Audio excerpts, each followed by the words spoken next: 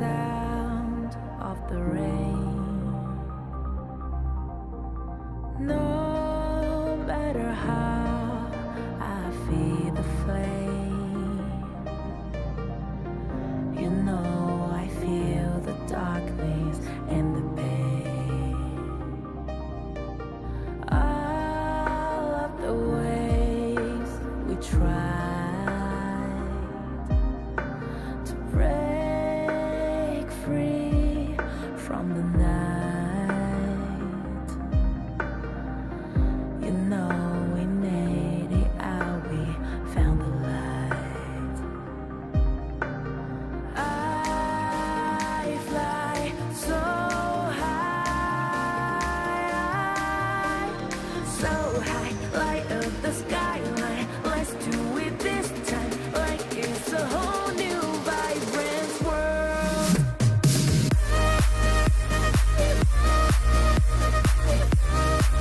Like we're the only ones in this world.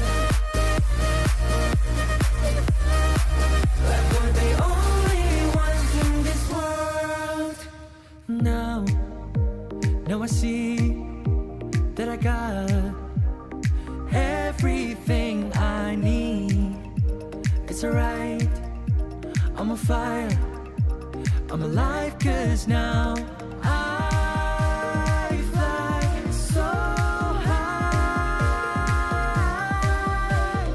so high, light up the skyline. Let's do it this time, like it's a whole new colorful world.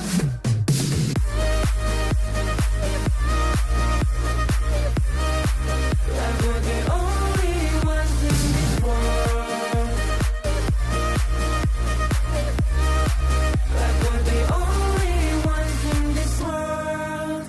Never thought we'd get this far, burning like the stars. How we get this far, like we're the only ones in this world.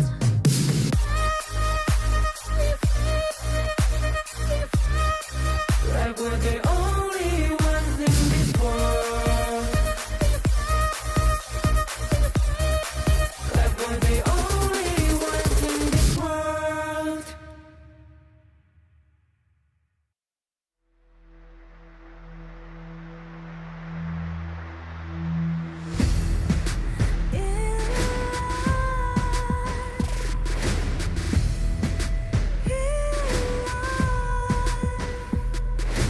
What's a life without its worth? Compromising with what hurts inside, inside. When you let fear decide your fate, you don't choose which path to take in life. In life, I'm finally letting go of everything that still holds me. I'm against all odds, but I won't give up, 'cause it's my time to shine. Standing in the starlight, can no one let me down. Destiny is calling high and light. I'm not afraid to fight for everything I love. Victory is on my side.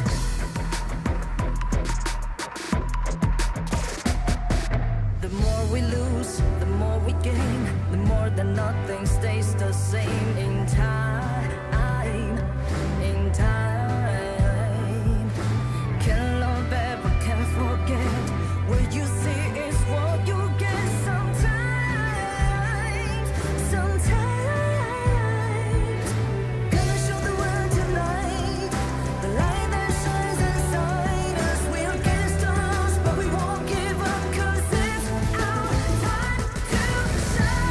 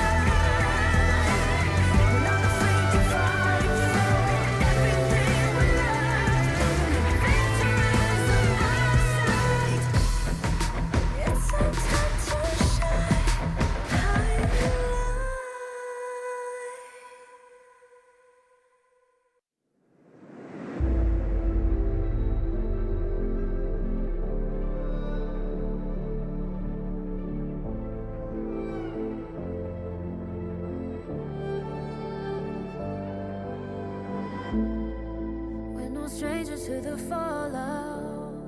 It's what got us here. Ever changing, some chameleon. Blood, sweat, and tears. We'll never make it if we fall to everything that brings us down. With a comeback is love. Blood, sweat, and tears. Fight for what we want. Doesn't matter the cost. Every day, put in work. Blood, sweat, and tears. Nothing comes overnight. Strength in numbers, start to line. We don't bow to fear. Blood, sweat, and tears.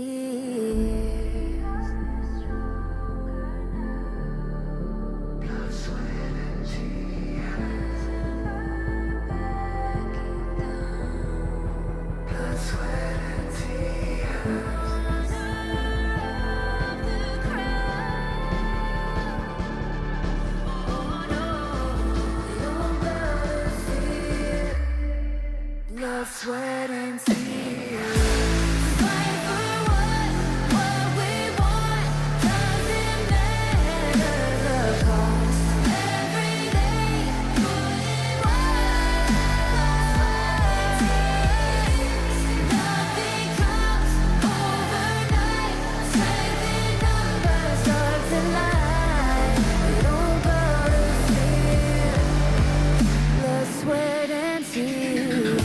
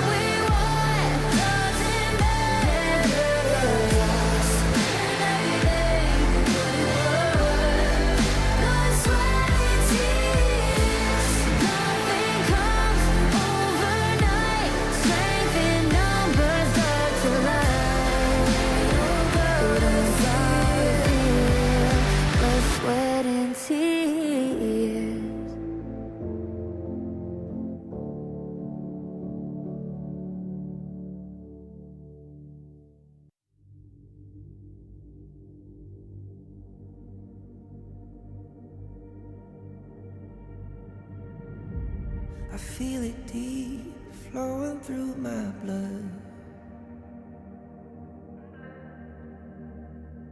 Rising up to become someone, and taking it all on my own. What a sweet victory.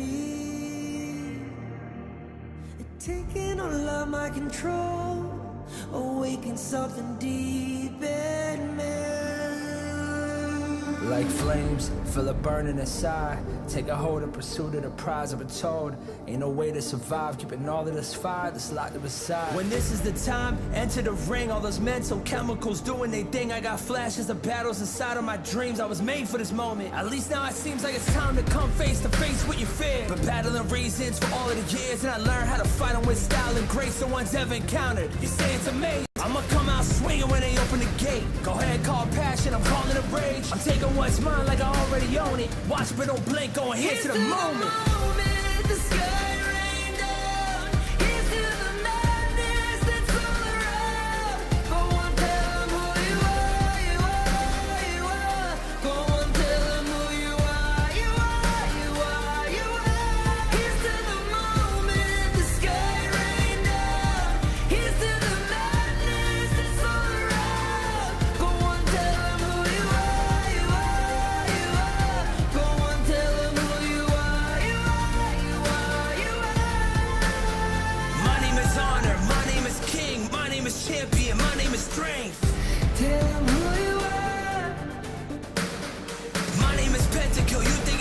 change. My name keep ringing inside of your brain. I hear it every night. Here's to the moment the sky rained down. Here's to the madness that's all around. So tell them who you are, you are, you are. Go and tell them who you are, you are, you are. Here's to the moment the sky rained down. Here's to the madness that's all around. Go and tell them who you are, you are, you are. Go and tell them who you are, you are, you are, you are. Here's to the moment the sky rained down. Here's to the madness that's all around. Go and tell them who you are, you are, you are. Go and tell them who you are, you are, you are. Go and tell them who you are, you are, you are.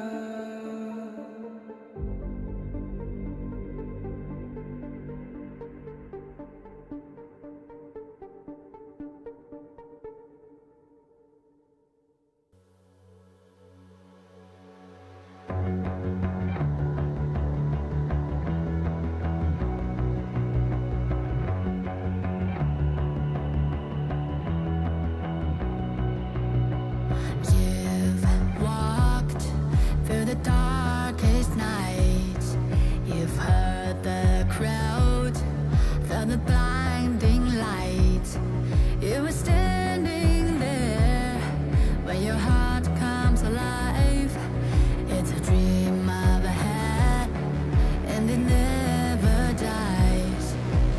Right here, right now. Give it all, get it out. Never surrender. I fight and never fail. I am a contender. A challenge I can feel. The smallest lies become the brightest enemies. Relentlessly. And even if you fall, you gave it everything to be a king.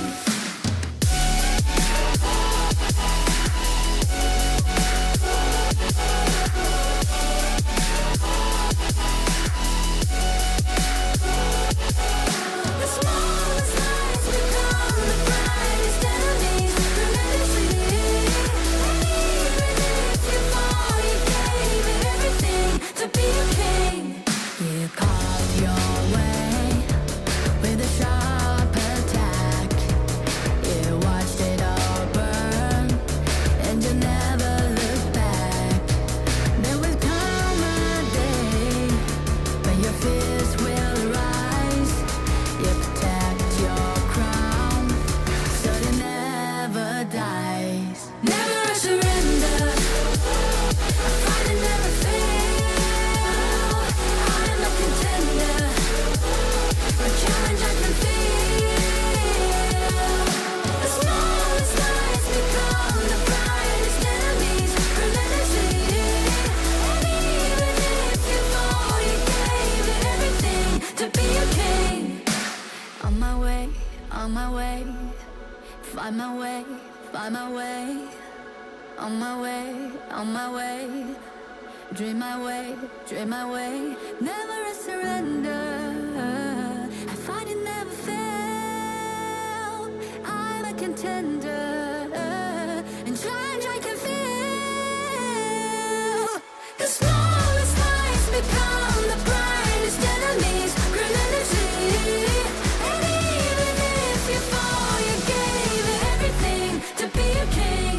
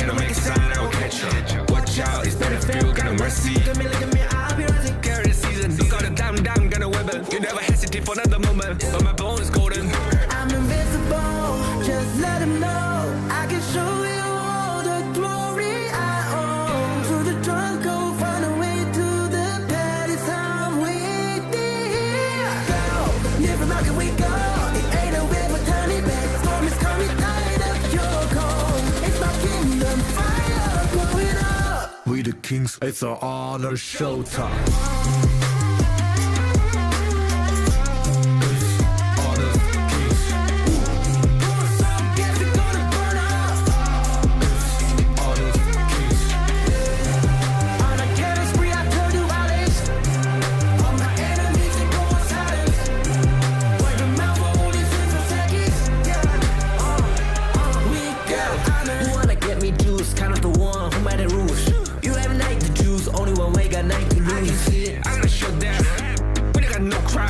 We barely found this one question pieces you can cheat. First blood, double trouble, then I take a pen, I kill.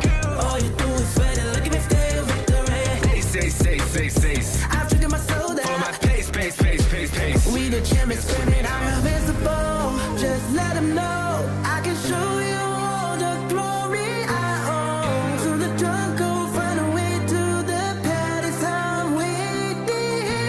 Go, live and rock and we go. It ain't a river, turn it back. Storm is coming, tired of your cold. It's my kingdom, fire, blow it up. We the kings, it's an honor showtime.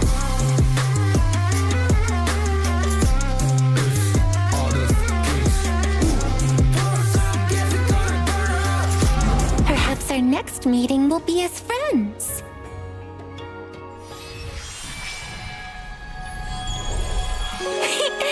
A single thread of silk connects faraway friends.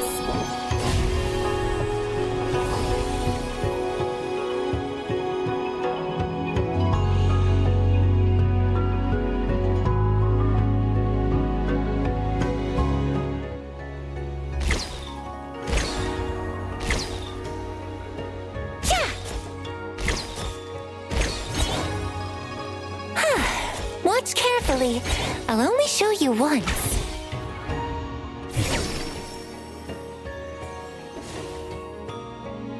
Trees bear tender mulberries.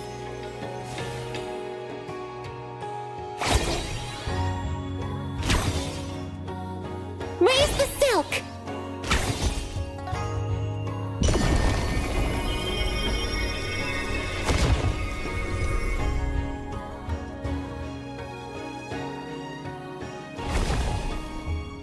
Thousand wishes make thousand threads.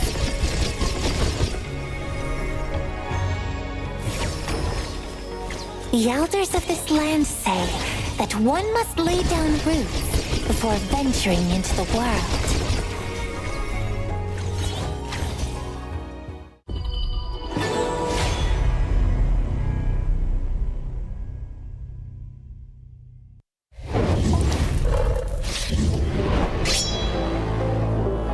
做 e-sport 吗？你们改掉了名字，改掉了实力吗？你们5个人的国标加起来都没有一个辅助多。听说你们的线上赛是无敌的，当然我们看看你们的线下赛是怎样的。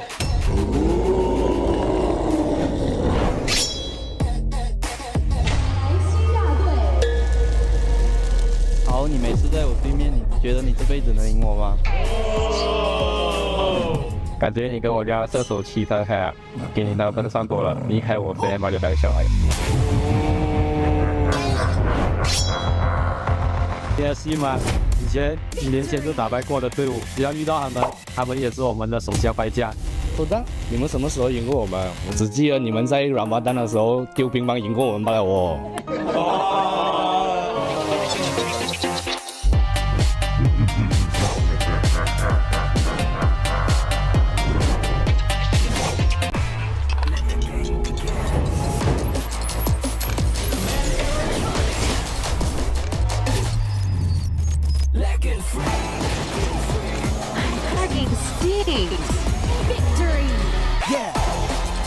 Another round? Sure, but how about a smoother phone next time? Realme 14, performance beyond limits.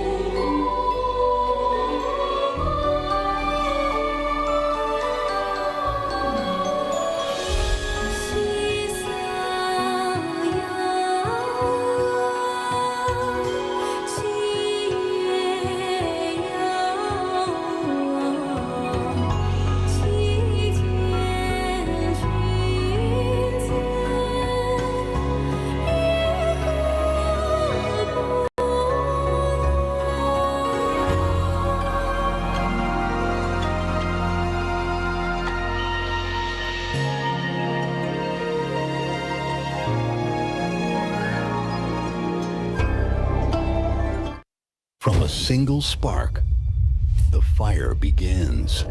Embers Awaken, a call to rise, to reignite, to re-emerge with strength and passion.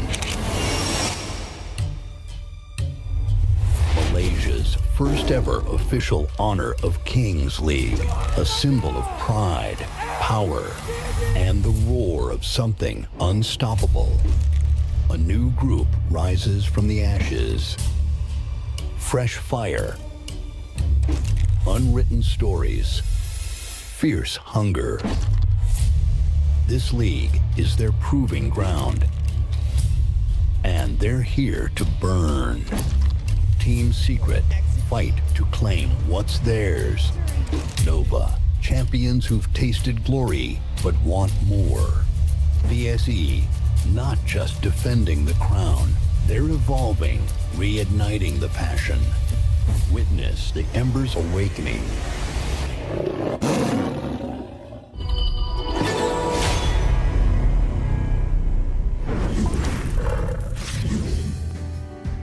Hello ladies and gentlemen, welcome back to our MKL Spring Season 2025 Regular Seasons Week 2 Day 3. And I'm your today caster Ming Chen with my partner Sir Cloud.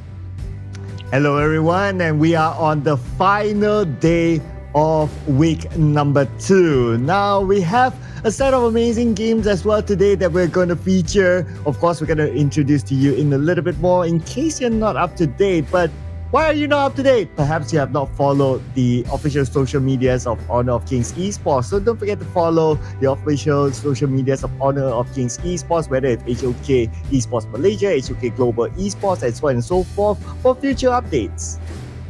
Yeah, so remember to follow our social media and you will get on to date and get more information about our tournament this time.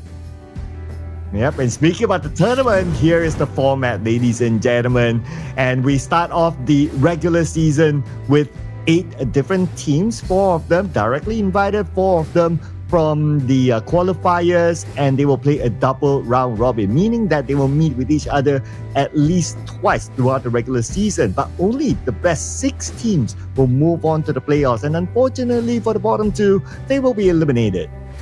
Yeah, so most of them need to gain more marks during this regular season to enter the next stage, to enter to the playoff. So for today's match, actually, we have our really strong team in our tournament. At the same time, we also have the teams that need to gain more marks. Yeah, the points will be needed to calculate, right, who's going to be the top 6. So we have teams that are looking to survive, and there are teams that are looking to not only qualify, but to be at the top to stamp their dominance here. And what are they eyeing for? Of course, besides the glory, is the prize pool of $60,000. Yeah, definitely is full of dollar sign in my eyes right now. So we can find out that our participation award will be $100 and victory bonus will be $300.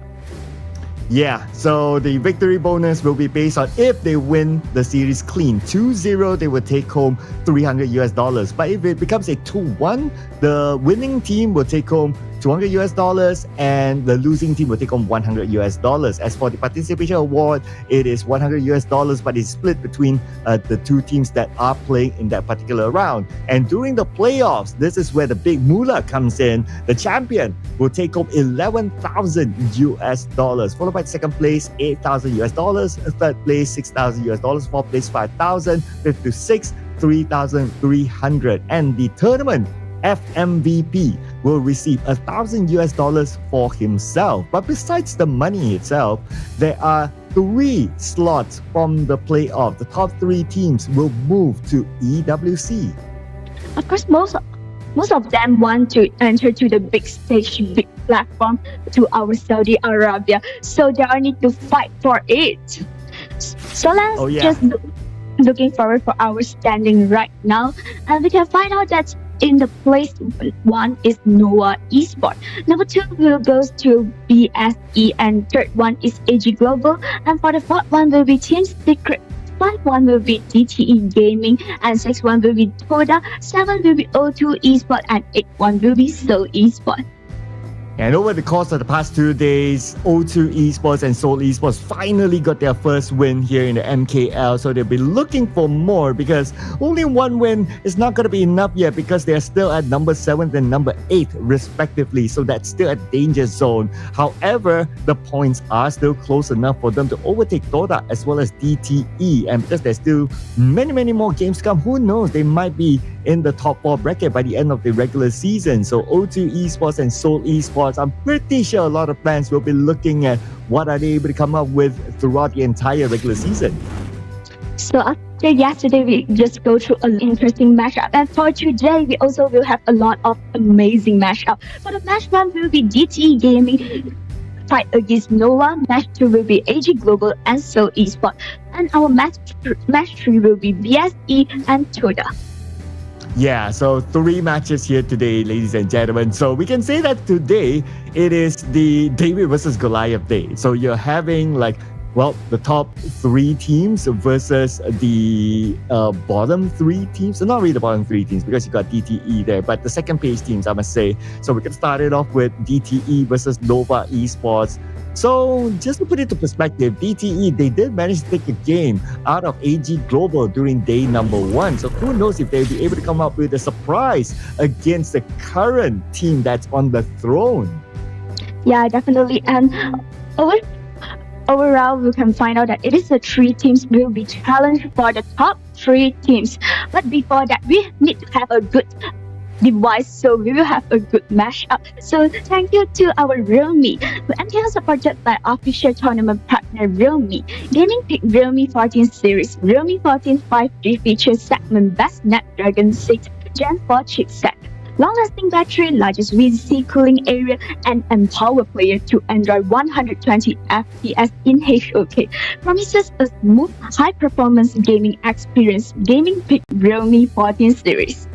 Oh yeah, 120 FPS, ladies and gentlemen. You know that 120 FPS is really important for your Honor of Kings game, especially when you play those high mechanics sort of heroes like the Luna or maybe like the Mai Shiranui. You definitely need that 120 FPS in HOK to give the best experience to not only yourself but also to your opponents. Yeah, so don't hesitate, just get this Realme. So back to our topic. So today we'll have 3 teams will challenge our top 3, right? So actually we know that most of the 3 teams that challenge this top 3, it is just a new teams, new face in our tournament, in our stage. So definitely I think that no matter how it's the result, it is a great chance to learn something from the experienced team. Yeah, absolutely right. Not many teams get the opportunity to face off against these top teams, especially in an official tournament. But if they're able to spring up a surprise, even taking maybe not only one game, maybe winning a series against any of these teams, today it is the David versus Goliath team, ladies and gentlemen. Who knows? They could be the dark horse to maybe even get the slot to EWC. The journey is still far, but you want to set the tone early. Yeah, so maybe they can get a lot of confidence if they manage to just win the game and win the matchup. So for one thing that I'm really looking forward for this kind of matchup, because we know that for our other region we have a lot of interesting BP, just like what we mentioned for yesterday. So for this time we can find out that is it they will just choose something interesting, or I would say there's something new, fresh in our matchup, because they are fight against with a team really experienced. Maybe they are just use something strategy. I would say that strange strategy maybe will make some surprise in our in-game. Yeah, like the Hansen farm lane, right? We're still looking forward to see if that will appear in the MKL. But yesterday we did see a new hero being picked, the Gongling being picked yesterday. So at least that's like a new refresher. And we saw how the Gongling is actually an idea to counter the Luna. Because the Luna, a lot of respect to the Luna as well. Tons of bans yesterday or throughout the entirety of week number 2, because it was used very well in week number 1. But Nova Esports, they found an answer towards the Luna by picking the Gongling. So maybe we might see more new picks here coming into the MKL today. But before we head on to our game, ladies and gentlemen, here are your players. We can find out that at DTE we will have BB, CM, Junjun, Sissy, Hao, and from Nova we will have Xuan, Wendy, CY, Weipit, and Muchi. Yeah, so we saw them play yesterday, and unfortunately, DTE did not win against Seoul Esports, while Nova Esports, they won their game yesterday, and it was a very good showing by Nova Esports. I would say by now, Nova Esports, they are experts in coming back in the game, even though they are at the deficit from the early to mid stages. Yeah, definitely. Just like we mentioned yesterday, they are able to prove that are still the strongest team in our tournament. And actually, for yesterday matchup, the Yixing from Wendy really impressed me a lot. Yeah, Wendy's Yixing is truly top notch. I mean, this guy is definitely no kid. No little boy, no kid. He has proven himself time and time again. And looking at the comparison, of course, we are talking about DTE versus Nova. Let's also remember that DTE did take away one game out of AG Global during the first day. And they're doing pretty okay. I mean, they're in the middle of the overall regular season as of now. So maybe if any surprise might come, it could be DTE taking a game or maybe taking a series out of Nova. Yeah, this definitely will happen because we know that throughout the whole game for yesterday, we know one thing is if we didn't reach the ending, we will not know who will be the winner. So this is an interesting thing for esports. Oh yeah, absolutely. I cannot wait to see what DTE can bring up here. But of course, Nova Esports, they are undefeated. Every series that they went through in this season, they won every series so far. So they're definitely the enemy big boss as of now. In fact, they won against AG Global in a 2-0 fashion. Not the easiest of game, especially game 1 yesterday, but they are experts in coming back. So even though Nova Esports, you're able to push them into their base, you take down all their towers, they still know how to manage it. Yeah, so I think this is one sign, or I would say that one tips for DTE. If you want to, I would say that avoid this kind of situation happen, you need to do something during the BP phase. So you can just take out the heroes that Noah used to it. I would say that Noah will perform really well during the in-game. Just like maybe you'll see that, Wendy have a really, really good Yixing performance during the in-game and Zhang Fei, and you can just directly take it out from our in-game. Yeah, I believe that one of the things that they need to do, especially for DTE, is that they need to play a faster pace and try to close off the game as quickly as possible before Nova Esports scales. But without further ado, ladies and gentlemen, we'll check out the draft for game number 1. And despite the Luna has its own counter, but it is still given the respect banned by DTE. Yeah, and we can find out that Nova here just directly banned out Mayan and Pei. Definitely they will want to play something like, maybe I will be stronger in the late game, so I just picked out Pei directly because we know that Pei will just play really aggressive during the early game. Yeah, but let's not forget about Xuan as well. Like his Guan Yi is mastery level and is not given the respect ban, so he might pick it up later. But there are more priority picks for Nova Esports. My Shiranui will be used by Wendy.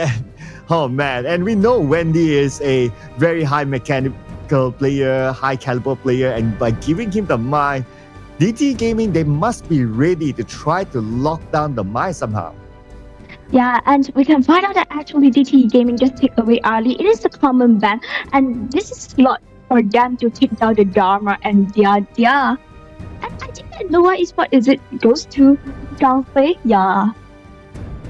Oh yeah. We're seeing the power picks here by Nova Esports, right? Not only Wendy with the Mai Shiranui, but Wei Pei is going to go for the Zhang Fei.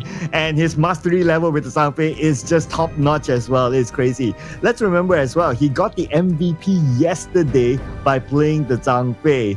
But on the other side, okay, we're going to see Aguro here being picked up by DTE. So that's going to be the main jungler for DTE to try to be the frontliner as well for the team. Now, I wonder, since DTE, they picked up the Dia, they might go for the Lady Sun later on. Yeah, so definitely Nova just already picked their Marsman, so it will squeeze your hero pool for the Marsman. So they are just directly banned away the ranger. I think for the second ban, maybe it also will goes to marksman. Yeah, most likely. Yep, there you go. Because when you see a Dia, it's most likely to be comboed with the Lady Sun, so you take that out for now. So maybe DT, they want to buy some time for themselves to kind of think of okay, which marksman we're going to pick now. So we'll pick Yu Huan first, we'll think of the marksman later, while Nova Esports, they decide on who they want to go for. So, I mean, we're talking about now picking the Clash laner. Xuan can play the Guan Yi, he can play the Sun Se. He can still play the Mayan. It's open, or Mayan is banned out, so that's fine. So Byron can be picked as well. So there's a lot of options because the hero pool for Nova Esports is just that large. Yeah, so actually for Nova Esports, this one should not be a problem, right? Oh, Musashi and Suncha is online. Yeah, so Musashi Sun Che, as what we kind of expected by now, we can start to see that there's some pattern to Nova Esports where they want to go for their comfort picks, right? So these are majoritarily the heroes that we have seen before that has been played in Nova Esports within this MKL. Now DTE, one more hero. I can see that the Harley is out as well. Oh man. Marco Polo, it's been a while. Okay, it goes all the way down the pecking order. Now it's Marco Polo. Yeah, this is a great one because we know that Marco Polo have the ability to protect itself, and also at the same time with the ulti, Marco Polo can make a really good CC crowd control. So this is a good one. Yeah, the only thing about Marco Polo is that he must have the Purifier together with him. If not, Zhang Fei can counter him with the Unbridled Outburst. But he also needs to be aware of the usage of the Infinite Vastness because he can go in, cool, but then again, if the Infinite Vastness is still there, Muchi can easily just fly away. Yeah, so actually this is one of the problems that they all need to solve. I would say that they all need to figure out during the in-game, but they still rely on the performance in the in-game. Let's see who will perform within the game, within the gorge, ladies and gentlemen, as we head on to game number 1 of our Sunday series. This is David versus Goliath, Nova Esports against DTE Gaming. Yeah, and we can find out that just a normal start, just having some lane priority for the mid lane.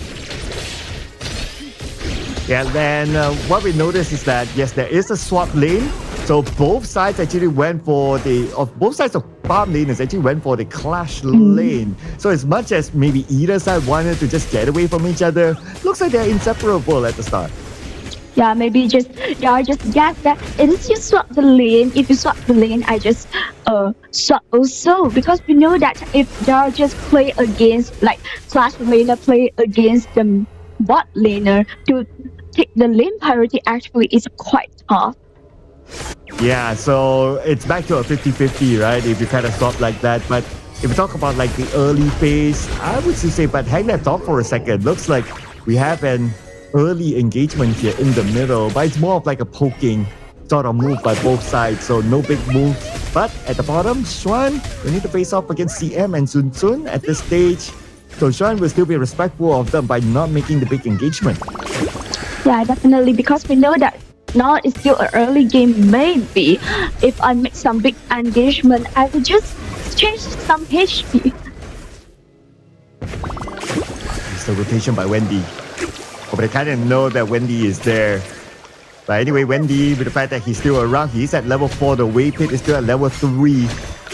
So no ulti yet. So he will keep that for now. But he's still able to tank out a decent amount of damage from the mid side.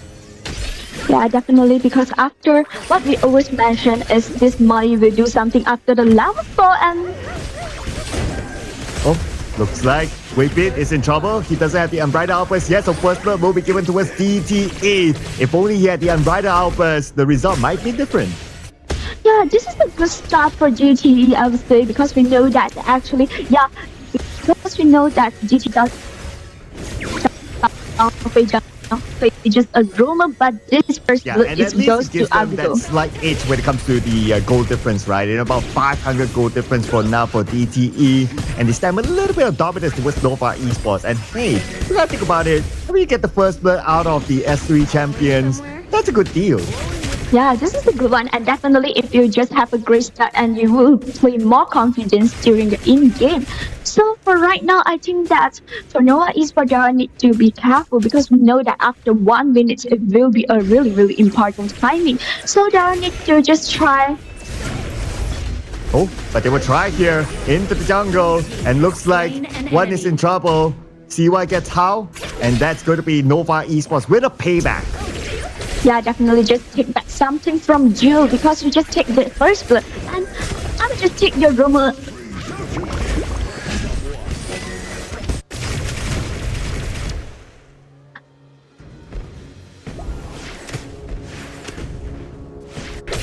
Yeah, so right now I think most of them will just take more advantage and make themselves well prepared for the 4 minutes dragon. Yeah, and both sides will reset again. But we always see that Nova Esports, sometimes they play aggressively, sometimes they don't really play that aggressive. They play a little bit safer, they want to farm, and they will come back a little bit later. But Muji now takes a decent amount of damage. Waypit is there together with him. And JJ, does he want to take that risk of going in? Definitely not, because there's still the Infinite Vastness by Muji. Yeah, so definitely this is a sign for Nova. They need to be more careful. I would say that because if you left alone one person in one place, definitely DTE will just try to find some opportunity. Is it able to create some kills on Jill? And in the middle, we might see another one. Oh, okay. BB managed to step away. That was a close call there. We almost saw the second kill given towards Nova Esports. But then again, DTE, they secured the Tyrant. So DTE, they're still keeping pace. Yeah, so definitely I think Nova will just directly choose to make a trade, but we can find out that CC just looks like don't want to make Jill happen. Yeah, it's okay because it is Musashi. Yeah, because you don't want to engage after just taking the Tyrant, right? So just let the Overlord go 1-for-1 each. But DT Gaming, they still have that little bit of advantage against Nova Esports. So far, so good. And DT Gaming, they're still keeping pace. You gotta think about it. And this is totally not a storm, just like what maybe some fans might have expected. So DT Gaming, they're still able to push Nova Esports. Yeah, I think DT Gaming, they're just wait for one big engagement, one big team fight to make them have the chance to snowballing up the game. So this could be the moment where Nova Esports starts to invade jungle. Okay, the buff is still open. 50% of health for the buff. And here comes the Unbridled Outburst. And CY will steal away the red buff. And now we can see that DTE, they try to take revenge on the Nova Esports. Swan steps away with the flash. They continue to try to chase him down, but the backup by Wendy will protect him. And he is safe. They stole away the buff. Nova Esports, a small skirmish win. Yeah, after this team fight, actually, I think that Nova Esports just gained back something. I just put back to the things in a 50-50 situation. It's a good one for Nova. Yeah, and Wendy now just at the top. Gonna be Waypit. It's more of like to defend the top tower. But top tower down to the last stage shouldn't be a problem for DTE to take it down. But CY is there, so if they overcommit onto the top tower, they could be punished for it. Yeah, so if I just go deep inside, it maybe create an opportunity for Nova to open up a team fight, and it would not be a good news for DTE if they just lose the team fight. Because we know that for Nova Esports, this kind of experienced team, they definitely will just, if let them just take some opportunity, they will just raise their momentum. Oh, and most of them are gathered at the mid now. At the same time, you can see that CM is waiting at the side, but CY decided to boost check and found CM there. So whatever plan that CM has had earlier on, looks like it didn't work out for him. Right now, outburst, and with that, they will secure the kill onto Zun Zun. Now it's go time here for Nova Esports. Cecil will not connect onto anyone from DTE. Looks like a sudden engagement by Nova Esports that DTE was caught off guard. Yeah, this is a good control from Zhang Fei. We can find out that just not in the team fight, Zhang Fei just directly make some control on 4 members from DTE and directly just take down the jungler. So it makes them have the chance to steal away the buff. Because when your jungler is down and definitely the jungle is open. Yeah, when you get the jungle, a lot of opportunities for you, right? You can potentially get a buff, and if the Overlord or the Tyrant is up, you can also go for it. That's why keeping the jungle alive is so important. There will be a lot of crucial moments, and one of them is going to come up in about 40 more seconds when the Tyrant is up next. Yeah, definitely. DT need to be more careful because we know that actually for Agudo is one of a tank for their compositions, main tank, main front line for DTE. So they need to be more careful because if their Agudo is down, definitely they didn't have anyone can absorb the damage. Yeah, they're dependent on Zun right now, so that's a bit of a risky setup for them, but who knows, it might work for them because their damage output is pretty decent. With the fact that the Marco Polo, Cheche, as we have given a decent amount of space for himself to farm up, I'm definitely interested to see what sort of items that he has built up so far. Yeah, and we can find out that actually this Long also farming in a really good situation. So just now, just one true damage on this and on BB. So it's definitely in a really low HP. Oh, looks like Xuan. That's a solo kill there, and here comes the rest of the cavalry of Nova Esports. They failed to get Xuan. Now it's go time for Nova Esports to get more out of this fight. Then we got CM in this fight as well.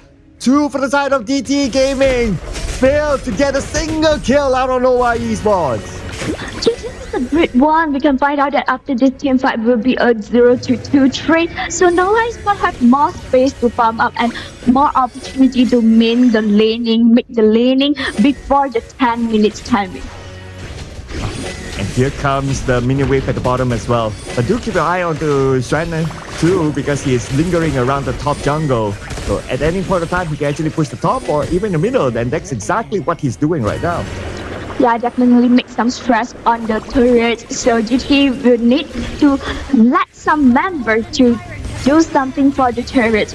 I would say that do something on the minions, do something on the lane. So maybe we'll open up a chance for Nova just take down the dragon easily. And speaking about the Tyrant, now it's going to be the Tyrant dance between the two teams. Let's see who will get it. Let's not forget about the Setzer. They could come from the side as well. Xuan is setting up himself, moving towards the middle. He's in the push, just waiting for the right timing. Gathering information together with his teammates. Look at the Flaming Palm, absorbed by Sun. That's a decent amount of damage onto the best tank. Yeah, definitely. So we can find out that ETE just go to take down the modern turret, and this might give a stress to Noah. But you can see that in a really low HP. Yeah, they're all really low right now. Brighter Albers used to just disengage their opponents, opening up more space for Nova Esports to secure the Tyrant. They really want the Tyrant right now, but they have to be careful of CM at the right side. He's lingering around that area. Musashi now chops down the help of the Tyrant, down to 50%, down to 20%. They're about to get it. Who will secure the Tyrant the other day? But first, it's going to be Waving falling down. The Tyrant is open. CY will still get it, but DTE, they want the kills in the bag. They're looking for CY right now. CY is really low. They finally get CY. Infinite Masters for Muji to get away, and also set sail for Xuan. DTE Gaming, at least they gained those 2 kills. Oh, disengage and re-engage again here by Nova Esports. But still, they were ready for it to punish Xuan back. Also, after this team fight, actually for Nova Esports, they just lose a lot of things. Not only the kills, not only the... I would say that they are take down the Tyrant, but mostly all of the things they are lose kills, their T1 turret. For DT, they are just gain a lot of advantage after this engagement. Oh yeah, DTE. So far so good. Even though they lost the Tyrant objective, but that's okay. They got a couple of kills. The re-engagement by Nova Esports did not work out for them. But Nova Esports, they're no pushover team. They know how to come back from a deficit. So DTE, they have to remain focused throughout the entire match. Yeah, they need to be more careful because after that, Nova Esports, we can find out that actually the team fight, they are doing some re-engagement. Just now, just Shen, just set still and come back. But they're able to take down CC. But This unfortunately they are also in a low HP. Set sail onto Sensei, and Sensei will go down to the rest of Wendy. This is go time here for Nova Esports. They want to get the tower, but the minions are not there. They have to disengage from DT Gaming. DT Gaming, they're trying to chase out the members of Nova Esports. Infinite Masters by Muchi to save himself. While DTE, they try to get in, but Wave is not the target that they want. Yeah, this is what we mentioned just now. Darby just try to find a lot of opportunities, so DT need to get ready. Be ready for every team fight or every engagement right now. So I think that they need to put more eyes on this Sun Ce. Yeah, we can find out that for the 2 team fight, Sun Ce just also down in the really last, but it also will be a really annoying stress for DT. Absolutely, right? Like, you have to pay attention to the set sail that could come in any time from the flank. So your focus is like split out, like whether you want to make the engagement, whether you want to play defensively, whether you want to block the side. There's so many things that DT Gaming will need to figure out. But until now, actually DT Gaming also having a slightly advantage, so it will be a good news for them. But they need to maintain the situation. Oh, here comes our right now. Buzz! And Waypin steals away the Shadow Overlord.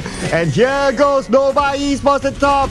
They're chasing down the members of DT Gaming, looking for the next kill. Flaming Palm all the way to the back, but not able to secure any kill yet. Nevertheless, it's still Nova Esports winning the engagement. This is the sign for Nova Esports that I'm coming back. I'm really ready. I'm back, and you need to be careful right now, DTE. Oh yeah. Definitely Nova Esports, they know how to play a comeback game. DT Gaming, they cannot be complacent. They still have a slight lead against Nova Esports by about 1k goal difference. But that might not matter if they lose their next skirmish. Yeah, so that probably they need to be more concerned. I would say that be more careful for the lane priority. Or I would say that we can find out that something happened right now.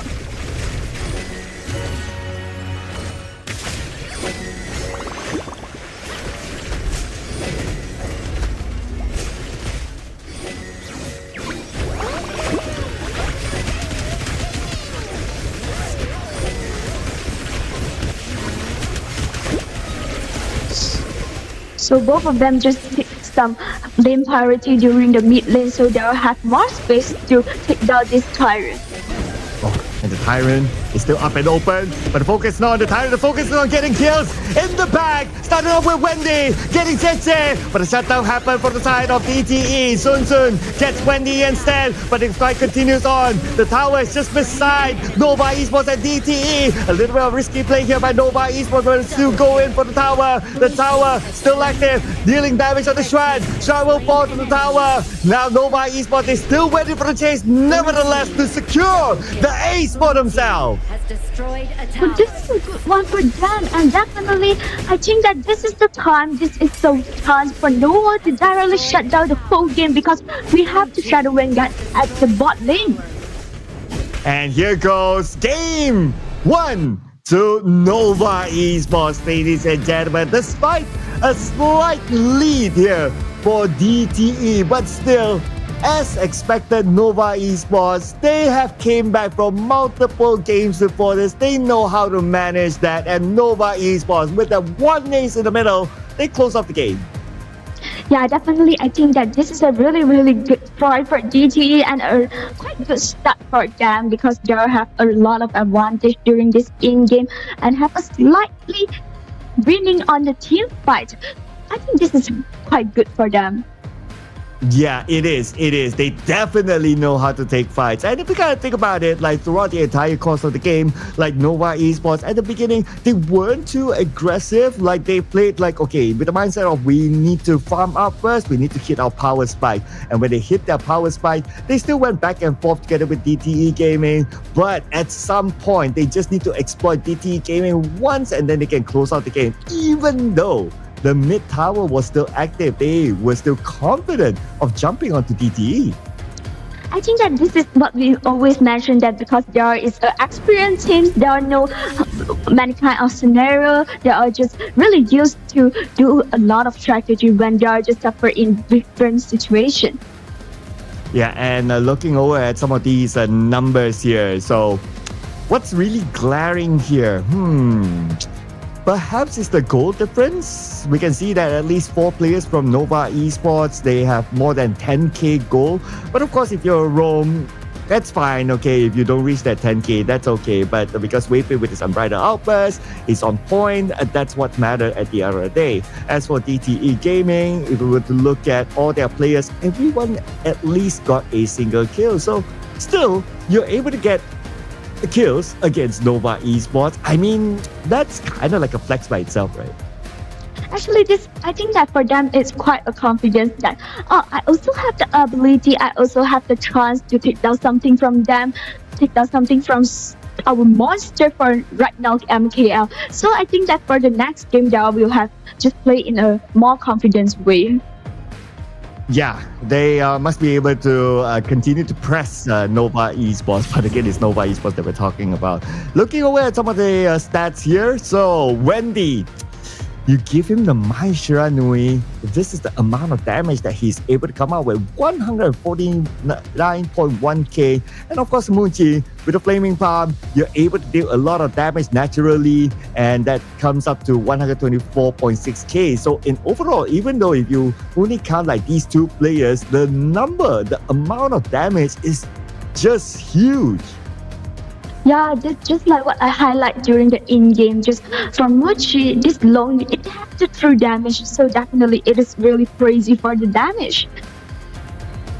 Yeah, so it's something that DTE Gaming would need to consider. But the good news is that, or maybe the bad news, depending on how you look at it, is that it's a global ban pick, so they will not face off against the Long in the following game. But there's still a lot of other farm laners who's able to come up with damage. But before we go on to the next game, of course, we continue to look at the graph here. And if we were to look at the overall graph, DTE Gaming, they had it on their side like pretty decently at the very beginning of the game. But when Nova Esports starts to scale, we can see that the graph goes towards them. Yeah, definitely. Actually, we can find out that for DT Gaming, yeah, they have a slightly advantage because they are using the Tyrant, using the small resources to make some difference on the go. But definitely because of one of the team fight and Nova just turned over the table, everything just changed. Yeah, and if I want to illustrate by the numbers, right, like the tower taken, DTE 5, Nova Esports 6. So that's also somewhat of an illustration of how kind of 50-50 this game would have been, right? It's just that towards the later stages when Nova Esports hit their power spike, that's where they close out the game against DTE with 1 ace. And our MVP, again and again and again and again and again, is Wendy from Nova Esports. Yeah, you can find out that we can highlight the damage dealt that Wendy just done. 37%. It's huge, it is high, and it is crazy. Yeah, I mean 37%, right? And you divide it like what, 5 different players? That is a lot. Damage taken 15%, that's okay, but total goal 21%, that's also pretty nice as well. 3 kills, okay, might not be the sexiest of numbers, but it's not about the kills. It's all about the execution. It's all about the poking. It's all about closing the game here. And Wendy, what else can we say about this guy? I mean, he's the multiple MVP for Nova Esports. I wouldn't be surprised if he's currently in the running to be the FMVP. Yeah, definitely. Just Wendy can just play a lot of different style of mid laner. So we can find out that this is the highlight for our game. Yeah, and looking over at these highlights at the very beginning, if we were to look at the net worth, it's like very, very close, right? Like even DTE, they try to play an active approach, but when Nova Esports start to sniff out like, oh, you guys are playing this actively. Okay, we'll position ourselves well. When you enter our jungle, that's our trap, and that's where we'll punish you again. So they adapted very, very quickly against DTE. Yeah, so through the highlight, you also can find out that Wendy just get a lot of important kills. Like George just can just when Wendy dive in and can directly take down the Marco Polo. And we know that Marco Polo in this kind of composition, it is the main damage dealt from DTE Gaming. So it's helped a lot. Yeah, though we didn't get to see the biggest impact on the Fervor Barrage, so that is a little bit of a downside there for the Marco Polo pick, but I can kind of understand as well because a lot of the farm laners have either been picked, well, the Long has been picked, but also have been banned out by Nova Esports. So they're the top farm laners like the Arlie, like the Diren J, like the Lady Sun, all of them been taken out. So their options are pretty slim. Going for the Marco Polo isn't too bad, but if we were to look at the game itself, isn't that impactful at the same time? Yeah, actually, just now I will just predict that maybe they will just go for channel, but last they are just Marco Polo. I think that because they want to more control in the team fight, but actually the effect is not so good. But I think that this was also one of the signs for DT. Maybe they can just go for a composition that have more damage. I don't want just deal with one hero in one team fight. Just if I just put a lot of, I would say that wish on only Marco Polo, wish that all the damage is come from Marco Polo can output all the damage. It's quite risky in one team fight. Yeah, so very dependent on Marco Polo, and let's not forget as well, very dependent on Agudo as the tank. So when it didn't happen, then the plan kind of fails and they look like they don't really have a plan B. But nevertheless, Ming-Xuan, we're done with game number 1, and because of the global ban pick, we will not be seeing the same heroes again in game number 2. So both sides will have the opportunity to just try to readapt with each other again with a new draft. Yeah, so definitely I think that no one maybe from their side they will just go to the composition that will aggressive during the early game for the game 2, because they want just shut down the whole matchup as fast as they can. So it maybe will be a way, I would say that will be an idea that can give DT. They can just directly just ban away some, I would say that some hero that really aggressive like Pei, like Mayan during the early game. Yeah, like the Pei, yeah, and also maybe like those fight setters as well, like the Yixing might be banned out too because it haven't been used by any of these teams. Or maybe even like those faster type of heroes like the Diren J might be considered to be banned out too in the following round. So let's see. The Dolia has not been picked up as well. And interesting enough, if we kind of think about it, since we're now in day number 3 or week number 2, right? The Dolia has lost its popularity. We kind of think about it. Yeah, we can find out that actually for yesterday game, I think that just only 2 games that are just picked Dolia. And for right now, I think that the idea, or say that Zhang Fei have higher priority than Dolia right now. Maybe when you want to choose a Dolia, I will say that when I pick Dolia, I will try to take down Yixing at the same time. Yeah, you want to combo the Dolia with something good like either the Yixing or if possible like a Long or maybe like a Dun or maybe like a Lane. So there's like certain compositions if you kind of pick the Dolia, and it tends to be a bit more obvious by then. But let's say the Dolia will make its appearance here in our second draft between DT Gaming and Nova Esports. First ban might be the Dolia because it's open for both. Luna. I think it's not a problem, right? Because we know that Nova Esports can play really well this hero. So DT Gaming also banned out Luna in the first game, so definitely it will be a respect ban right now. Yeah, and looks like the Agudo will be out and the Zhangfei out. Okay, so no 2 power picks here for DTE Gaming. But again, the Dolia's on the table, guys. Is anyone gonna go for it? It's been a while since we've seen a very good Dolia gameplay combo with the +1/+1s of the others. But because you have the Arlie still open, you might as well go for it. Yeah, but I think that Arlie is quite great because we know that in our tournament, if Arlie didn't just ban away, and definitely will be the first pick for the blue side. So for Nova Esports, I think that it will go for the Dolia. But actually for yesterday's matchup, we also can find out that Nova Esports just proved that when I choose Yixing, I also will not take Dolia together. Yeah, this is what I mentioned just now. If you didn't ban away this kind of Pei, Dharma, can play really aggressive during the early game, I will just let it in. Yep. They forgot about the Pei.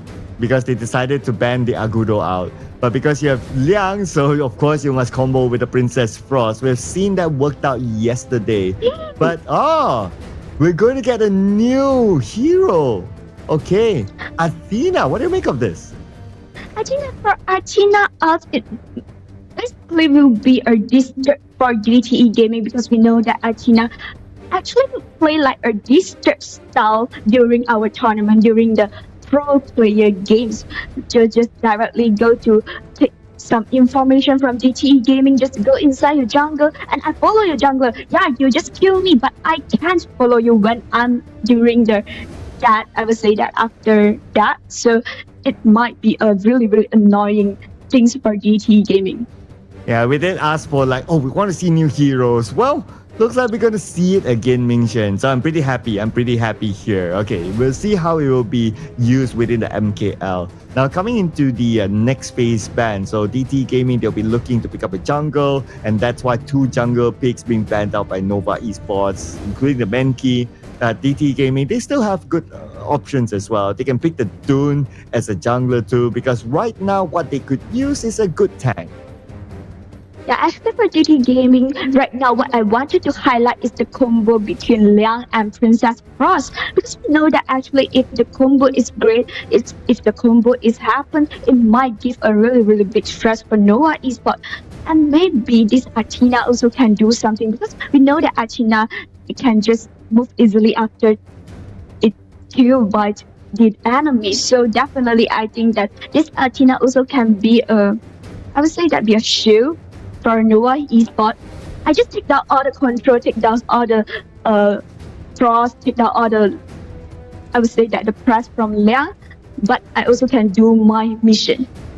Yeah, that's a good point, right? That's a good point. And because they pick up the Lady Sun, so Athena can be the bodyguard to the president with the immovable Aegis, and they will have a hard time if they are thinking of we want to lock down the marksman. Oh, now you have Athena. So maybe the Liang and Princess 4 combo wouldn't be as effective as how we have seen before.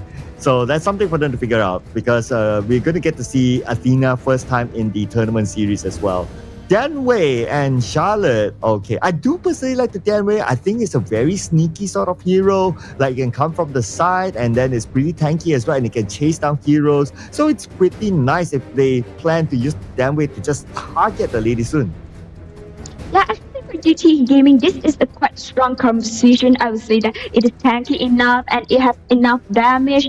At the same time, also have enough control. So if they are just farm up really well, it might be a really great stress for Nova Esports. But Nova Esports have Yixing on the line. So I'm quite excited for looking this kind of composition. But again, I think that we will have a really, really great in-game. I'm sure the fans will be excited to see Wendy play the Yixing as well. I mean, he got the MVP with the Yixing too. So, I mean, it's Wendy with the Yixing, right? He's able to come up with not the highest amount of damage when he got the MVP, but his control with the World is My Board is going to be really, really important. And that will stop the Danwei from running at their team. Yeah, so definitely I think that in this in-game, I'm pretty sure that Nova Esports will just disturb a lot, make a lot annoying strategy on DT Gaming.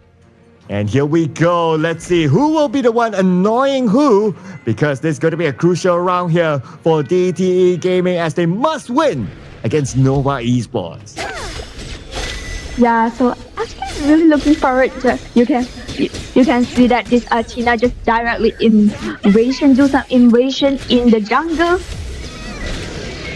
Oh yeah, much more aggressive gameplay here by DTE Gaming. They're chasing down Waypit, okay. First couple of health left and first blood. Again, this time onto Waypit. Yeah, just find out that actually this is a common playstyle. I would say that it is a really, really normal playstyle for this hero. Definitely this Athena will just keep disturbing you, and so DT need to put more members to I would say that take care about this Athena. Oh yeah, that's right, because the Athena can immediately reappear at that one location, right? So Waypit's role is just like, I'll just be annoying. I'll just be in your jungle all the time. And when I reappear again, I reappear on top of you. And this is what he's doing towards Sun Sun. And Sun Sun just wants to keep his distance away. And if you guys think about it, like right now, Waypit is drawing like 4 players onto him. And there's so much play for the other members of Nova Esports to farm across the map. Yeah, so this will be a great opportunity, like, because we know that Nova Esports there will just put a lot of wish, obviously that put a lot of things to let this Ladison to farming up, because we know that after farm up it will be a great one, and we can find out that they are just in Yeah, and this time Nova Esports they respond back by taking out JJ, but Zun Zun is there to trade it back to this one. And Waypit, as usual, again he's willing to sacrifice himself and still be around the jungle side of DTE. Yeah, actually we can find out that for this kind of situation, I would say that Nova Esports will have a slightly advantage. Yeah, we can, because we know that Jun Jun take the double kills, but for the double one is Athena. So definitely I think that Nova Esports can just try to do same things, do a lot of invasion, make a great stress to DTE. Let's get started.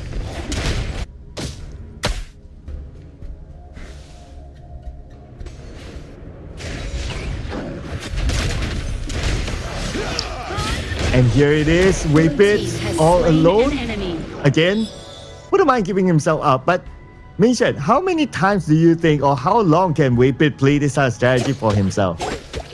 Actually, I think that until 10 minutes, before 10 minutes, they also can just go along this kind of strategy, because after 10 minutes, mostly DT Gaming just farm up well prepared for every team fight. So for Nova Esports, I think that after 10 minutes, they will just come together and make a lot of stress on the turrets. So DT Gaming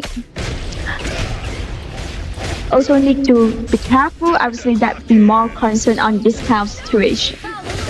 But here comes CY following up against DT Gaming. But again, Waypit. Okay, this is like what, maybe number 5 or 6, 5 at least. I think I count 5 that Waypit actually gave himself up. But even though when he kept doing that, like if we were to look at like the total goal network, still it's Nova Esports in front.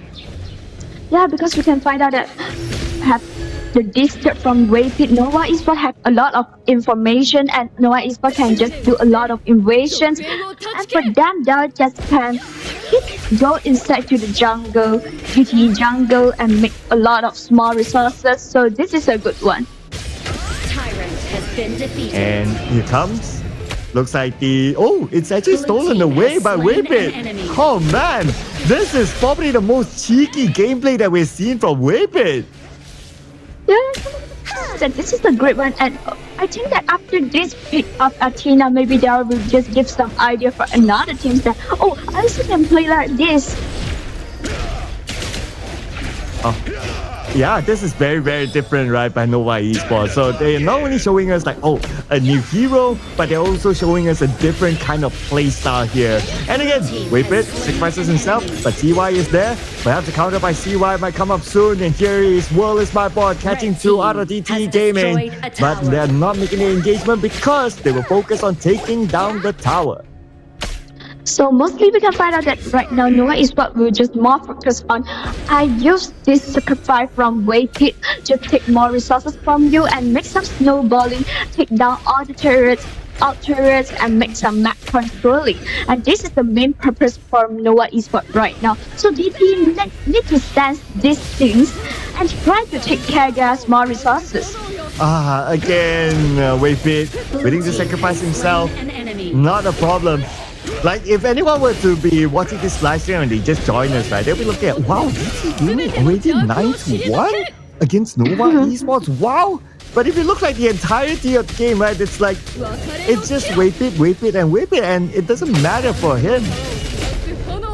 Yeah, although they all just take a lot of kills, but because we know that every death from this Athena, every sacrifice from this Waypit actually is the chance for Nova Esports to do something. So definitely the goal difference still will have a slightly advantage from Nova Esports. Yeah, so annoying, right? And now Nova Esports, they're ready to take away the red buff here for the side of DTE. DTE is struggling to secure the red buff. The red buff stolen away perhaps. Nope, it's still secured by Sun Sun. But now the World is Spy Bomb will be deployed. And at the same time again, Waypit puts himself in the front, absorbing all that damage. And the rest of Nova Esports, they just step away. Yeah, actually I find out that for Nova Esports right now, they will just keep doing the same things, do the same strategy, because we know that for the rhythm in the jungle, the tempo for the jungler is really important. But in this game, because have Waypit just keep disturbing Zun Zun, or I would say that have Waypit to know all the information of your jungle, it will become a great stress for DTE right now.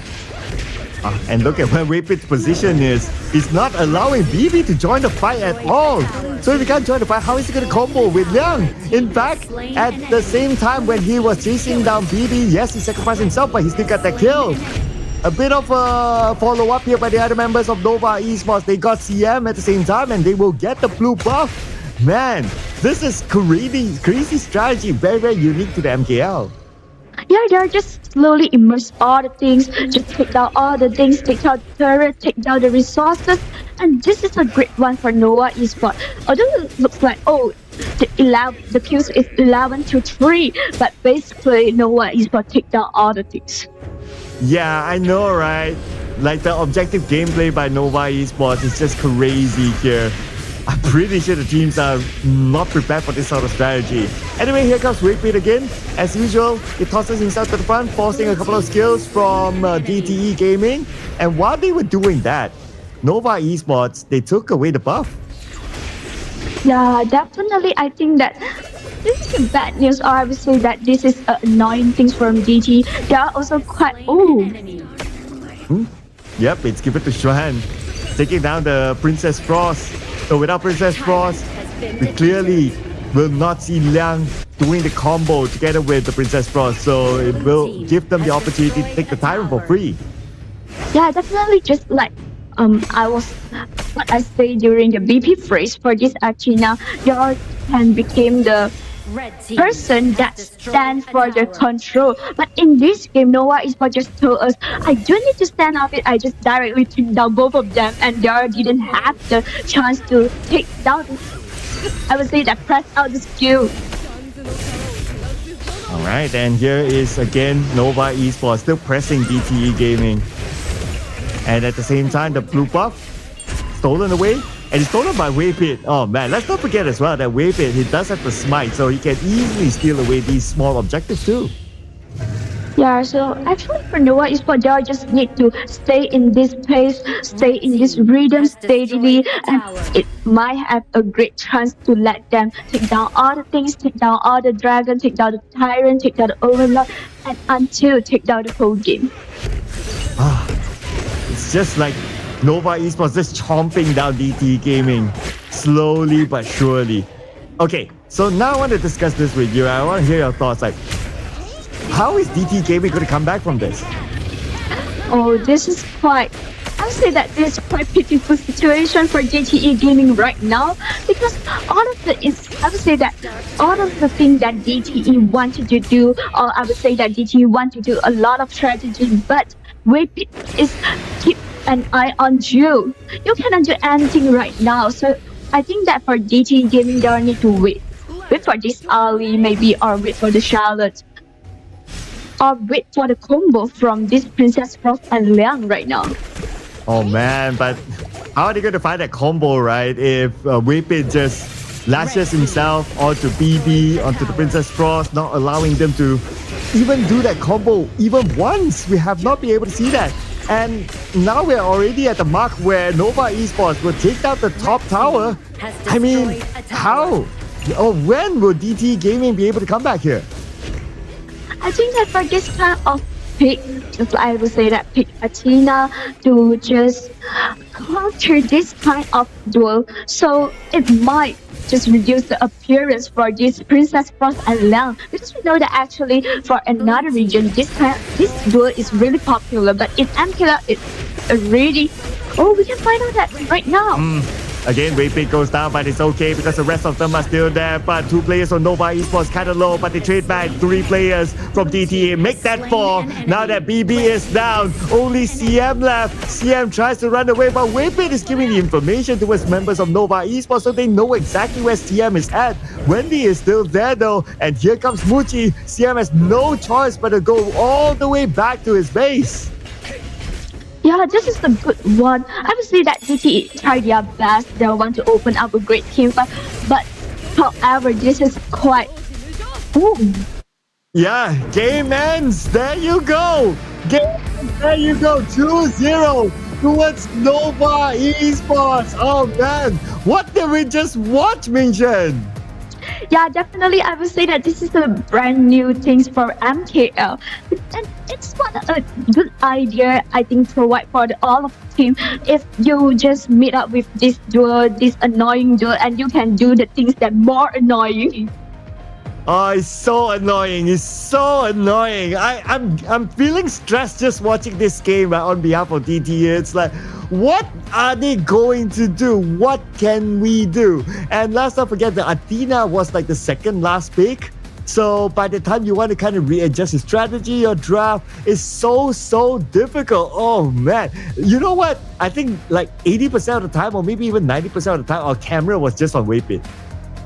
Yeah, maybe we can find out that the audience just find out that why are GT getting a lot of kills, but just in this kind of situation, yeah, we could say that, yeah, it's me. Yeah. Okay, despite him dying so many times, he has to be the MVP, ladies and gentlemen. But we'll check out the official MVP later on, because right now, if we look at the stats, oh man, and this is like what you say, right? This could be practiced like in other regions, but for the MKL, it's very new, it's foreign. You pass by this live stream, you see that, hey, your Roma feeding 12 kill, 12 death like that feeding But then again, he is feeding intentionally. Yeah. No one would just say that you do scroll my Athena, you say my Athena feeding, but actually this is our really good support right now, you know. Because of this 12 kills that DT take, I take a lot of things from DT, you know. Yeah, I know, right? So much attention drawn onto him, and not only that, like a couple of objectives like the Tyrant, like the buffs, stolen away by Waypit, and plus he's carrying a smite. I mean, this is just a strategy that is uncounterable. Yeah, and we can find out that you see the damage taken for this Athena is crazy, 95.8k. And because of him absorbing like 95.8k, right? Like everyone else is like, look at this. I think the best example is Muchi. 9.2k damage taken. Tell me a number that is lower than this in the MKL. Or maybe in the future of MKL, I doubt we'll see a lower number than 9.2k. Yeah, that make a really great surrounding for this Lady Sun to farm up, for Lady Sun to output all the damage. So I would say that do a great job for this game, Nova Esports.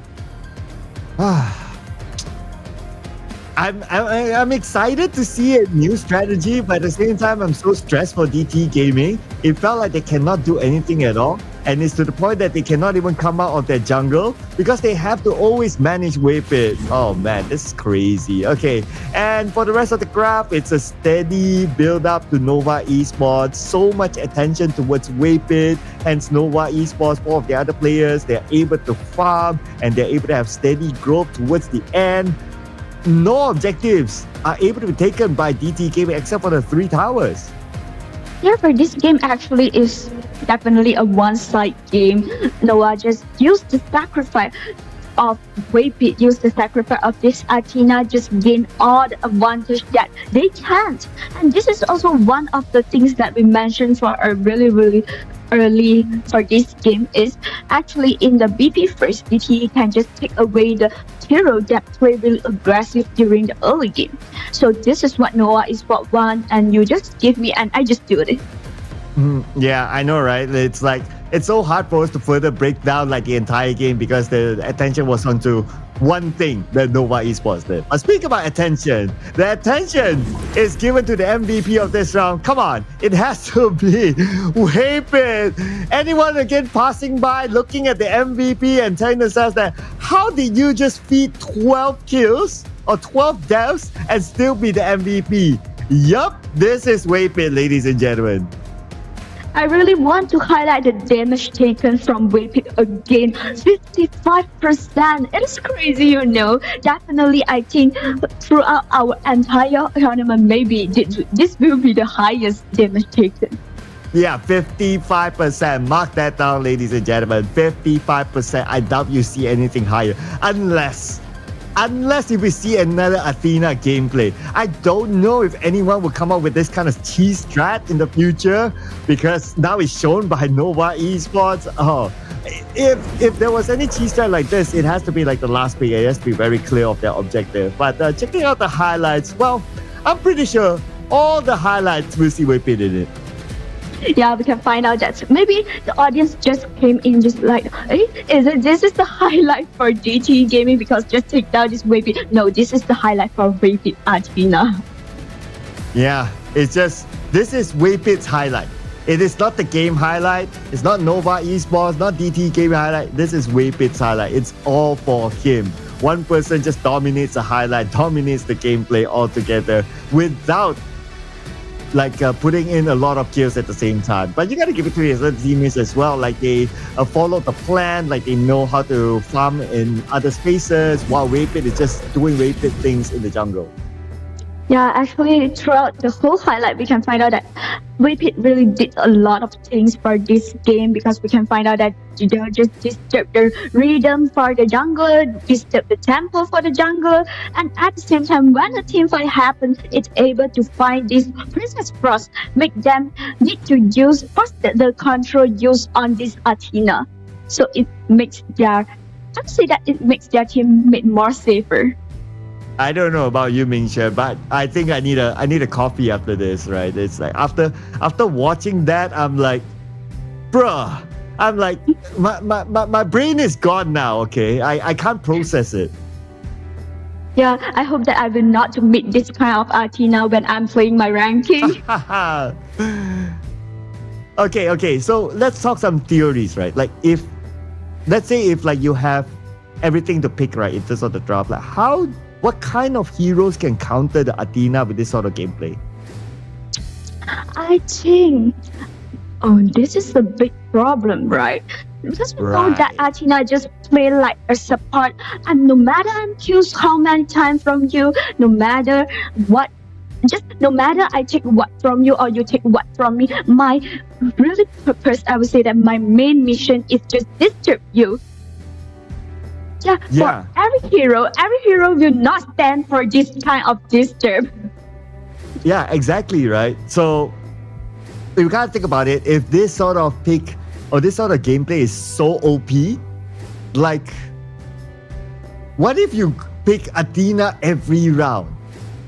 Okay, this is just something that I'm having in my mind, right? Like, why is it not picked every round or as often? Because we have not seen this sort of gameplay ever since S2, but of course there was no Athena at that time. But the point here is that when there was the Athena, why did we not see this kind of gameplay earlier?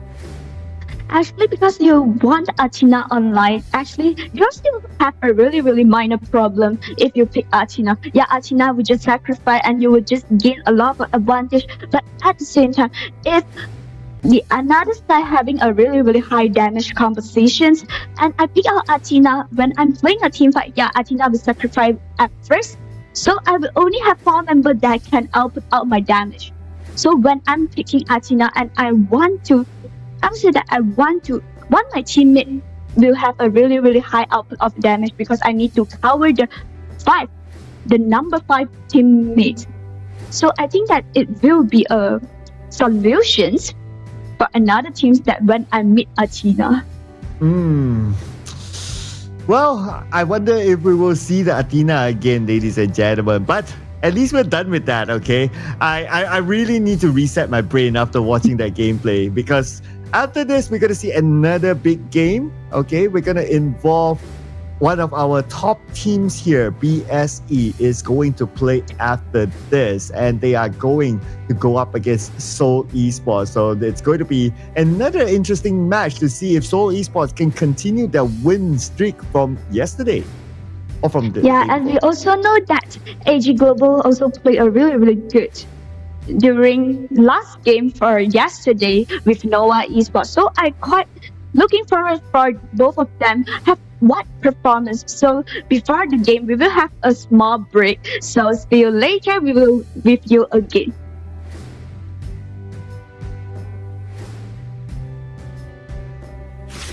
Perhaps our next meeting will be as friends.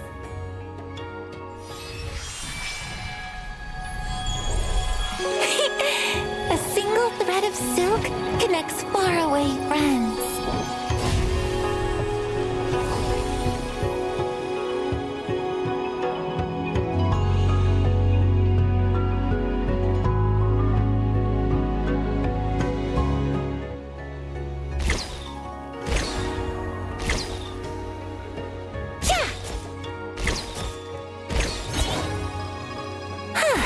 Watch carefully.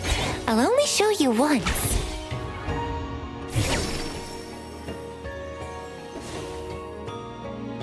Trees bear tender mulberries.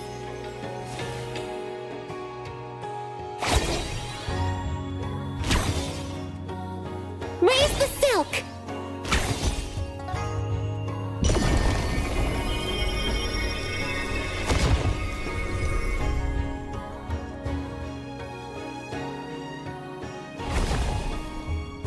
Thousand wishes make thousand threads.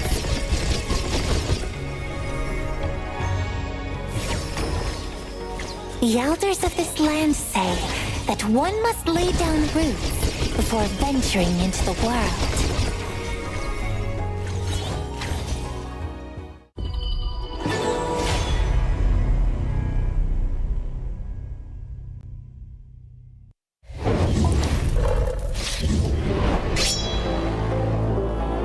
Sport 吗？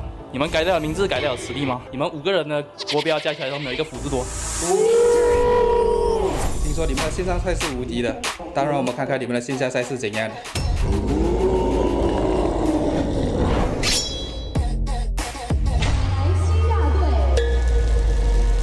好，你每次在我对面，你觉得你这辈子能赢我吗？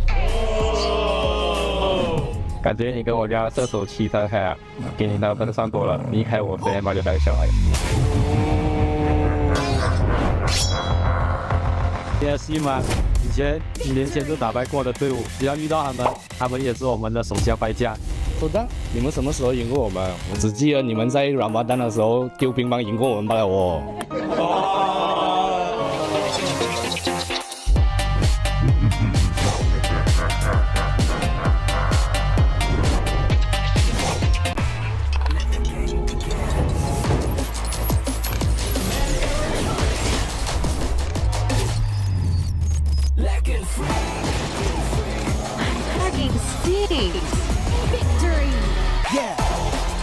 Another round? Sure, but how about a smoother phone next time? Realme 14, performance beyond limits.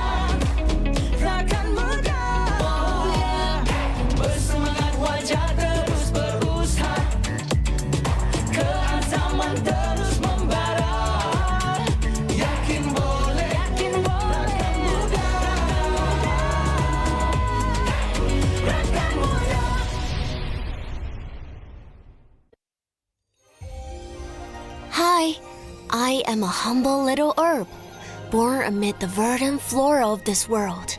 We plants contribute nourishment, healing, clean water, and a beautiful environment to this planet. Thank you for your efforts in safeguarding our ecosystem and preserving a habitat that supports the existence of all living beings. Forests are the layer of life around the planet that supports everything that we do. It produces the water, the fresh water that we drink. It produces the air that we breathe. It produces the food that we eat. Forests are integral, the most important habitat type for humans. So when you think about forests, when you think about nature and the beauty of forests, you also have to think about that utility, the usefulness of forests, and how important those forests are to us. One of the things that makes me feel the most sad when I see degraded forests or lost mangroves is the impact that has on local people's daily lives. These forests aren't just something to look at for them. They're something to live in. They provide all of their food, all of their shelter, all of their fresh water. And when we take that away, it really harms their lives and the lives of their children, and that makes me feel really sad. Most people around the world live in a city, and they don't spend as much time out in nature as they would like or that they are able to. So gaming helps to bring nature to people. If people can't get into nature, let's bring nature to where they are and get them to experience it. The other thing about gaming is that it's something you experience with your friends.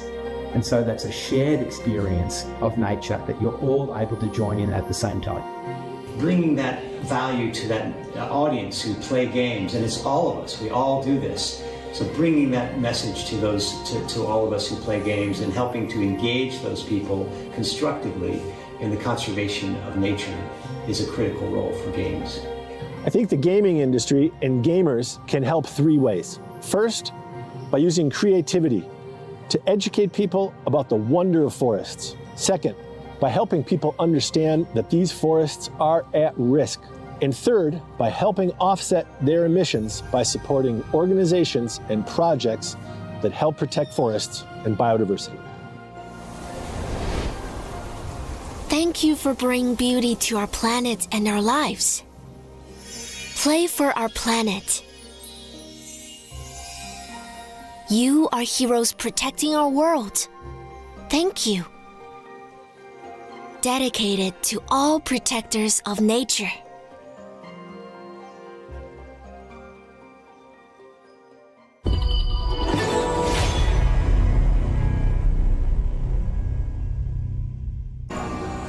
Peach blossoms bloom, glowy and bright like fire.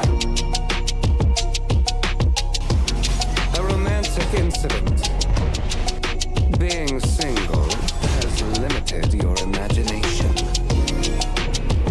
I had everything back when I knew nothing.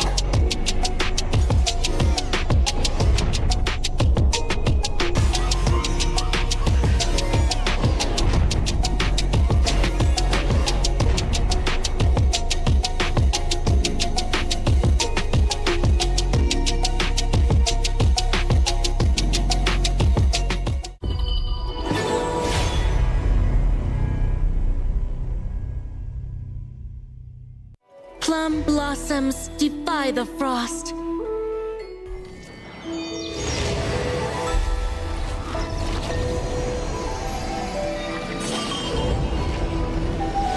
How elegant the people, how glorious the plants. Flowers bloom along your path.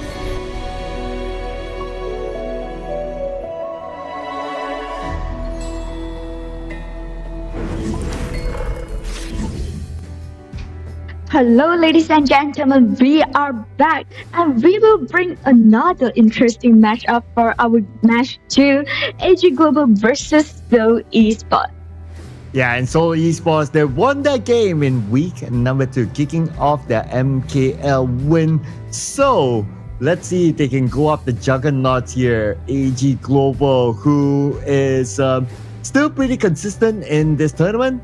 The only game that they lost was against Nova Esports. Everyone else, they won. So it's still quite a tall order for Seoul Esports to actually overcome. But never say never. Anything can happen. Yeah, actually we know that Seoul Esports is just stick for another win because we know that only one win that Seoul Esports have gained. But for AG Global, only one lose their game. So it might be I would say that quite different style from the two teams, quite different situation from two teams. But I think that it will be a great matchup for now. Yeah, introducing the players from AG Global and Seoul Esports. We have Saber, Daohan, Yulong, PHY, and JD representing AG Global, and Seoul Esports represented by Junyong, Gui, Frost, JK, and Ricky. Yeah, definitely. We know that Seoul Esports right now, they also have a really, really good performance during their fight against with DTE Gaming. But today, they will just fight against another titan, another monster for our MKL. Is it they're well prepared? I would say that they're ready Yeah, for so this is going to be the challenge, right? For Seoul Esports. So let's see if they're up for it, because if they can somehow steal away a series out of one of the titans here, and one of them obviously they're going to face off is AG Global, then they are putting a statement here in the MKL. Who knows, they might be the one that be the dark horse from the qualifiers to actually make an impact in the MKL. Yeah, and actually we also just, for both of us, we were just seeking for some fresh, I would say that interesting BP, and we will find out that for both of the day, Nova Esports show us some things, and let us find out from these two teams. So Cloud, do you think that they will just do some interesting?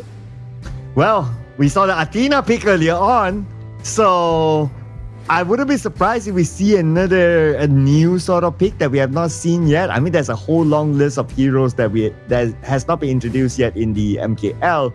I can go with even the Mingya, even the Ark, even Yao, Luara. There's just so many of them yet. So come on, both teams, put it on the table. Show us something new this time.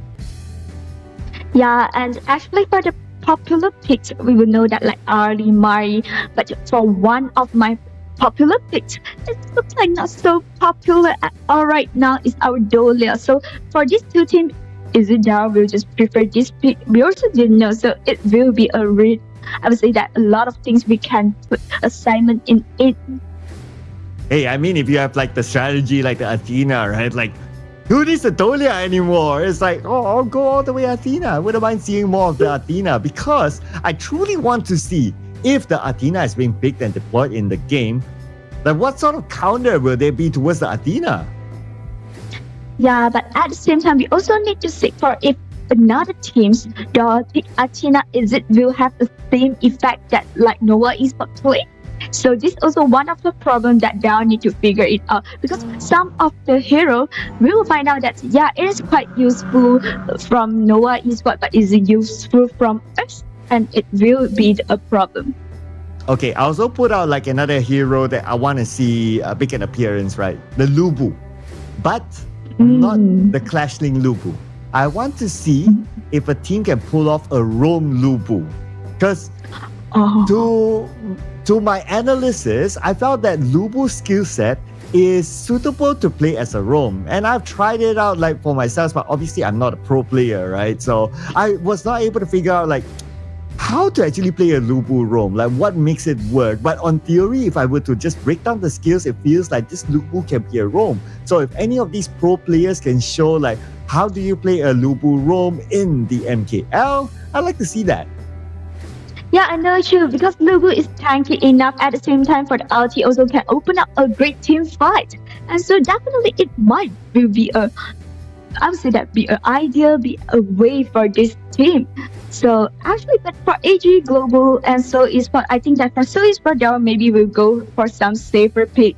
But AG Global is, maybe will just go for something fresh like Nova Esports just now. Yeah, just because they're the big boss, right? So they can kind of dictate the game how they want.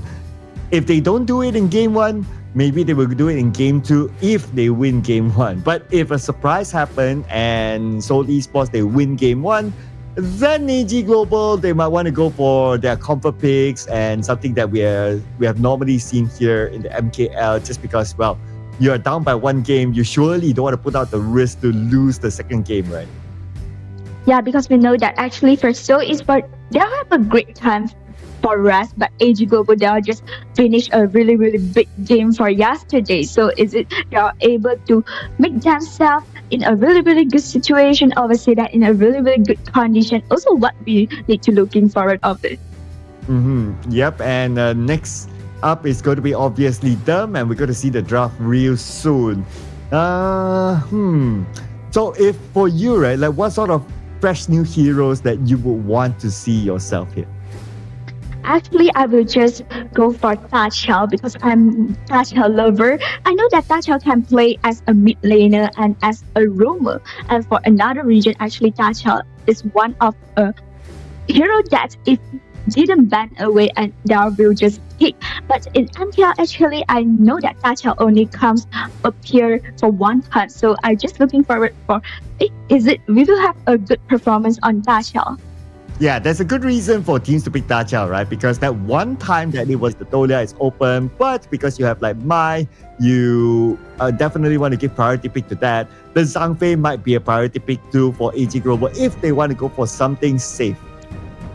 Yeah, maybe AG Global will go for something safe like Dharma plus Zhangfei. Also really common first pick for the red side. So I think that it depends on AG Global want to play in a really aggressive way or in real passive way. Yeah, Zhangfei and Pei.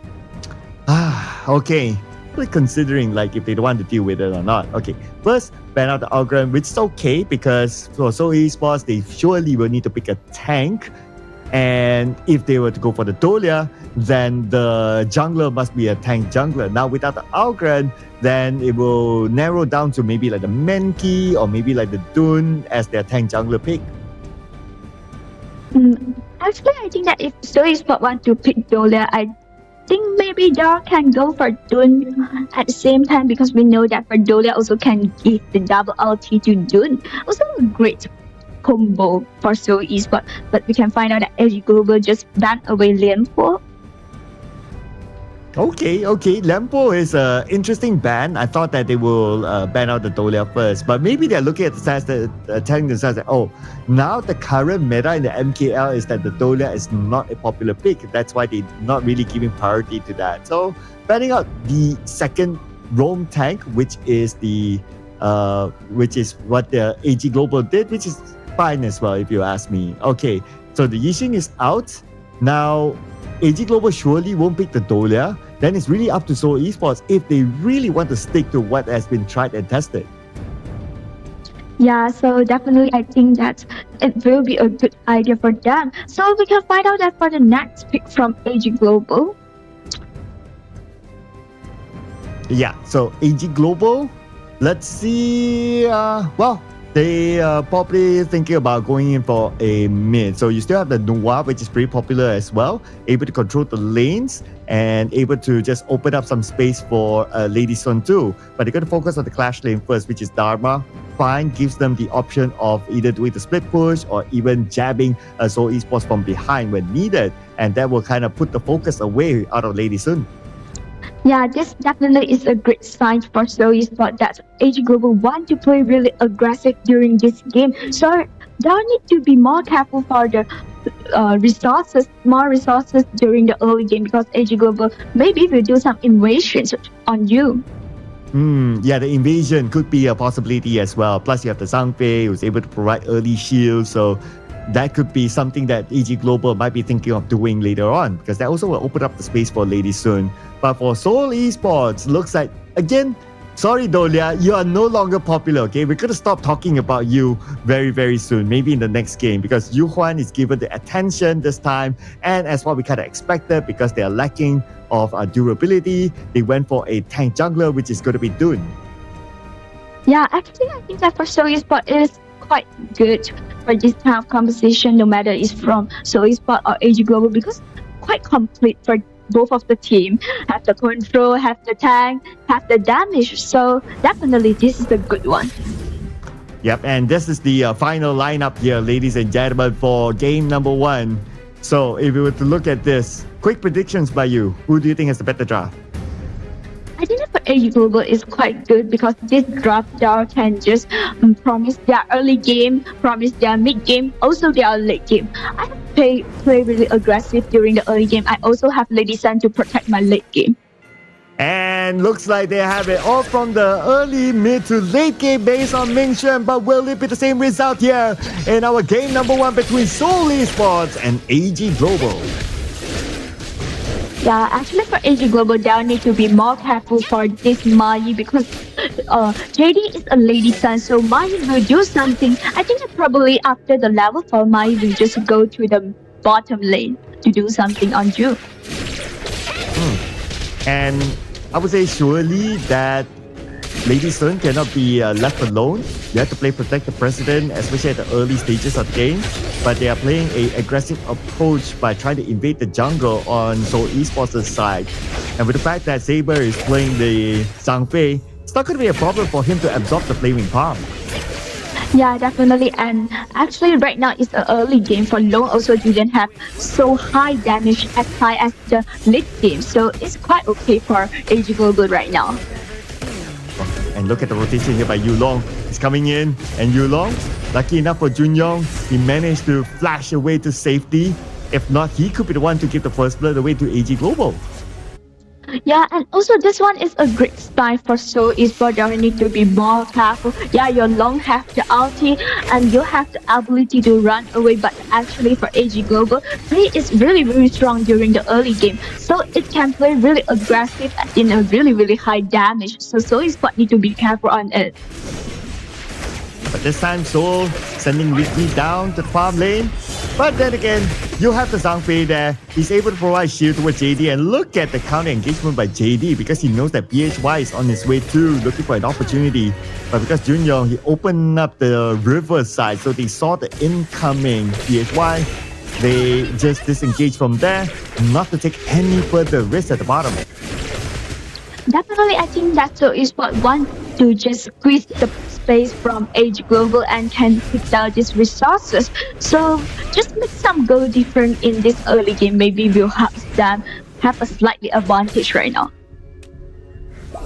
And we're back to the farming phase after a few jabs by both sides. And it's totally understandable. It looks like ENG Global might be looking to play the longer game, considering that they need the pay to be farmed up and hit the power spike. And of course, for JD playing the Lady Sun to hit the power spike before they're able to be truly impactful in this round. Yeah, but at the same time, actually, Seoul Esports also need the space to farm up because we know that Mayan also need to farm up before have a really high damage, and we can find out that from right now, I think for the early game also some exchange of HP is enough for both of them. And by the side, Ricky is waiting, but because he's alone, so don't expect him to make those big engagements in the middle. And Junyong still stays down there. But at the top, we see Frost being harassed by Dao Han, pushing him back underneath the tower. And looks like so far the Dharma is doing really well. Yeah, because we know that actually Dharma is a hero that really, I would say that will give a pretty great threat during the early game. So this is what Mayan is scared of it. Oh, but 10 more seconds before we see the Tyrant up. And obviously Saber is ready with his Unbridled Outburst. It's going to be a very important skill for them to win the objective. And ENG Global, they start the Tyrant. And it's going to be a quick move here by ENG Global. Any steal? The answer is no, because they have a double spike anyway. Tyrant has been defeated. Yeah, definitely this will not be a problem for ENG Global to take down this Tyrant because we know that June maybe it will not be so strong as play during the early game. So yeah, this is quite easy for ENG Global. The rotation comes here by ENG Global. Here comes the Unbridled Outburst as well. But the Infinite Batters will immediately be deployed by JK to save himself. So a couple of good ultis there used at the bottom. Everybody needs to reset now. Yeah, and we can find out that right now Ricky just seek for some opportunity to steal away the buff, but it failed.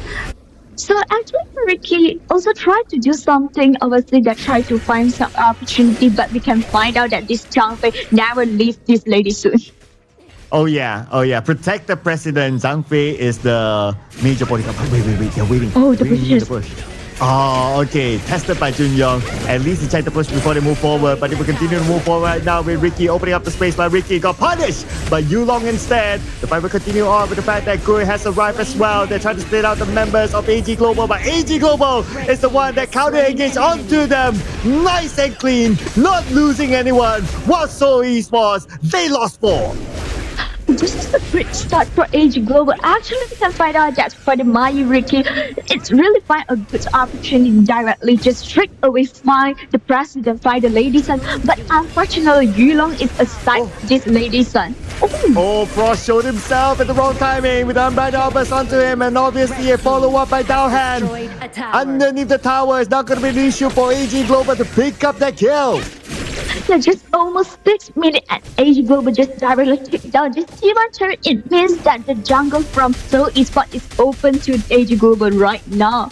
Definitely it's a great start, and I would say that it is a dangerous sign to Seoul Esports right now. Yeah, with the fact that they are not able to get a single kill, even though after that earlier fight during the farm lane, it's going to be pretty difficult for Seoul Esports. The goal gap right now is about 2k, and that means that it's about 1 item difference between Seoul Esports and AG Global. Yeah, so this one might be a sign. I would say that might be a small tips for AG Global. Right now, if I just open up a team fight with Seoul Esports and I will just win it. So for Seoul Esports, they need to make some disengagement. Just try to reduce the engagement and farm up quickly right now. And the rotation by JD to the top immediately takes down the tower, and they're looking to take down T2 as well. What is able to be done by Ricky? He still make that engagement. Here comes his teammates joining him together in the fight. Frost will disengage, but Seoul Esports, they try to chase out the members of AG Global. Yulong is in trouble, but they still have Saber there to protect him. Yulong is safe for now. Wow, AG Global, they almost got the tier 2. Yeah, this is why Zhang Fei is so popular in our tournament right now, because Zhang Fei really can well protect their teammates. But we can find out that after this engagement, and Seoul Esports just find some space for them to farm up, find some space to make more advantage right now. So they are just directly pick back the T1 turrets from AG Global. Yeah, exactly, right? Zhang Fei can play defensively, can play offensively, so it's a very flexible sort of roam here. You can switch either side, can also tank at the same time. So that's why it's a very popular pick. As of now, the Zhang Fei has been picked in our MKL 20 times with a win rate of 65%. So there's still a lot of good reason for the Zhang Fei to be popular. Yeah, definitely. And we can find out that right now AG Global just occupy all the space in this river to try to let Pei take this tyrant easily. Oh, and here comes the engagement. But then again, Gui is all alone, caught out by the members of AG Global. Infinite Vastness deployed. So for Seoul Esports, they're just waiting for the Infinite Vastness to expire before they re-engage again. While that Saber with the Infinite Vastness used his tanky body to scout out the members of Seoul Esports, and they want to take away the red buff, but still, Seoul Esports will protect it. Yeah, actually for this one, also one of the tips for AG Global.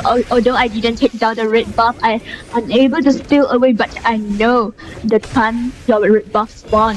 So I will come back for next time. And maybe they're eyeing the Overlord right now because they're all around the area.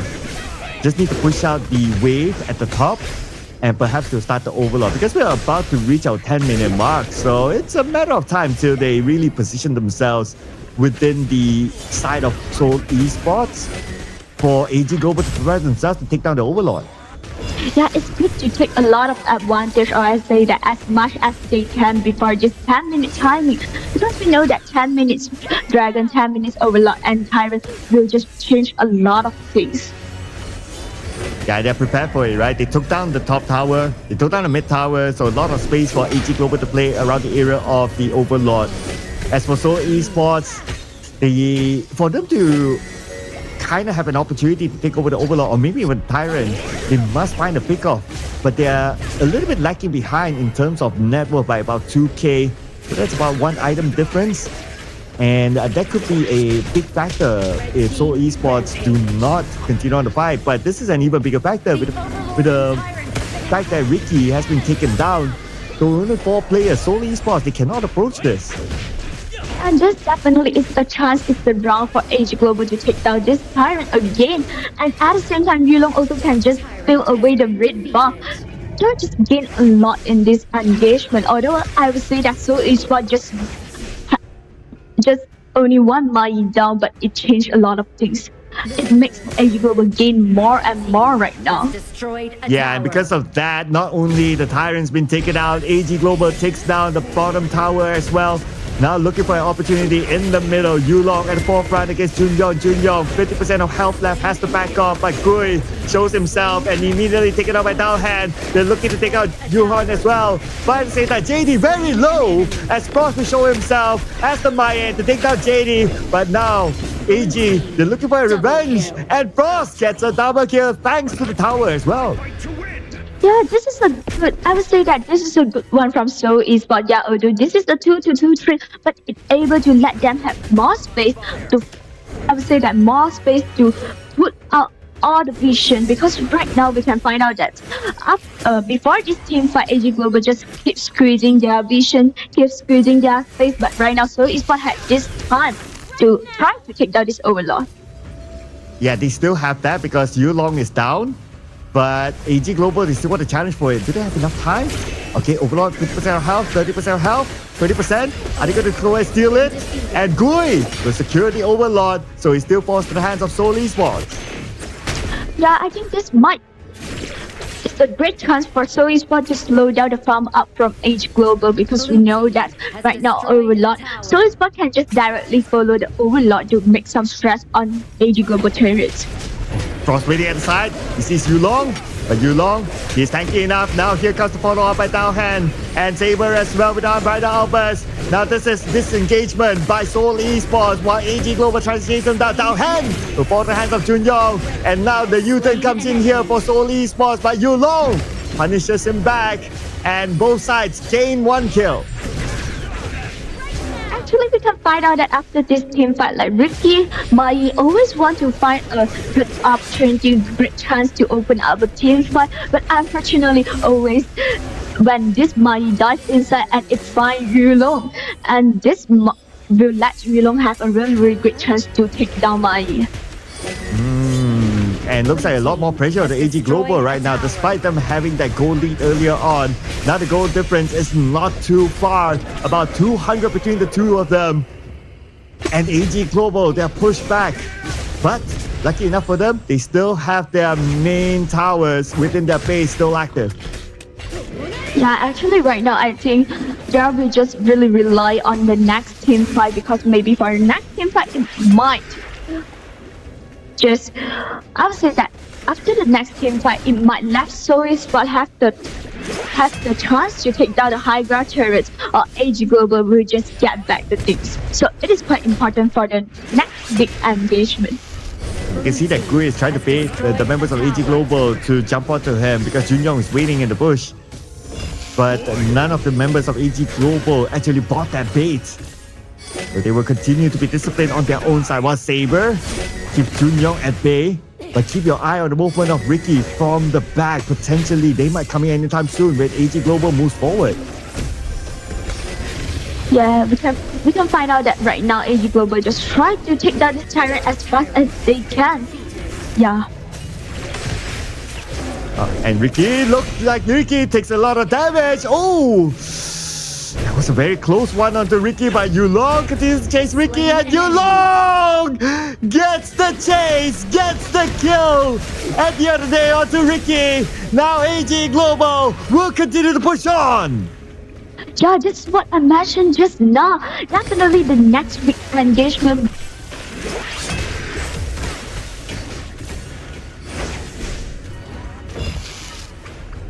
Find out that and here right comes now, ENG Global, taking out the top tower just like that, not giving any opportunity to Seoul Esports to recover. going at the forefront, opening up the jungle space, but keep your eye on the Frost as well. He's looking for an opportunity to come from the back, but he has been face checked by Dowhand. Dowhand spotted him out, so he can't do those sneaky moves for the back. So for Sois, but y'all need to be careful right now. Y'all need to just keep on eyes on everyone from AG Global right now, because now it's quite, let's say that quite dangerous situation they're suffering, because when Sois wanted to come out to do something and AG Global just come and find you to make some engagement happen. Oh, here comes Gui from the side, Dowhand as well inside the bush. He seems to not know that Dowhand is there. Dowhand will make the engagement, but it's on to Dune. He's able to absorb the damage, but JK gets Dowhand. Looks like Seoul Esports, they have the man advantage for now. But Yulong comes in with the double kill. And now AG Global, they have the manpower, but Frost treats back another one. 3-4-2 at this point. AG Global looking to get at least one more out of Junyong. Junyong tries to run away, but how are you going to run from JD at this point? After this team fight, it will be a 3-2-3 trade.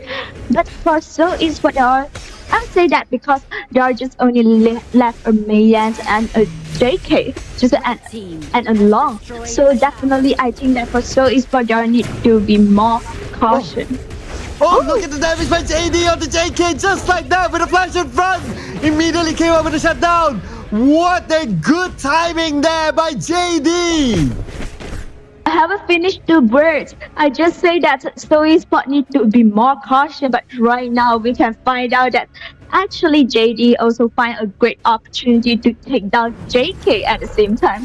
But we also can find out that in the team fight, this Lady Sun and this Long have a really crazy damage right now. So for both of the team, they can try to just directly take down the marksman before the team fight starts, and it might be I would say that great chance for them to win a team fight if they are just take down the marksman. Yeah, and we have to take a breather now after that huge engagement and the follow-up by JD as well. But I really like the game sense by JD during that last movement by him. Like the moment I heard like the flash forward, and I'm like, wait, something's gonna happen. And then once the flash forward happened and you see the amount of damage that he dealt, my oh my. The president is in the house.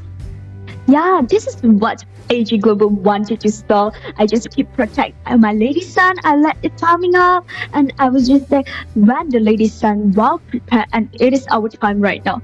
I have played during the early game. I can make some really aggressive move. I can make a lot of stress on your jungle, but in the late game, my Lady Sun also can stand up and make a lot of stress. I would say that produce a lot of tension on you, Seoul Esports. But at the same time, we also can find out actually for Seoul Esports, they also have the potential to take down the game. So for both of the team, I think what they are need is one big engagement next. Yeah, it's not the easiest of game for AG Global as well, right? Because Seoul Esports, we can see they have those moments that seem to start to snowball against AG Global, and I don't know. To me, though, it looks at the present time before the technical pause, AG Global seems to be pushing back Seoul Esports, but I'm still at the fence that Seoul Esports could still make a comeback. Yeah, definitely. I think that because we also can find out that we will find out that for the last one is JD take down Long, but at the same time we also can find out that Long also have a really crazy damage, really high damage during the team fight. So if the Long have the ulti, have all of the things, is well prepared, and if Seoul Esports open up a team fight with AG Global, maybe AG Global also will lose it. So we cannot predict who will be the winner right now, because both of them is just like a 50-50 situation right now. But both of them also need to be more careful of the positions of their president right now. Yeah, I know, right? Both at pretty much their power spike right now. So it just takes like, okay, who wins a team fight or who gets a pick off, then you might potentially see the game just end. Because at the same time, if you were to evaluate like what's the position of the towers, at this stage I would say that it is still that if one team fight win or one pick-off win, that is enough to snowball, then the game would just end from here.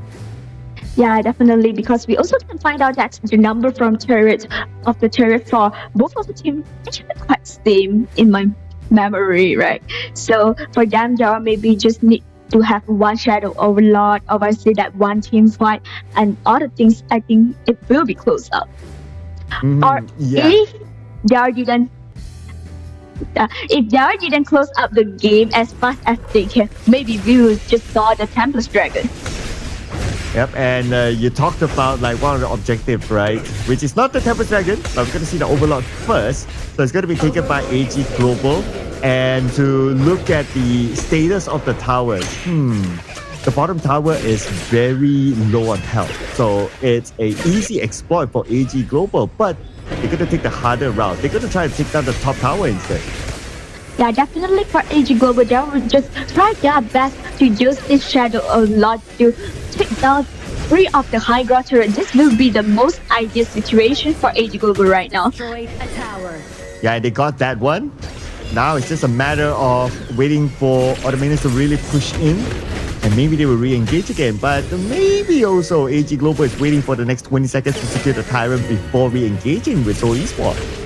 Yes, because we also can find out that just now AG Global just do some things. I would say that want to pushing more for the high ground turret, but also create an opportunity for Seoul Esports to make some engagement, because we know that they can just play the team fight under the turret. It also quite advantage for Seoul Esports if they open up this kind of team fight.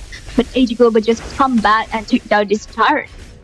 And look at this. AG Global, they sent out Yulong as well as Saber to just open up the space. And in the middle, they sent out Dao Han. They only need 2 players to take down the Tyrant. It's well protected. So no entry point at all for Seoul Esports.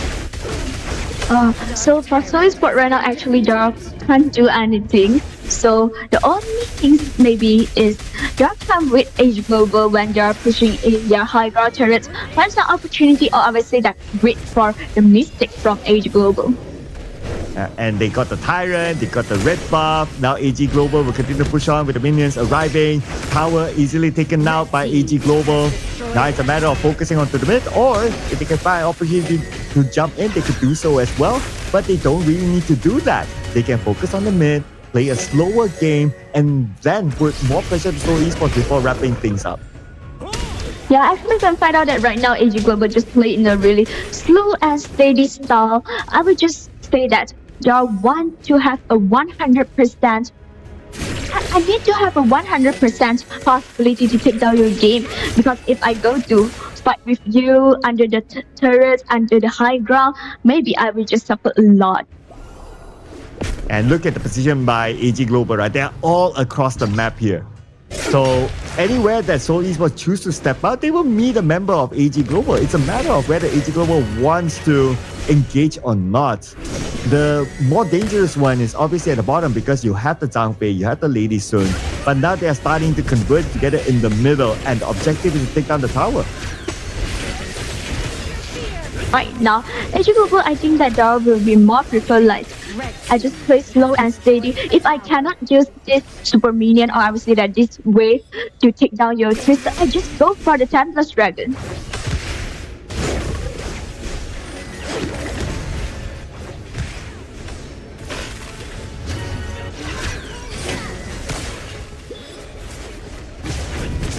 And here is AG Global after taking down the tower. How is Seoul Esports going to come back from this? It's going to be pretty hard, pretty difficult. Okay, anyway, we will still get to see the Tempest 20-minute mark, and AG Global very respectful of their opponent. They will not push in until they secure this Tempest objective. So Seoul Esports, they must win the Tempest objective, but they're going on to Dao Han. Dao Han can absorb all that damage, and Dao Han flashes away to safety, but not for long, as Frost will take him out. This could be the moment here for Seoul Esports, but then again the trade-off happened. 1-for-1. They're looking for more. BH1 will fall to the hands of Gui. Hang on a second. Seoul Esports, are they actually doing this? But let's not forget about Yulong together with Saber. Yulong now is in trouble. Resurrection onto Yulong. Round 2 for Yulong, but Saber is there together with him. Great, not able to secure that kill. JD is still alive. The biggest damage dealer for AG Global. As long as he's still in the game, it's going to be hard for Seoul Esports to win this fight, and they will make sure that Gui, as tanky as it is, he will not survive. Yeah, after this team fight, it's a really good chance for AG Global just take down this Tempest Dragon. But I would say that one of the good news for Seoul Esports is Gui is down, but right now also in a reload. Super Minion is the MVP right now. ENG Global! What is the Tempest? If you have minions like that. Yeah, we can find out that in the really last, the free wave of Super Minion just entered the base. The Super Minion say that, okay, I know that ENG Global member is not in. They are just slightly lose the whole fight, but I will help them. You know what's worse than the breakup is losing a game by minions. Yes, it's worse than the breakup, ladies and gentlemen. I can tell you from experience. Definitely, I just try to make ENG Global here, reduce the member, just win the team fight. But at last, when I go back to my base, go back to the crystal, I saw that 3-wave of Super Minion. I can't do anything. Yeah, and they have only 2 players that time, or maybe 3 players. Anyway, what you say is not going to be enough because all 3 lanes, they come in at the same time.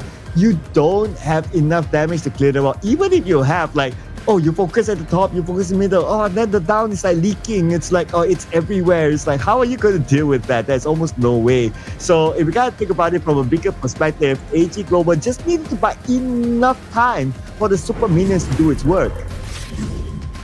Yeah, and definitely we know that Super Minion, the damage during the late game is crazy, Oh yeah, it is. Even if they won the Tempest, normally the Super Minions are even stronger than the Tempest, so that's something to ponder upon. But looking at some of these numbers here, so it was a minion game at the end of the day, but we still got to give it to Seoul Esports. Actually, they put up a good fight against ENG Global.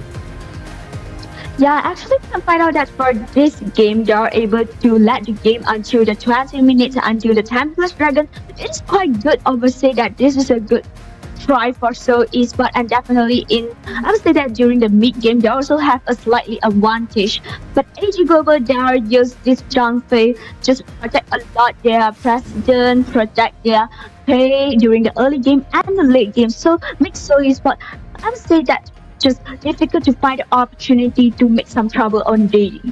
Yeah, and looking over at the numbers here, I think it's also illustrated what you say, right? It's difficult for them to find an opportunity with the fact that none of their players had more than 100k damage dealt. The closest one is JK, but as many flaming powers that he thrown out, is still not able to make 100k. But on the other side, for ENG Global, Saber, he's the main tank anyway, so 126k absorbed by him, not dealing that much damage, but that's absolutely okay because it's a Zhang anyway. So the numbers are pretty straightforward if you ask me. And JD able to dish out 147.2. He definitely hit his power spike. Yeah, actually during the in-game, we also can find out Ricky also do a lot of things, also just put a lot of damage, no matter it's in the in-game or right now we just watching the stage. But unfortunately, every time Ricky want to find some opportunity, she will just directly find on pay. So it definitely will be I would say that great stress for Seoul Esports.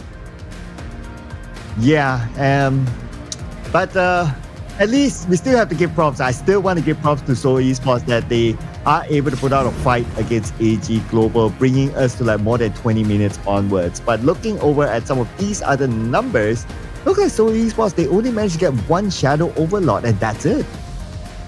Yeah, actually we can find out that this is what we say that for a strong team, they are just really good in control the common resources, control the common objective. But I think that for this game, Seoul Esports have a good try, and we also can find out that actually until the late game, because we know that until this kind of 20 minutes goal is not important at all. But for Seoul Esports, they also didn't have a huge goal gap with ENG Global, because this kind of situation normally we will find out that 10k of the goal gap between both of the team, but we can find out that just only a slightly 5.4k between both of the teams. Yeah, that's a good point, right? I think the goal gap does tell the story of this round. It just shows that they are actually pretty close, although the graph does favor towards AG Global because they won at the end of the day. But our MVP for this round, it is going to be JD with the Lady Sun, Mr. President, as the MVP with a KDA of 418. Yes, definitely. And we can find out that no matter it's in the team fight or obviously that the really important kills on the lane, then we can find out that during the mid lane, this is really important and help a lot for AG Global. And JD also just offered a lot of damage and make a really good damage out in the team fight. Yeah, and of course, he had to say thanks to his other teammates who protected him to allow him to scale towards the late game as well, especially his roamer. So without them doing that level of protection for JD, he wouldn't be able to scale towards that. And of course, he has to do his own work as well. And that's how he come up with the 30% damage output in this round. Now we're going to check out some of the best moments here from this match. And again, it is really a close fight until like towards the late game. Yes, definitely. Just like what we mentioned in this ENG, it's only one big engagement, both of them mid, and it is luckily for AG Global, they are win the last engagement and they are just gain back all the things. Yeah, I really like that we highlighted like the bottom farm lane engagement, right? Like it was started off by Seoul Esports, but somehow AG Global able to make the U-turn, not allowing any kills to be given away to Seoul Esports. That was perfect re-engagement by AG Global early on. So actually after this game 1, it is a long play. So I think that for the next game, maybe AG Global will just change a strategy, change a mind, change their style to play more aggressive during the early game. Obviously, they're trying to shut down the game as quickly as they can.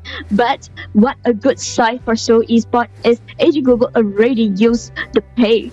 So definitely they'll need to just choose another way to play more aggressive during the early game. Or maybe for Seoul Esports, they pick the pay for themselves. Yeah. They want to play a little bit more aggressive, pick the pay. Whether they want to go for the Lady soon, I don't know because that takes a while to scale. But they can go for other farm laner heroes like the Arlie. But of course, if it's not banned out, because Arlie is one of those heroes that is commonly banned during the first phase. Actually, because we can find out that for the banning, first ban or the second ban, at first in our tournament, Ali and Mai always be banned in the first place. But after some times, we can find out that Luna, or I would say that other Yixing also will on the ban. So maybe it will just available for the game too. Just whether they wanted to pick it or not. Yeah, so it really depends on what sort of first set spans, right, before we are able to kind of predict what sort of strategy are they going to go for. And we did say this, Mingshen, we did say this. We're going to stop talking about the Dolia +1, +2, +3 pick because there's no point. They're not playing it anyway. Yeah, it is not the favorite for the teams right now. Definitely for the game 2, maybe they also can go for the Diadia.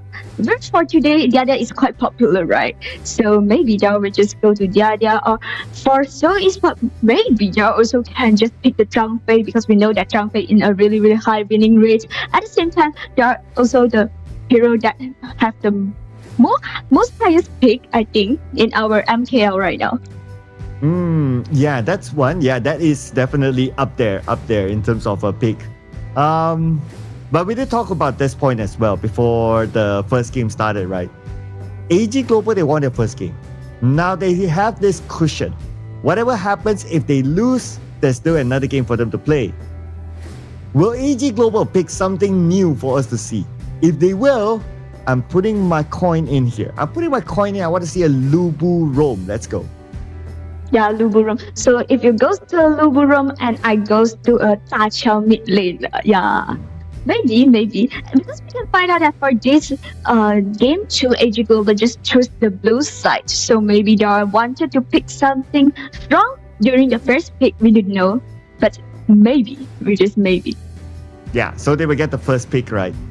Means that Lubu Roam, AG Global, if you're listening, Mr. Manager Kelvin, please, Lubu Roam. I want my Lubu Roam. Come on. Yeah, just like Noah is also show us a lot of new things, fresh things for this day, for yesterday and today, Kongming, and for today we have like Athena, and for AG Global, same with Noah is but also one of the monster for our MKL. Is it that we just do some experience in our, I was going to say that using their experience to do some interesting experiment in our game too. This is what we're looking for of it. Yeah, we want to see those experiments, right? So let's see, because we're going to see the draft for game number 2, ladies and gentlemen. And of course, we're going to start off with the first few bands. Luna out, Zhang Fei out. Okay, these are normal bands, okay? I don't expect bands to be too out of the box. Maybe the pick will be out of the box later.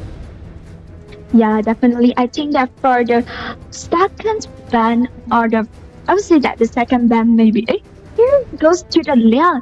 Definitely they are doing one so esport to having the combo between Liang and Princess Frost. Jing. Actually for so esport, the first 2 band is totally same with the game 1.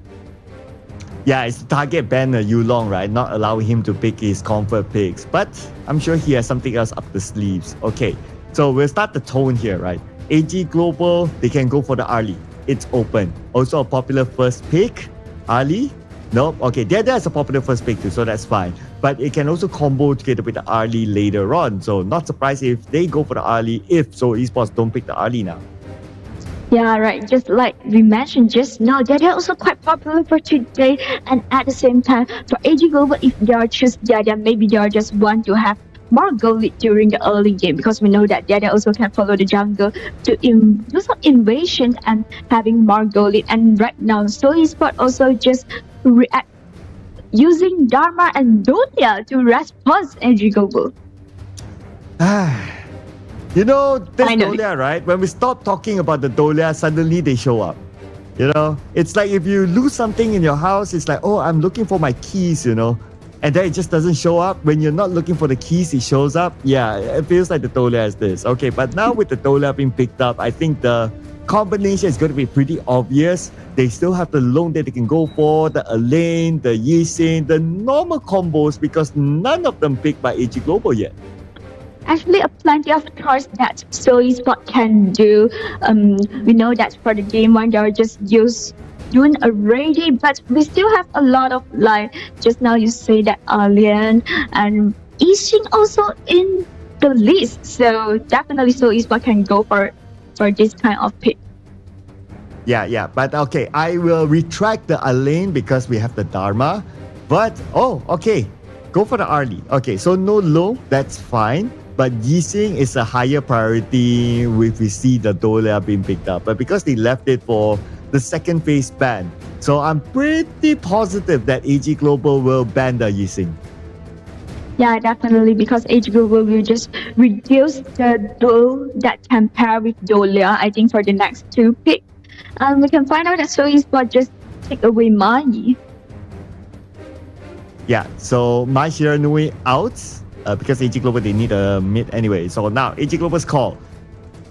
Take out the Yixing, or maybe the second band, that's fine.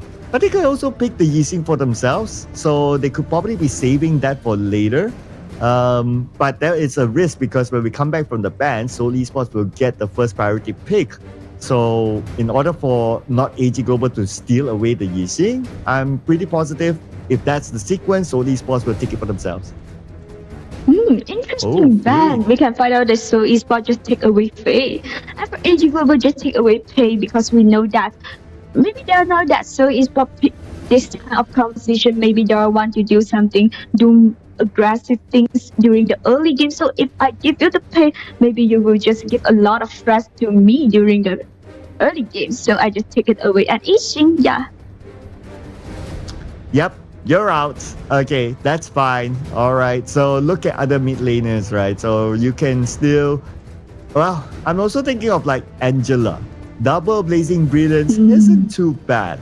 But you need a good control as well. Because looking at their lineup, so far they don't have good control. If they are thinking about control, maybe they can go for a Nuwa instead. It's not too bad as well.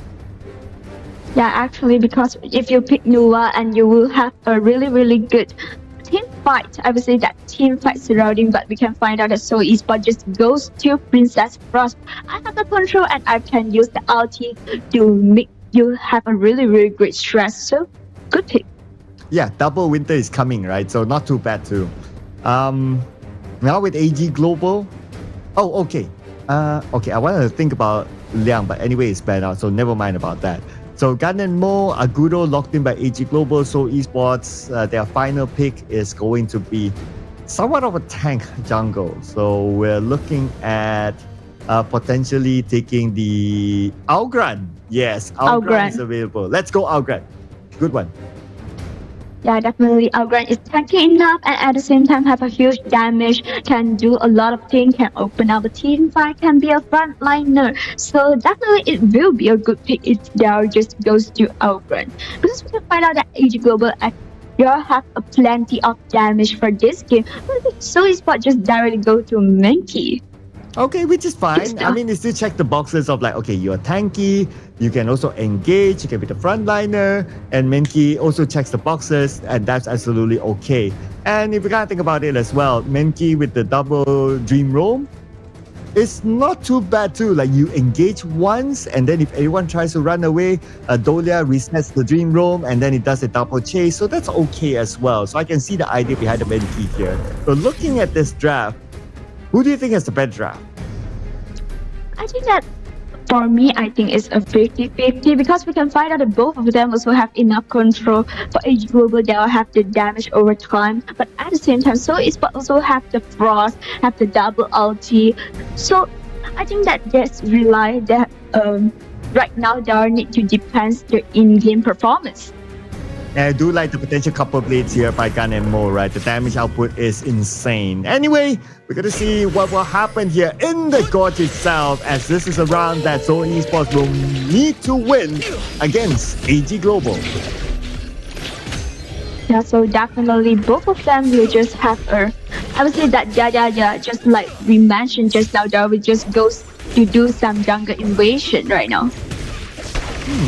And I noticed that Jinjo actually went for the Purify instead of the heal. So he really wants to protect himself, not being the man to be targeted down, because he needs to keep himself alive in order to refresh the outs on Seoul Esports.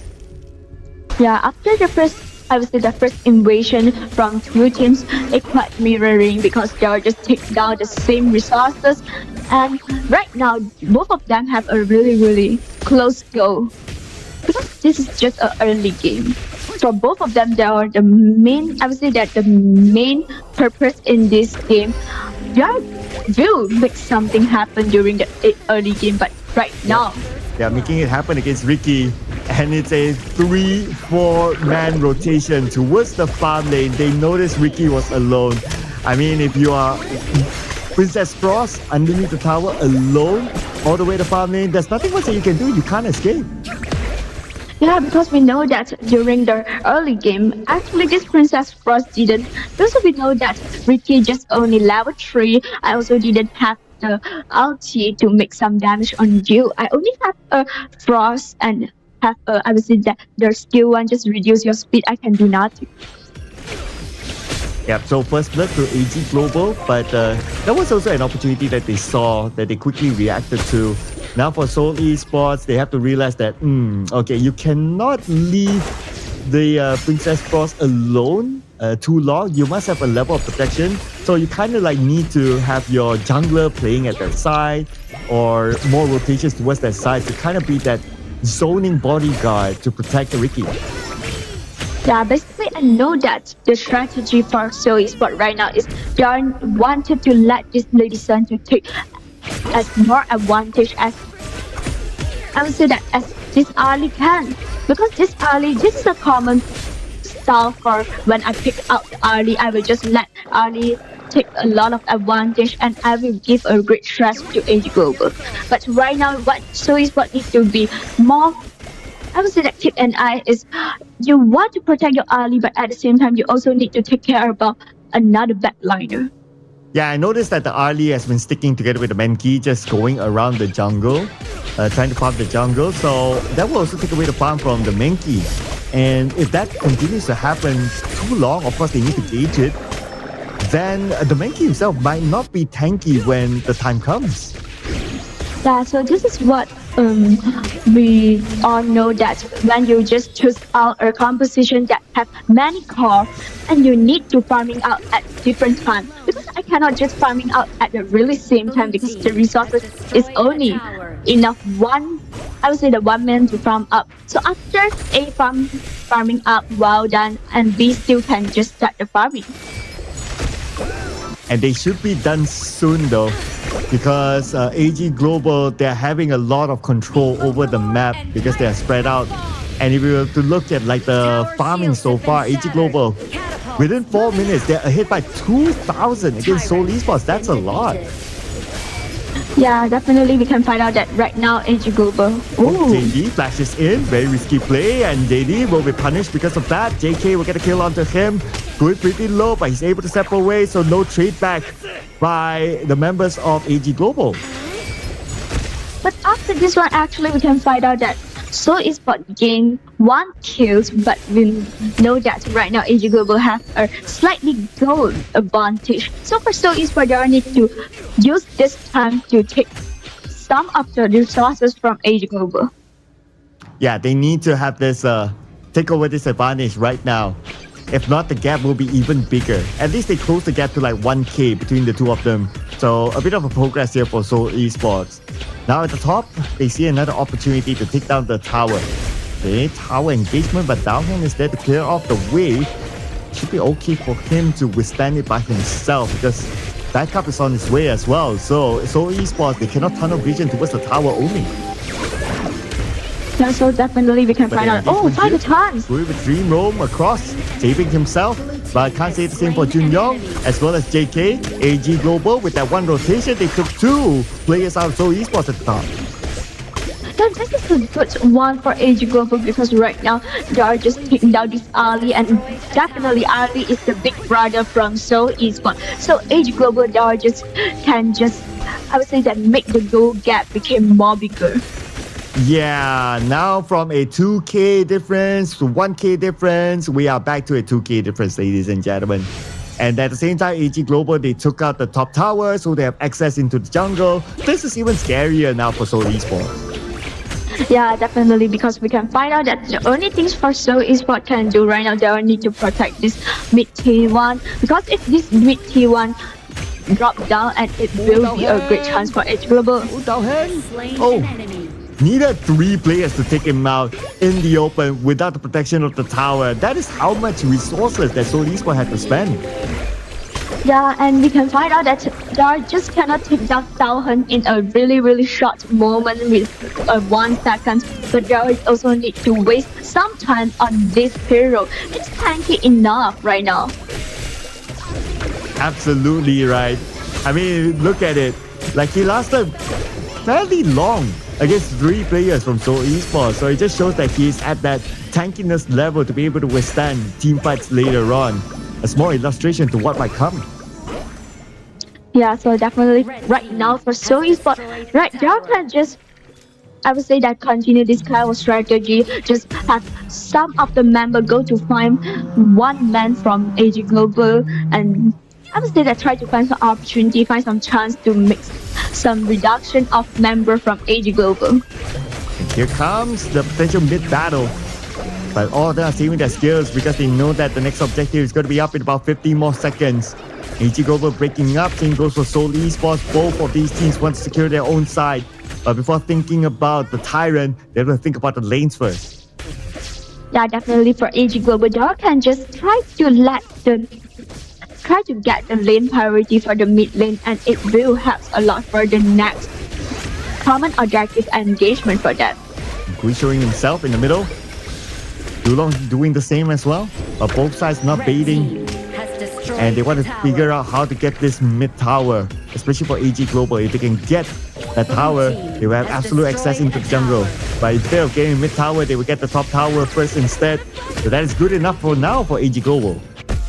Yeah, at the same time, we can find out that Frost just do the same thing in the bot turret to take down the T1 bot, but we can find out that Tao also realized it. Yep, so we were sent down to just clear off the wave while keeping an eye on the Frost. Okay, look at Frost's position. The position compromised, Downhand is there, and Frost takes a decent amount of damage. A couple players did not connect onto him. He's fine for now, and he does not really need to go back to heal up. But are they going to U-turn onto the Tyrant? The answer is no. AG Global, they say thank you very much for the freebie. Definitely, so Esports didn't have the, I would say that didn't have the space, didn't get the opportunity to do good, didn't get the opportunity to get inside, and we can find out a Gui. Okay, that was kind of scary for Gui though. But lucky enough for him, the tower was still active. So, thanks to that, he's able to get out of danger. But the next dangerous situation is coming in about 50 more seconds. We are closing the 10-minute mark. Yeah, definitely we can find out that for just now there are just make some stress on Gui, and we also can through this we also can find out that this gun and more also farm up really well, and now gun and more have a really high damage. Yeah, Gun and Mo with his couple blades from behind. So Seoul Esports will need to be extra careful with that, and they need to keep the right distance because there's this connecting point with a couple blades that would dish maximum damage to whoever who's at that point. So Seoul Esports, they have to be able to gauge that. Yeah, so just only around like 10 seconds, and this 10 minutes will arrive.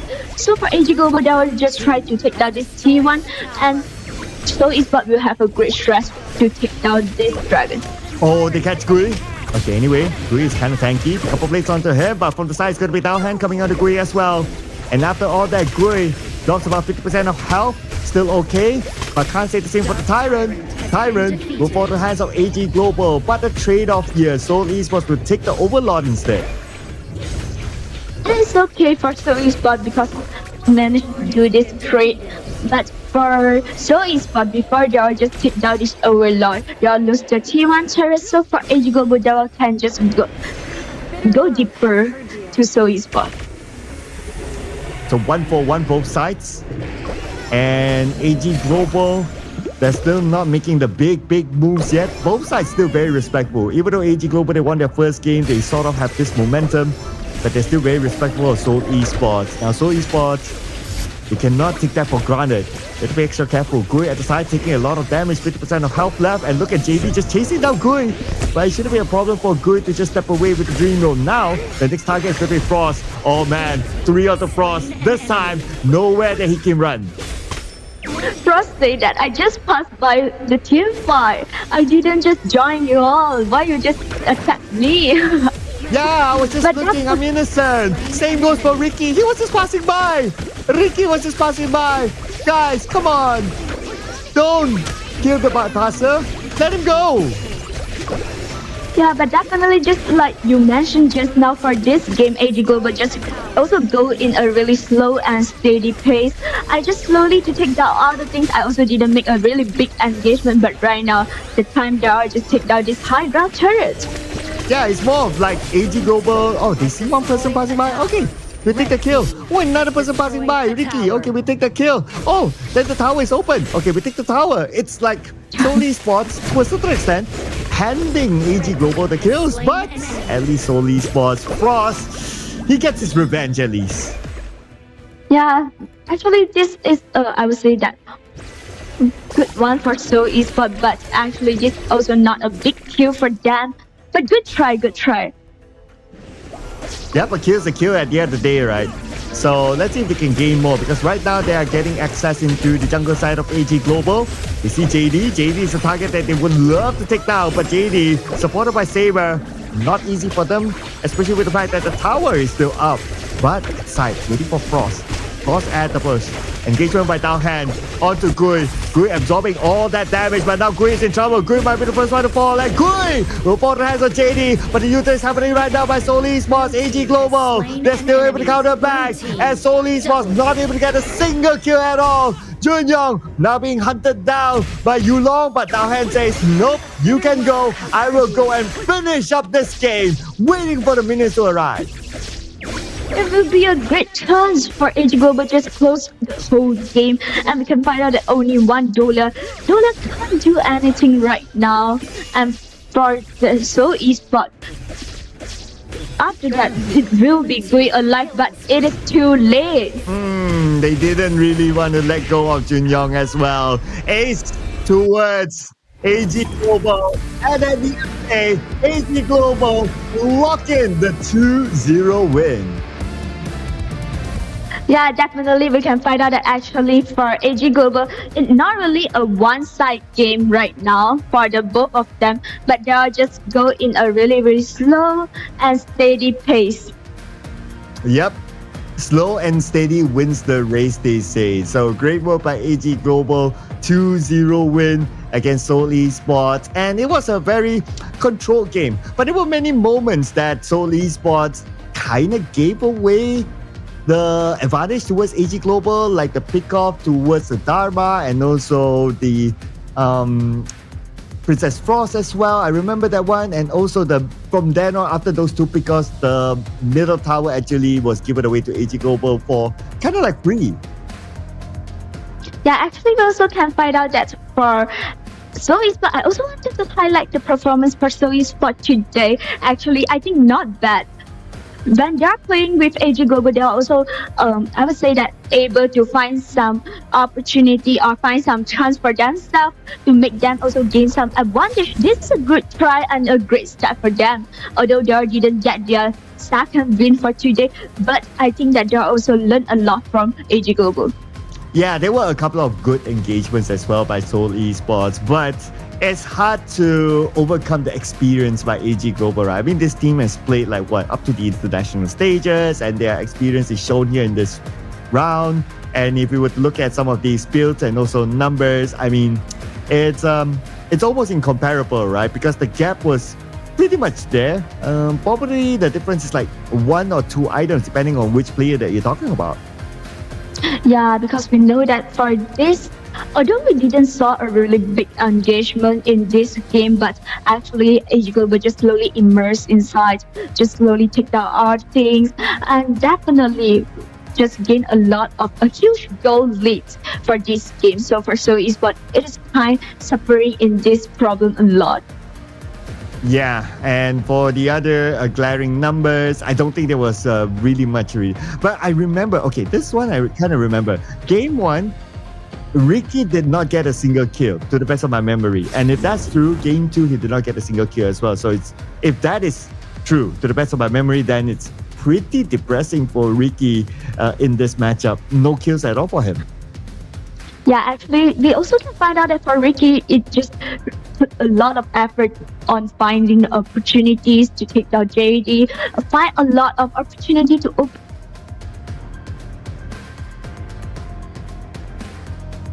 give Ricky the chance. Yeah, so it's just too bad for Ricky, I must say. I mean, as a mid laner as well, you kind of expected to a certain extent to land maybe 1-2 kills, depending on what kind of hero that we are talking about, whether it's more of a control hero or more like a burst damage sort of hero, right? But of course, if you're talking about like a Princess Frost, then perhaps you're able to sneak away a kill or two. But it's just too bad for Ricky this round. And AG Global, I mean, this is David versus Goliath, and the Goliath eventually won at the end of the day. But let's check out the graph here for this round. And looking over at the graph, I mean, we did talk about this as well. It is steady growth, steady win for AG Global.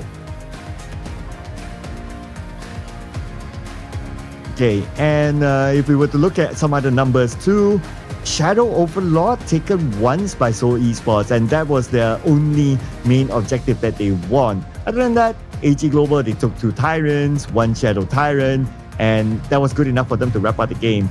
KDA, well, now that I look at it as an overall, 3 kills for Seoul Esports in this round. So it was kind of hard for like the mid laner to sneak in a kill here and there for Seoul Esports. But yeah, a lot of these kills by AG Global, or at least a couple of these kills by AG Global, was because of Seoul Esports was caught off guard in awkward positions, especially those individual players. So it is what it is at the end of the day. That gave them the advantage to snowball. Of course, if you go up against a team that has this level of experience, you cannot let your guard down at all. So you cannot make those small little mistakes even individually. Yeah, actually, we know that because of this kind of experienced player, experienced team, when they just get a slightly advantage, they will just try all their best to take down all the things, make the goal gap, I would say that, make a huge goal lead. And the enemy cannot play the team fight with them, and at the same time, they also can just do the map controlling. So I think that this is what for the new teams can learn. Well, the one that maybe we can say learned the most, or well, was the one to be the master against Seoul Esports is our MVP Saber from ENG Global with the Dia KDA 108. Damage output 14%, damage taken 80%, and total goal of 16%. And despite him playing a Dia, he's still able to sneak in 1 kill. Yeah, definitely, because we know that Jia in our game, in this game, they just make some invasion during the early game, and until the mid game or the obviously the late game open up a team fight, and it just helped their teammates to recover and just take a lot of small control, and it's also quite annoying for Seoul Esports. Yeah, it is. I mean, that's why Dia is one of the top banned heroes, right? Because you give so much protection to especially the farm laner, and it's also very annoying to the opponents as well. A good amount of control. So that's why it's one of the top bans. But because it was not banned, obviously, that's why Saber is able to get the opportunity to use the Dia and show the best of his ability here, giving him the MVP in this round. Now, we're going to check out the best moments here from this matchup here. And starting off with this side move here. And this is one of those moments where a simple rotation by EG Global, just sending 4 players down. Clearly, they see the Princess Force alone, even though under the tower. But, you know, there's nothing that Princess Force can do to run away. So it was a pretty straightforward, easy pickup. Yeah, definitely. Actually, we also can find out that Seoul Esports also do the same things to AG Global. 3 of them just go to find this Falcon, also makes a kill. But actually, for Seoul Esports, they just need to continue this strategy. Yeah, and based on the highlights as well, we do see the few pickups here, especially the Dharma on the left side who was just passing by, like what you say. He was just a bystander. He saw the fight, he did not get involved with it, but then he was the one to get killed. So yeah, it is what it is. That happened. And at the end of the day, AG Global with the final fight wrapped up the game. So AG Global 2-0 clean win. Actually, we can find out that for AG Global, they are just used to in a really aggressive way before today. But today, they are just show another AG Global to us. I can play in a slow and steady pace. I just keep all my advantage and take down all the things to make my advantage, like snowballing up and having as much advantage that I can after I win the whole game.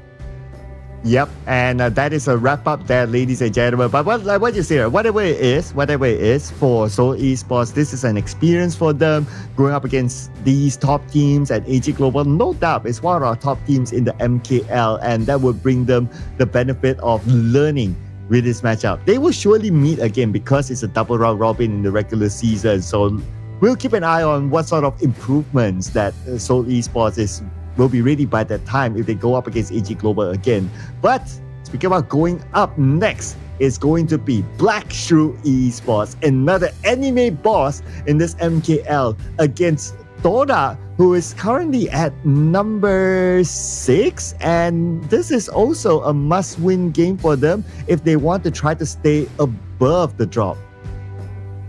Yeah, actually, we know that for BSE, they just win the game between teams for yesterday, but Toda, they just lose their game within the O2 Esports. So for today, both of them just meet up with each other. Is it BSE will just continue the dominator, being a dominant, perform like a dominator on Toda, or Toda will just say, okay, I just come down for a one night and now I'm trying to fight with you. Yep, I was trying to lip read there, but anyway, yeah. So next round, okay, BSE versus Toda is going to be the final match for today, ladies and gentlemen. So again, we're hoping for 2 things to happen, right? What is a potential upsets? Because yeah, that's exciting for us to celebrate. Another one is new heroes to be deployed, because in the earlier game, AG Global or Seoul Esports, they did not give us a treat. They did not give us a new hero. So come on, we need to fill up our hero list here with at least once, right, by the end of the season. We need to see some fresh things right now. So is it BS if you just show us something, or BS you just continue as their stuff? I would just prove really aggressive and always shut down the game in a really, really fast pace, in a really, really quick rhythm on Twitter. Or they will just say that, no, this is time for dinner right now, so I need to play as fast as I can.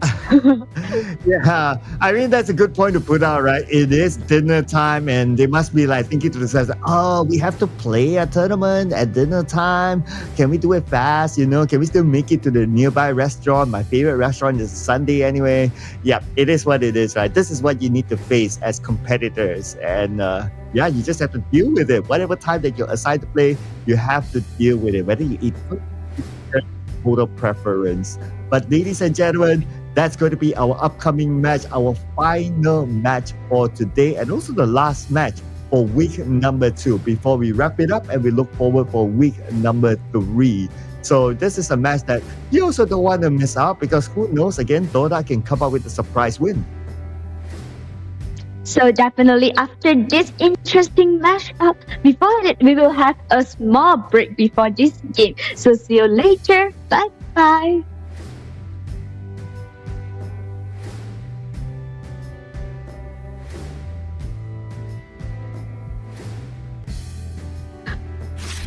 Perhaps our next meeting will be as friends.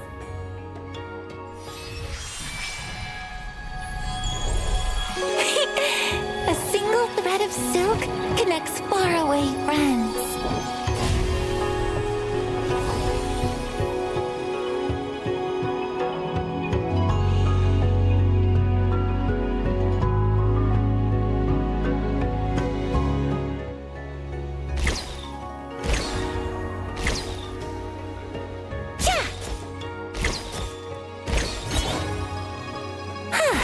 Watch carefully.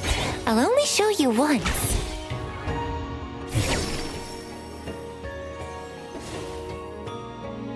Trees bear tender mulberries.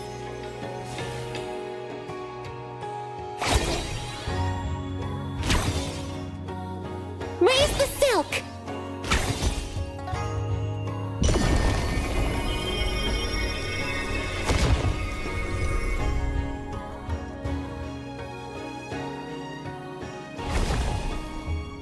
Thousand wishes make thousand threads.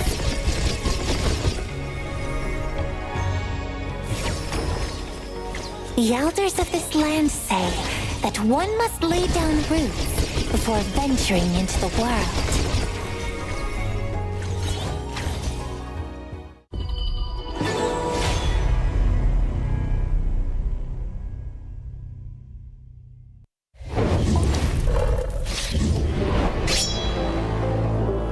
Seoul Esports 吗？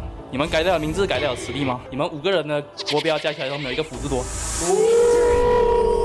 听说你们的线上赛是无敌的，当然我们看看你们的线下赛是怎样的。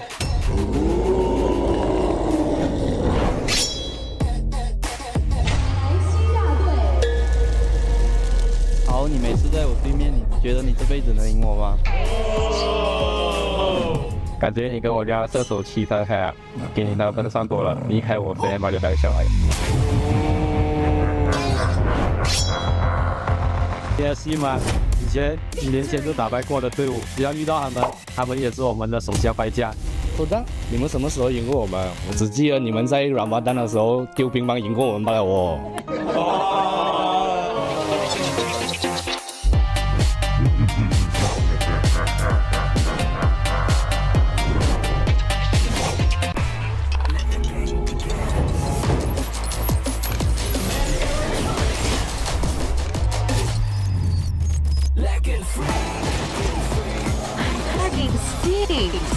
Victory! Yeah! Another round? Sure, but how about a smoother phone next time? Realme 14, performance beyond limits.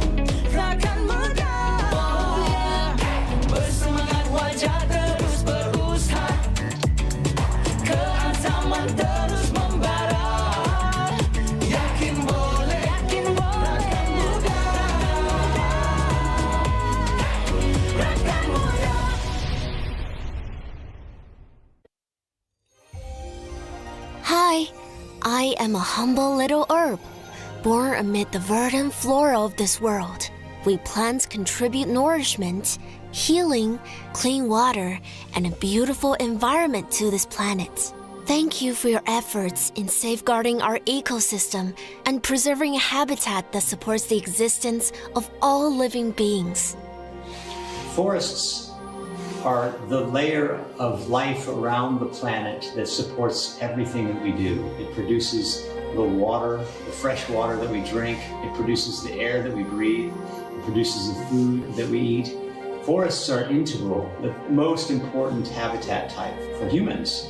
So when you think about forests, when you think about nature and the beauty of forests, you also have to think about that utility, the usefulness of forests, and how important those forests are to us. One of the things that makes me feel the most sad when I see degraded forests or lost mangroves is the impact that has on local people's daily lives. These forests aren't just something to look at for them. They're something to live in. They provide all of their food, all of their shelter, all of their fresh water. And when we take that away, it really harms their lives and the lives of their children, and that makes me feel really sad. Most people around the world live in a city, and they don't spend as much time out in nature as they would like or that they are able to. So gaming helps to bring nature to people. If people can't get into nature, let's bring nature to where they are and get them to experience it. The other thing about gaming is that it's something you experience with your friends. And so that's a shared experience of nature that you're all able to join in at the same time. Bringing that value to that audience who play games, and it's all of us, we all do this. So bringing that message to all of us who play games and helping to engage those people constructively in the conservation of nature is a critical role for games. I think the gaming industry and gamers can help three ways. First, by using creativity to educate people about the wonder of forests. Second, by helping people understand that these forests are at risk. And third, by helping offset their emissions by supporting organizations and projects that help protect forests and biodiversity. Thank you for bringing beauty to our planet and our lives. Play for our planet. You are heroes protecting our world. Thank you. Dedicated to all protectors of nature.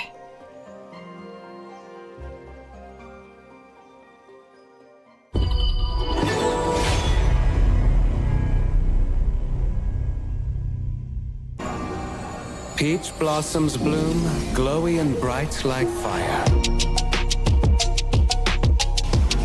A romantic incident. Being single has limited your imagination. I had everything back when I knew nothing.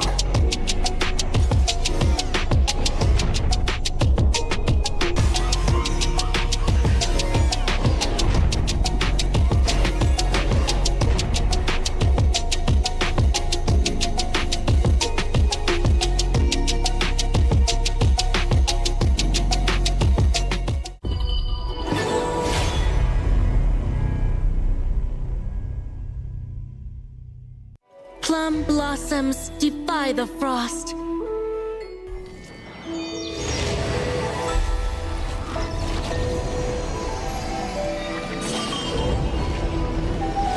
How elegant the people, how glorious the plants. Flowers bloom along your path.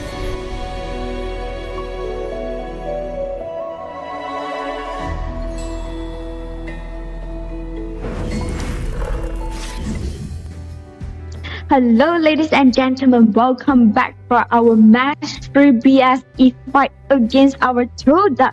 And this will be one of an interesting matchup for today.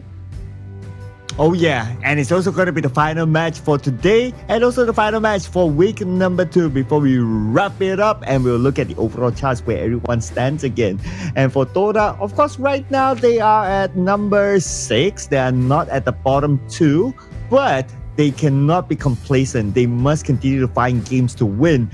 The bad news for them is that they're going up against an anime boss. Today has been a day of David versus Goliath, as what we introduced during the start of the day. And this is, of course, another David versus Goliath game. We'd like to introduce to you, ladies and gentlemen, it is going to be Black Shoe Esports versus Toda, and this is the current standings.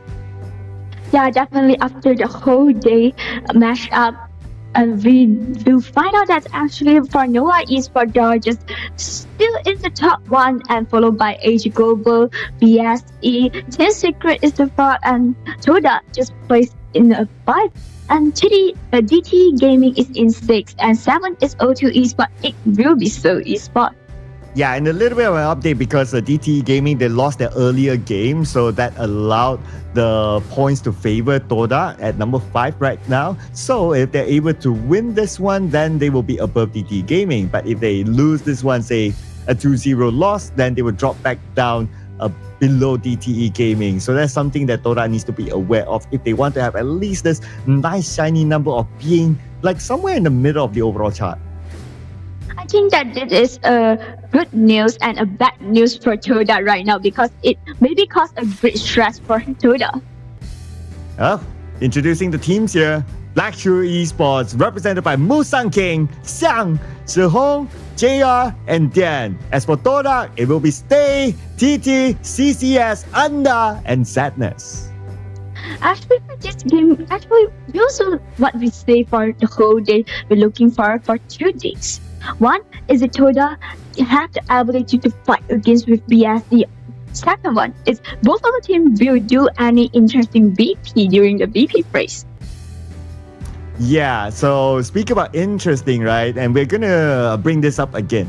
I want to bring this up again personally, is that I want to see new heroes being picked up. Because in the Seoul Esports versus AG Global match, we did not see any new heroes, but Nova Esports gave us a treat, and they gave us Athena. And in between that break earlier on, before this game started, I was just browsing through some community groups, and they were talking about Athena roam is real. So I wouldn't be surprised if you start playing your ranked games around this region, you might see more Athena roams now. Yeah, definitely. Actually, we also can find out that this Athena as a roamer also have a really, really good performance in our today competition, in our today matchup. And definitely, I think that in ranking, we also can saw a lot of Athena roamer right now. Yeah, I do play roam as my main role. I wouldn't be too hesitant about picking Athena after this for myself. I really want to try it later on because it seems like an easy role to execute. But of course, they are the pros. They make everything look easy. Looking over at the draft for game number 1. Okay, usual suspects. So the early is out. Dharma, not always a bad hero, but this time banned out by Black Shoe Esports. It's always a first pick hero instead. But that will of course allow other heroes to be taken by these teams. Luna, popular ban. Maybe the Mai will be free. Yeah, definitely. We also can find out that for today's matchup, Luna is just keep banned away, and most of the team didn't have the opportunity to take this strong hero, strong pick. So for Toda, I think that we just goes to the Mai, because we know that Mai is quite popular in our meta. But we just take down Dolia from the game. Okay, we're starting to have Dolia conversations again. I noticed that. But now, surely the Mai, for sure. And Jihong is going to be the pilot for the Mai. It's going to be really scary. And Toda, without the Dolia, well, they can still go for the Zhangfei, also a very, very popular pick. You can go for the Zhangfei plus Lady Sun. It's also available. This combo can be used by Toda. Yeah, definitely, because we can find out that for Toda, there also have a lot of choice, no matter it's like Zhang Fei, or I would say that right now, they'll just pick a Yu Huan. And Yu Huan definitely is a flex pick, because it can, as a roamer, as a mid laner, as a jungler. So let's see BSE will just have what picked for next. You say, you don't want to pick your Zhang Fei? Cool, I'll pick it for myself, and I'll pick another power pick, which is Pei. So 3 power picks now by BSE. Wow, they really want to end this game quickly. Okay, so now Toda Long needs a little bit of protection. So if we look at like some of the options here, a Sakir wouldn't be a bad option. We have not seen a Sakir today. Yeah, definitely, because we know that Dola just took out from the game by Tuda themselves, but they are just picked alone, and right now they are just settled down their class laner, Charlotte. Yeah, so they're going to go with the Clash lane first, meaning that they're going to leave the roam open. So I'm looking at still the Sakir. Another one that they might be going for is going to be the mid laner. So we still have popular ones like the Yi Xing still open. The Nuwa is still open as well. And of course for BSE, they're going to go for a marksman. So now that Mai Shiranui is banned out, the next popular one, it could be the DRNG. Yeah, but actually maybe Toda will just let this Yuan goes to Roma. Also can't.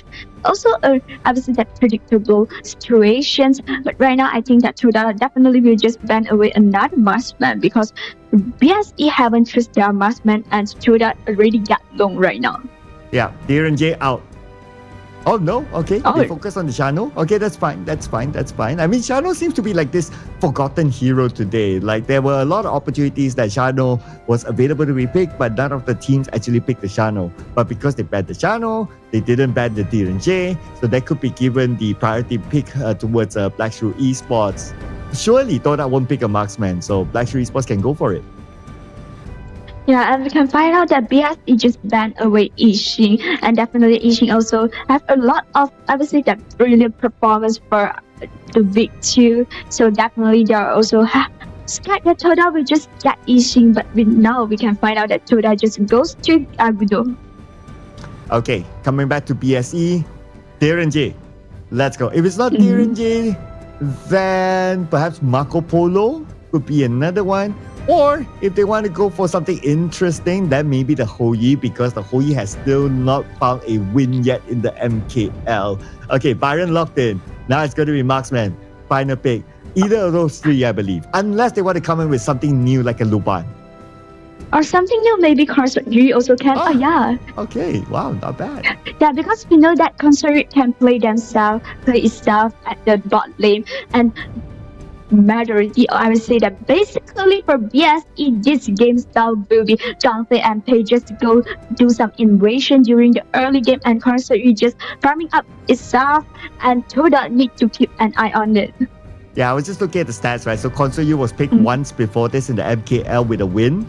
So that's another good reason to pick the Consort Yu. And Consort Yu is anti-physical.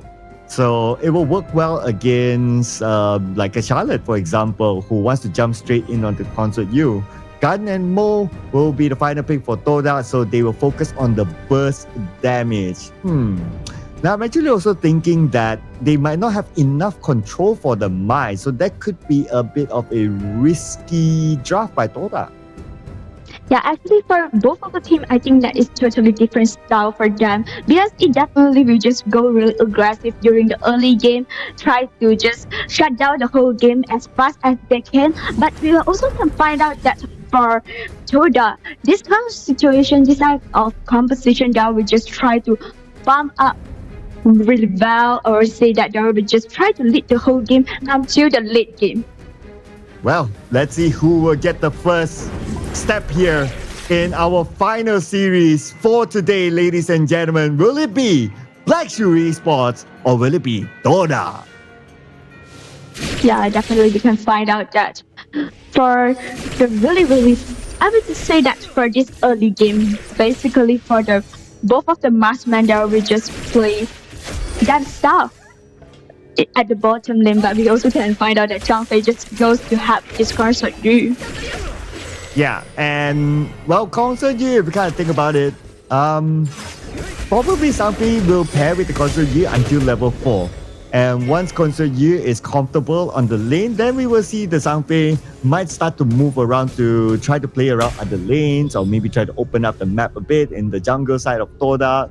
Because for Consort Yu, when he reaches level 4, it will be anti-physical and he's able to run away, especially if you have the vaulting shot that's able to jump into safer areas.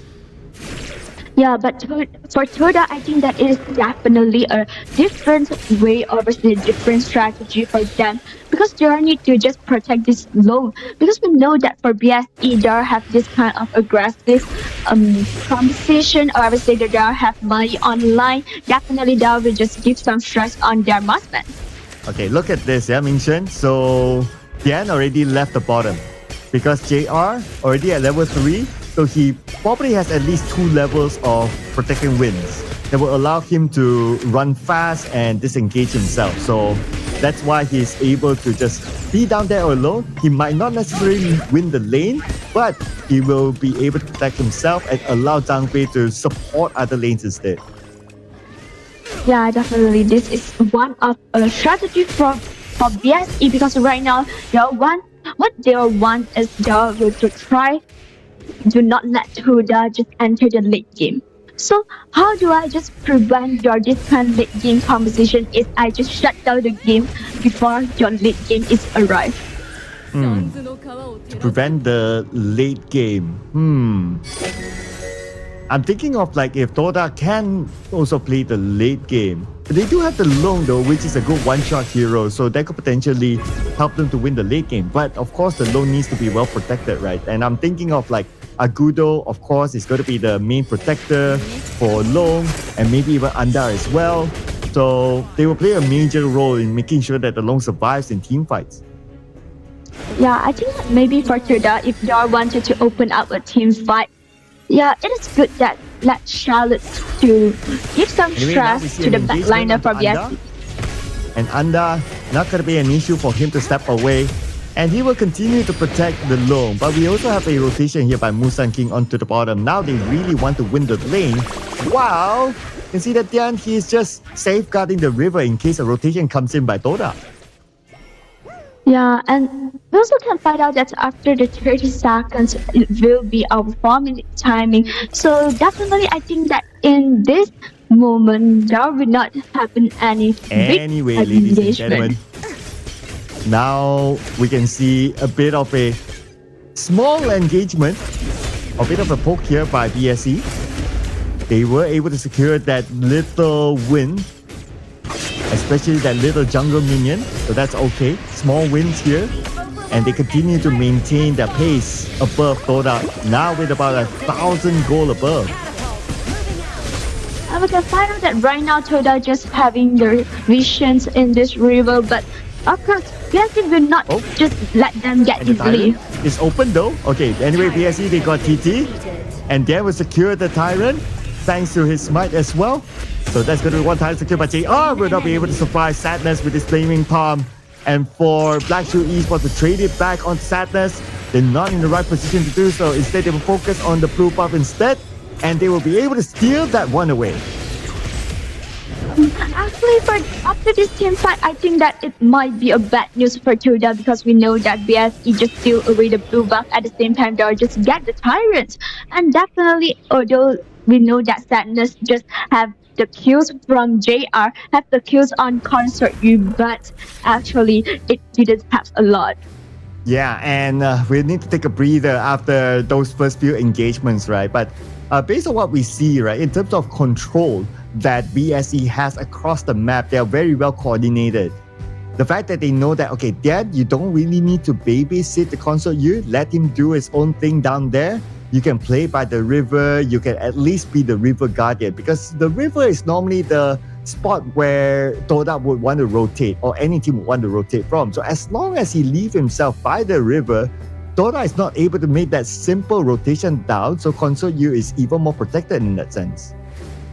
Yeah, definitely. Actually, also know that BSE have this Mai will just keep doing the rotation to gain some stress to Toda. But I think that for BSE also have one sign is although they just get a lot of advantage, they'll gain a lot of things from Toda, but this Long also come up quite well right now because we can find out that BSE just keeps squeezing the jungle from Toda, but they are just, I think that just forget their surrounding further Long right now.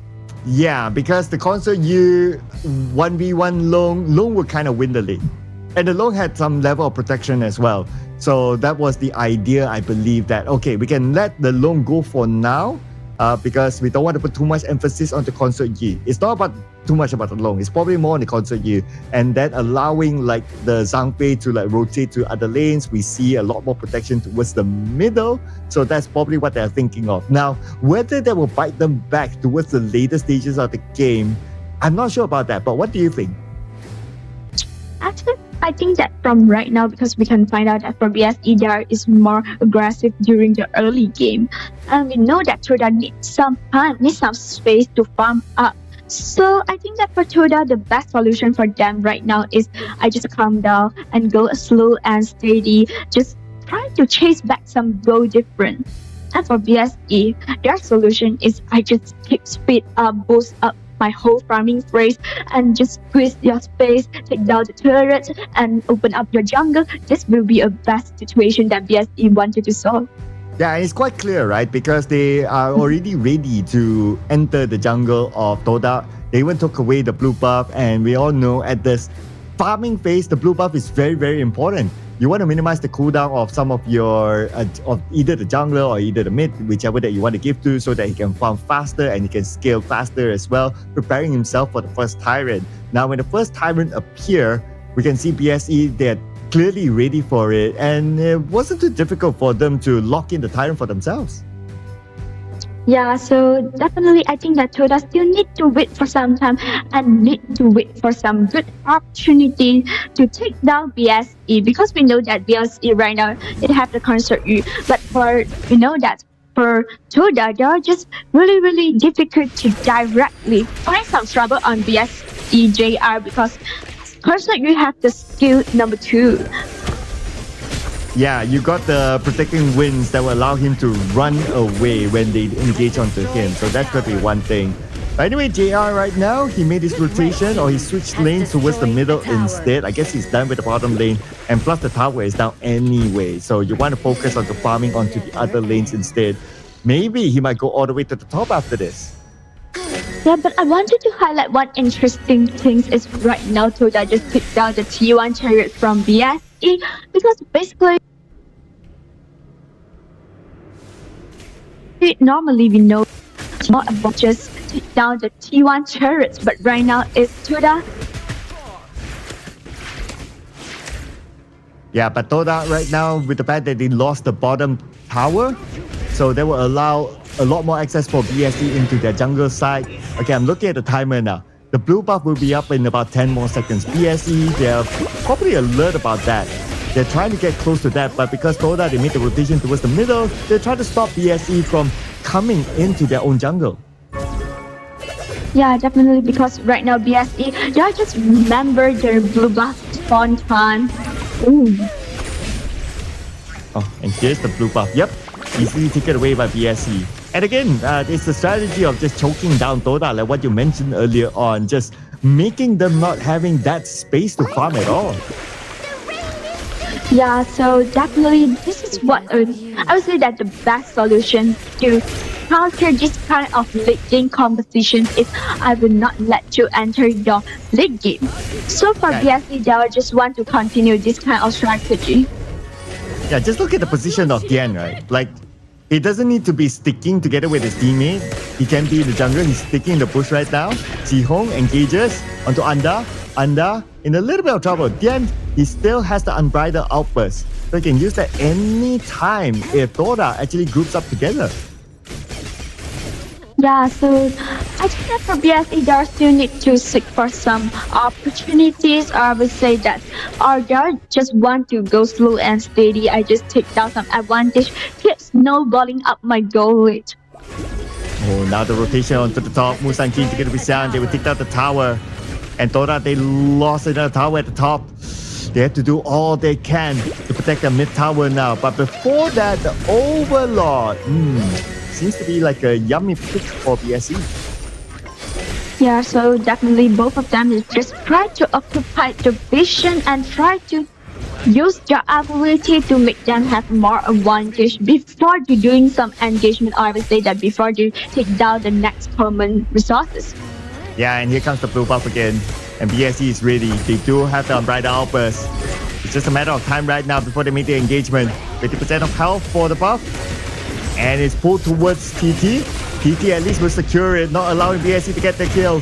But then again, Dian with the Umbrella Alphas from the back. Now the engagement continues on for BSC onto Toda. Toda might lose another player. TT is safe underneath the tower, but Xiang is on the chase now onto CCS. But he notices that CCS health back up to 50%. He will let that one go. So after this fight, it will be a 1-2-2 trade, and definitely this open up a lot of chance for BSE just to take down the turret, take down the jungle, and at the same time they also can go for the dragon, obviously that Tyrant or Overlord. Yeah, they will go for it, right? No blue buff, no problem for BSE. They got the Tyrant, which is a bigger bonus for them. And at the same time, a little bit of a trade, the fact that CCS got the top tower, so that's at least something back for Toda.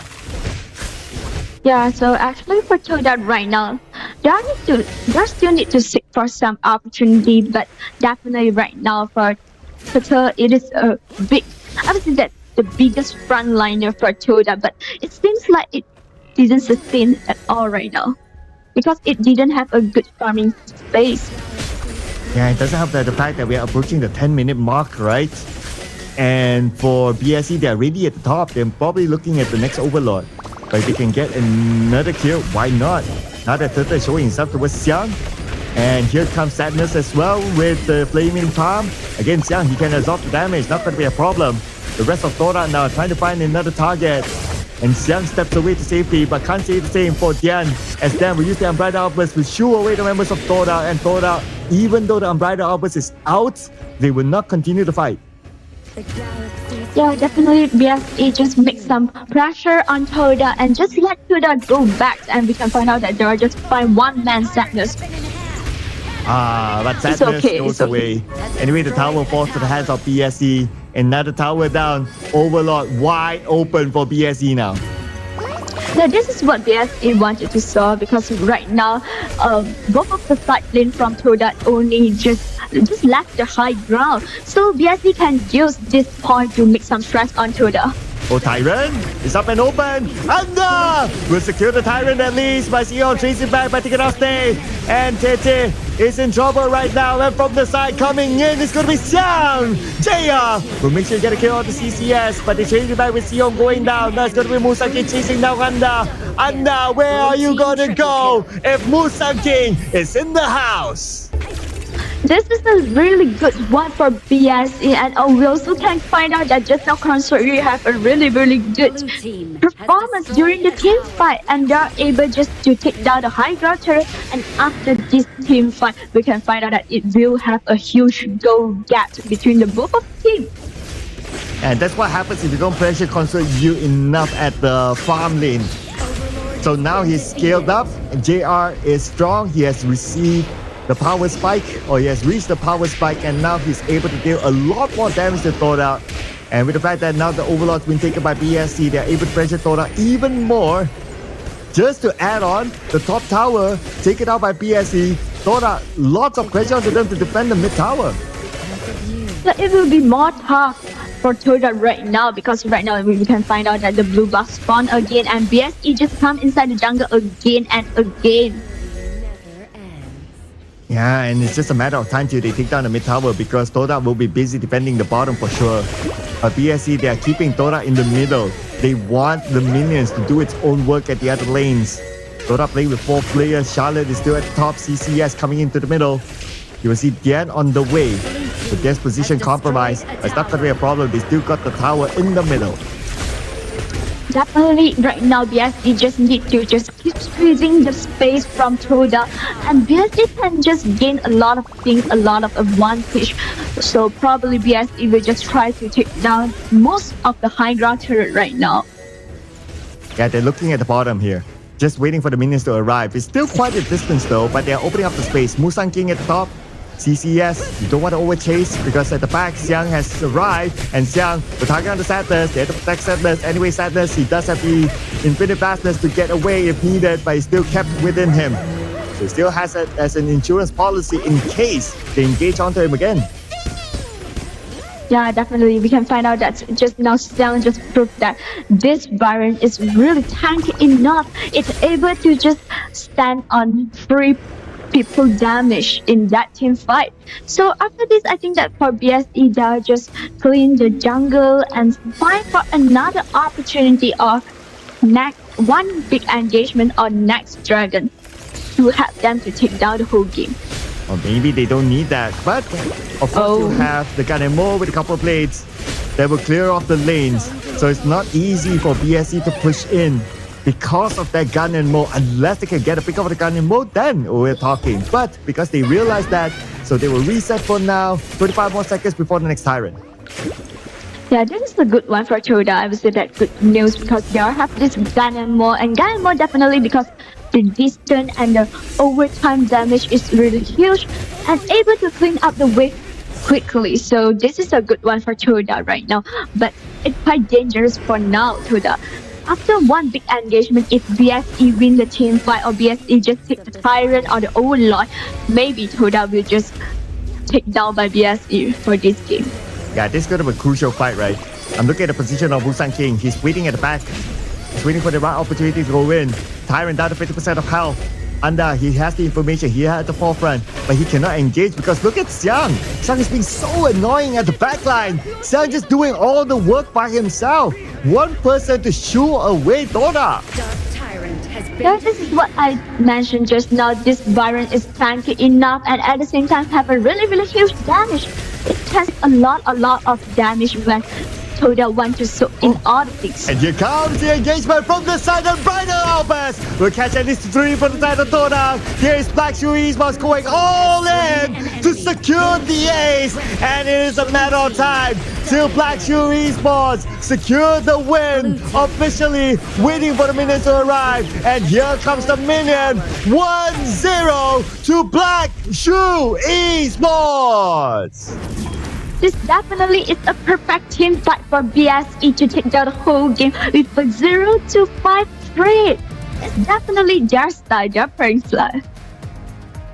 Yep, I would say also a very steady round for BSE. Although at the start it kind of looked like, Concert U, he was kind of suffering at the bottom, like who's going to provide in support. But that's not the main point, right? That's not the main point. The main point is that because it's a Concert U, you have the protecting wins that will allow the Zhang to like, okay, I don't need you.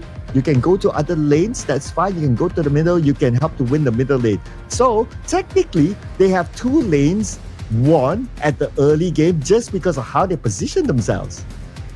Yeah, so actually I think that this is also one of the signs for Seoul Esports. You know that BSE like to play in a really fast pace, really quick rhythm. So for the next game, is it I need to do some prevention on this?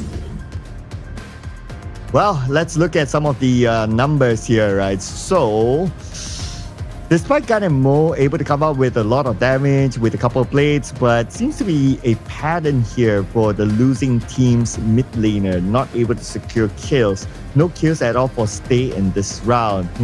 But his main role was, of course, to clear off the minion waves whenever they will push up onto the high ground especially, and he did his job well. It is just that the fight happened in front of the Tyrant that actually secured the win for BSE, not really the high ground defense.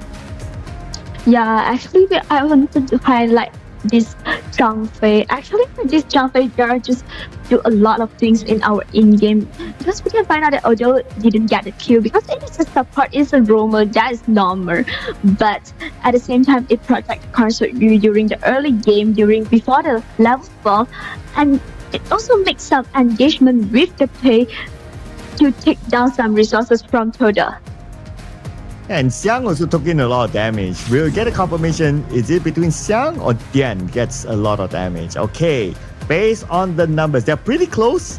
So it's still going to be Xiang with 82.5k damage taken, while Dian is 79.6k damage taken. So they're pretty close with each other because towards the later stage of the game, we see Xiang is like, super duper tanky. Like he can tank like 3-4 players from Toda.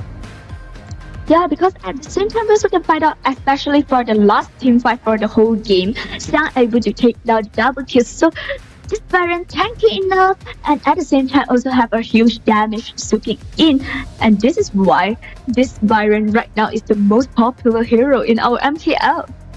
Yeah, and I also want to point out that you're not going to see this all the time. Look at Toda, damage dealt. The support is the highest damage dealer. Not the mid lane, not the farm lane, not the clash lane, it's a support. Screenshot this. You don't get to see this all the time. Yeah, quite short and also out of our expectation. But okay, if it is a Yuan, also reasonable, but also quite, I would say that quite rare. Yeah, it's like super rare, right? That he is the highest damage dealer, second highest damage taken as well. So almost a tank. Well, that's unique here about this number.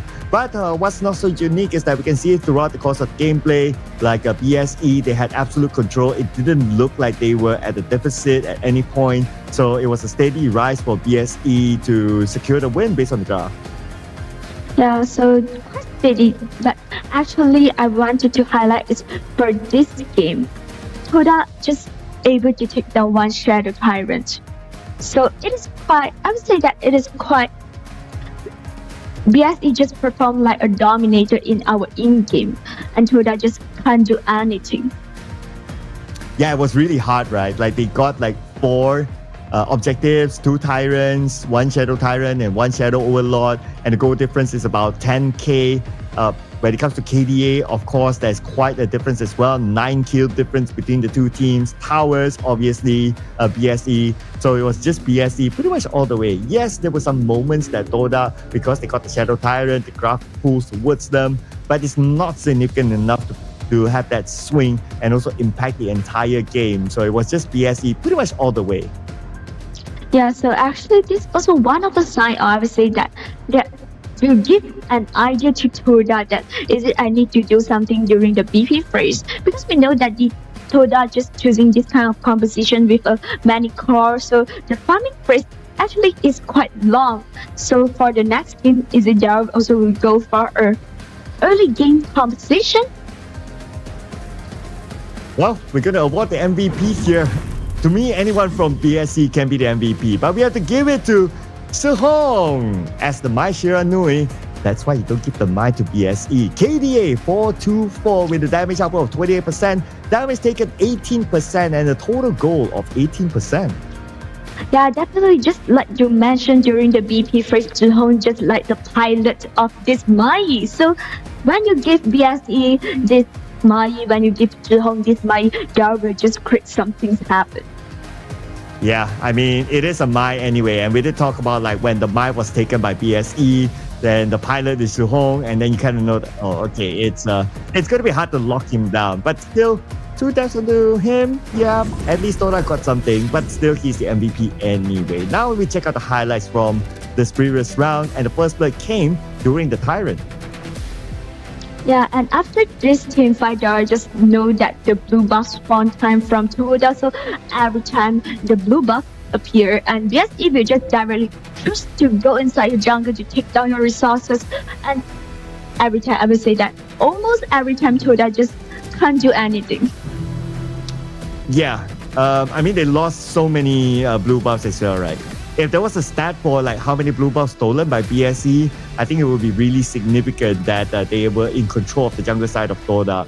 And let's not forget about Musang King. He actually did not die a single time. So he could potentially be the MVP as well. And this engagement by Dian with the Unbridled Outburst towards the end, allowing BSE to get the ace, end the game, and that is 1-0 to BSE. Yeah, actually for BSE, I would say that 5 of the players also performed so well in our game 1. I would say that all of them just tank enough and make a lot of invasion and just die inside to the team fight, make a lot of stress on Toda. So for Toda, right now we can find out that just goes to the risk side. Maybe they want to do some counter pick. Yeah, so I agree with you, right? Like anyone from BSE could be the MVP earlier. Even like some of the other players have significant stats. But anyway, we're done with game number 1. Now we'll focus on to game number 2. And the draft is up here. And BSE, they start off by banning the Mai Shiranui. Yeah, after I was BSE just say that I already used this money and I will not give it to you. Yep, no Mai, no Long. Potentially the Arlie might be available now that the Zhang Fei is banned out. So Toda, Arlie ban. If not, somebody's going to take it. Potentially BSE since they have the first pick. Yep, Arlie out. So that's fine. But we still have the Dia is available. Normally early pick. If not, maybe the Dharma. Yeah, Dharma also in the list, or maybe BSE will just pick like Dolia, what we forgot. Yeah, just goes for the Dharma. So Toda, I think Toda can choose to pick some, I would say that dual, something like Dolia with Yixing or something else. Okay, from what we learned, right, Minshen, we cannot mention about the Dolia. If we talk about the Dolia, nobody's going to pick it. So we have to like... And then all of a sudden you see it come out, okay? But because we talked about it already, maybe we're not going to see the Dolia. But anyway, let's see if that theory is proven, right? Now that Toda has this chance. No Dolia, okay. Lampo lock, okay. No Dolia for them. That's it. Lady Sun, Lampo combo. Yeah, and definitely because that Zhang Fei is just taken out from this game too, so there just goes for Lianpo. Also good. Also can protect these presidents and also tanky enough, can open up a team fight. Great pick. Yep, and with the Diren J locked in, I can't see the Dolia being picked now at all because we mentioned it. You see, that's how it works, right? If the caster talks about the Dolia, then they won't pick it. If we don't talk about it, then they pick it or they ban it. Either one, right? So Yixing being picked by BSE, surely not. Well, okay, I can't say surely, right? Because they can still pick the Dolia. Not bad. I mean, they can. Okay, I'm still gonna say they can. Yeah, so I think that Toda will just push the hero pool after Romer because they just get the Lian pool, but right now BSE just haven't chosen their Romer. Yeah, so Toda might want to try to figure out whether it's worthwhile for them to ban the Dolia or not, or whether they can deal with the double World is my board. But because they have the Lampo, right? So Lampo is anti-CC. So you have a World is my board and it happened to be Lampo there, he will not be affected too much by the World is my board. So that maybe if Toda were to think about like that kind of strategy, Lampo to try to bait out the World is my board, then maybe they won't go for the Dolia ban. Plus, let's not forget, Elaine can use the Death at Sunset as well. So that will also kind of reduce the capability of World is my board. Hence, it will make sense if they think about like whether it's worthwhile to ban the Dolia or not. It's probably not going to be worth. They might as well ban something else. Yeah, so they are just choose to ban out the Sucker, and definitely I think that Agudo also will ban away because Agudo is also one of our, I would say, that popular jungler in our current meta because it also have enough damage. At the same time, also a good front right now. Yeah, so that's out. I don't think BSE will go for a Dolia, but we'll talk about that in a bit because now Toda is their chance to pick maybe a mid laner. Anua has good decent control as well and able to push out BSE players if they get caught in the World is my board and BSE wants to engage. So maybe a Anua would be kind of nice. Yeah, Nua will be a great pick if Dar just goes to Nua because we know that Nua also have the damage, enough damage, and also have a really, I would say that distance. Yeah, so you want to have that insurance policy to push them out, right? And yes, they will pick up the Nua locked in. All right, so now BSE, we did talk about their potential of getting the Dolia. At this point, I don't think so after trying to justify it. So they might look at something else that is able to play well with Diren J. I was thinking about the Sake, but then again, Toda thought first, so they banned that out. So that's absolutely fine. But other than that, they could use another tank as well. So they could go for a double tank, or maybe they might leave the tank for a jungler so they can go for like a Dune or something like that. But we almost forgot about this. We almost forgot about the Luna pick. Yeah, if Luna goes to BSE, and it also will be a crazy one. And we can find out that just use a Mozi, and Mozi have their skills too. And definitely also a great control for them. Minshen, who needs tank? No need. No need. Throw tank out. No need. Yeah, Dharma, you can somewhat tank, but yeah, no need. All in damage. You cannon blast with the Moser from afar. Luna comes in, soups up. You have some control with the Yixing, with the World is my board. And your Direnjie also dealing a lot of damage. He will definitely buy the Sparkforce Dagger to deal more damage. This is BSE just wants to be super aggressive in team fight composition. Yeah, definitely. I think that we will enjoy a lot of interesting, I would say, the amazing team fight, brilliant team fight in our this game. And we also have the last pick from Toda is Jing. Jing also one of our assassin jungler that really strong. Oh yeah, it's been a while since we've seen a Jing, right? So it's going to be interesting to see how a Jing will match up with the Luna, ladies and gentlemen, as we head on to game number 2. Here we present to you Black Shrew Esports and Toda. Definitely this game we need to keep an eye on both of the jungler. And there might do a lot of things in this game. Okay, since both Luna and Jing is very mobile, very hard to catch, I'm thinking of the catching potential now. World is my board is available, so even if Jing comes in with the mirror domain, at least Jing will be caught inside the world is my board. So maybe that's the answer to the Jing later on. But for Toda, how are they going to catch the Luna? What do they have? The best is maybe going to be the Nua, but it's also hard to control with the Nua onto the Luna. Yeah, definitely, because we also comparing both of the composition, we can find out that actually Toda here just lack of some control, maybe, because we know that Moza also have the skills to do something, and definitely Daryl can just pair with his teammate. So for Toda, Daryl needs to be more careful on this. And probably they know that. That's why they're trying to play it a little bit more aggressive at the early stage.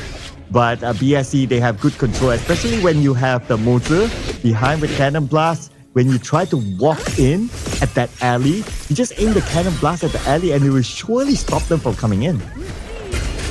Yeah, so I think for right now, most of them, they will just try to just farm up, because we know that Luna also need to sometimes, some later times to farm up.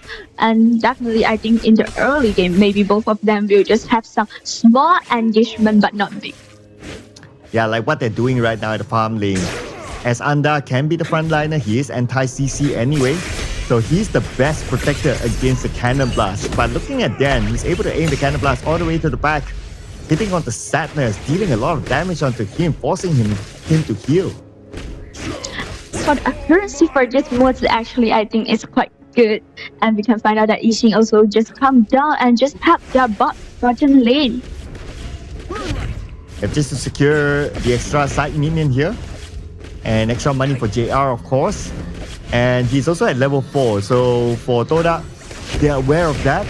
Hence the World is my board will be very annoying, so they are not engaging as long as they can see Zihong there. Yeah, so I think that it will not have any big things happen before the 4 minutes, because both of them also play really careful in this game. Another Cannon Blast, just because anyway, because the Cannon Blast, the cooldown is not that long and it doesn't cost too much for the Cannon Blast. So it's one of those very spammable skills anyway. But looks like the Moza left the farm lane. Okay, making the rotation towards the mid. Cannon Blast onto TT, but not connecting. So TT, lucky enough for him, if that Cannon Blast connected, well, he might not go down, but he will receive a decent amount of damage.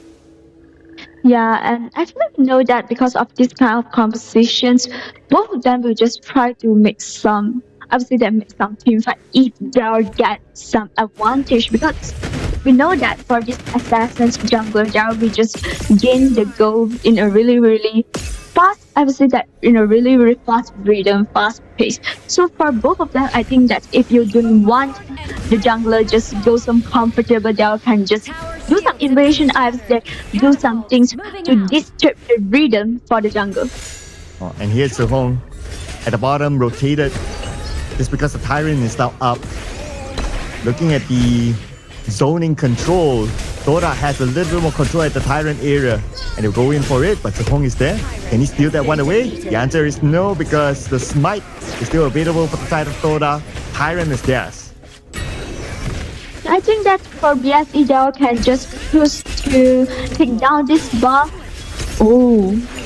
Mirror Domain. Even though the Mirror Domain is active, the world is my board. We'll lock him in. This is what I mentioned earlier on. How do you stop the Jinx? That is the answer, ladies and gentlemen. Now the engagement will continue on at the top. Cannon Blast onto CCS, but CCS is able to tank it away. Musan King is still around the corner. He wants the buff for himself, but before that, he tried to take down CCS. And CCS steps away with the Deathbed Sunset. Safe and sound, but they will lose the red buff to the hands of BSE. Yeah, after this, I think that definitely just have some exchange on HP and exchange some small resources from BSE. BSE just take down the resources because we know that BSE like to just gain these small resources and make their advantage become bigger and bigger. Cannon Blast again. This time did not connect with Anda, but Anda takes the damage. Anda in trouble. Another Cannon Blast did not connect, but will there be enough damage? Nope. JR not able to finish up the job, but it's okay as long as they win back their lane. Yeah, it's okay because right now Anda needs some time to recall back the fountain, so it is a good one for BSE because Dar will just get the lane priority right now. So for BSE, although we can find out that the first Tyrant just goes to Toda, but right now BSE still has a slightly advantage on the go. And at the same time, looks like JR being left alone for now. Again, he's waiting at the side. Okay, why he waits at the side? There's one reason as well. So that he can aim the Cannon Blast from the side. By the time the Cannon Blast lands, Toda will not be able to react. So that's a good angle for him to be at. But now we can see an engagement with Sehong. Sehong seems to be in trouble. Flashes onto the back. Beautifully executed by Sehong. That was a bait by Sehong. And now they are in an awkward position where BSE could potentially get a revenge kill onto TT. TT gets away with the Cannon Blast by Dan. Beautifully aimed down. Yeah, this is what we highlight before is this skill 2 from Ben from mods. It's crazy because it just creates a lot of situation happens, and we can find out that just now actually is TT come inside to find this Yixing, wanted to make some trouble on Yixing, but here BSE all the teammates just come on the line in a really quick moment. And this is a quick takedown of the mid tower. One of the fastest that we have seen here today. And with that, they have even more access into the jungle side of Dora. Anda needs to step away. Don't put himself in an awkward position, but the tower at the bottom is still active, so he can hug that tower. That could be a problem. Here comes the rest of Dora. Deathbed Sunset all the way to the back line. They want to fight JR, but they can't get JR. Musaki is there together with him. And here comes the cavalry. Xiang is there to take down Anda. They get 2 kills in this fight, including CCS. Now Stay could be down as well. One last hit of the Stay. Where is he going to go? JR will make sure that he will be sent back to his base.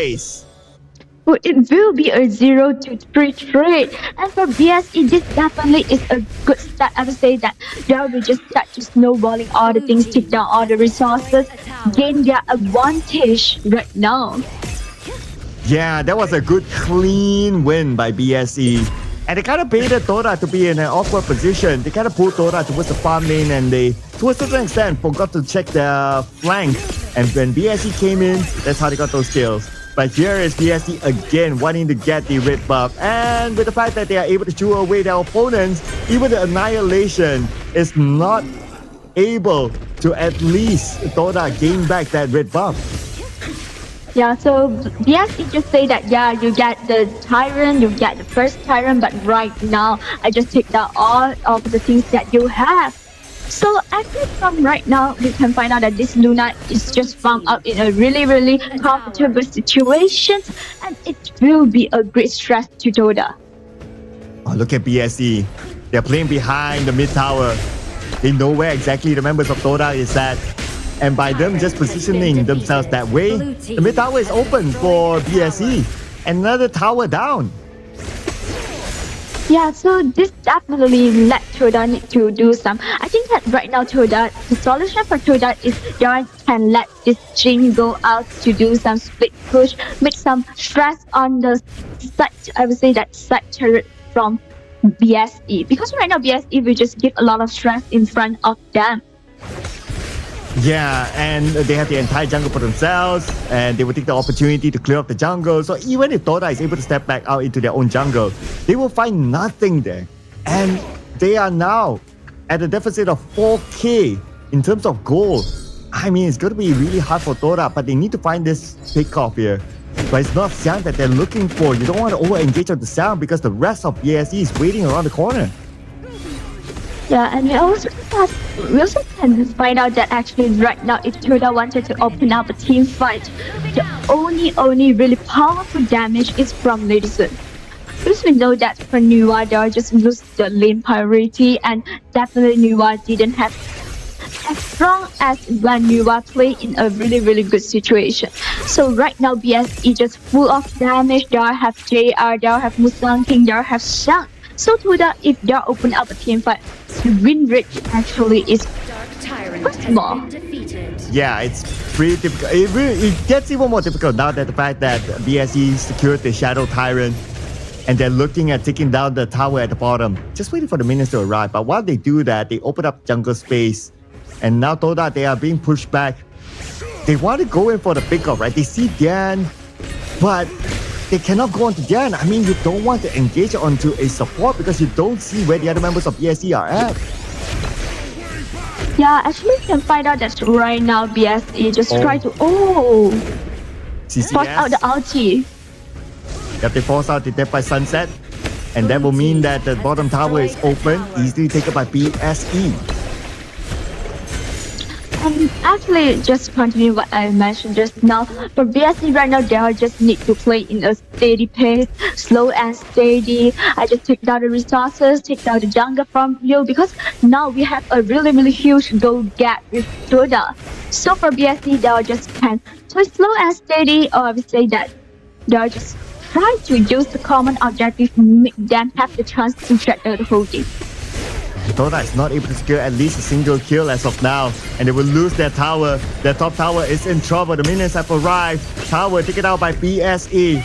And next they're probably looking at taking out the mid tower. Toda clears it off thanks to the Nuwa.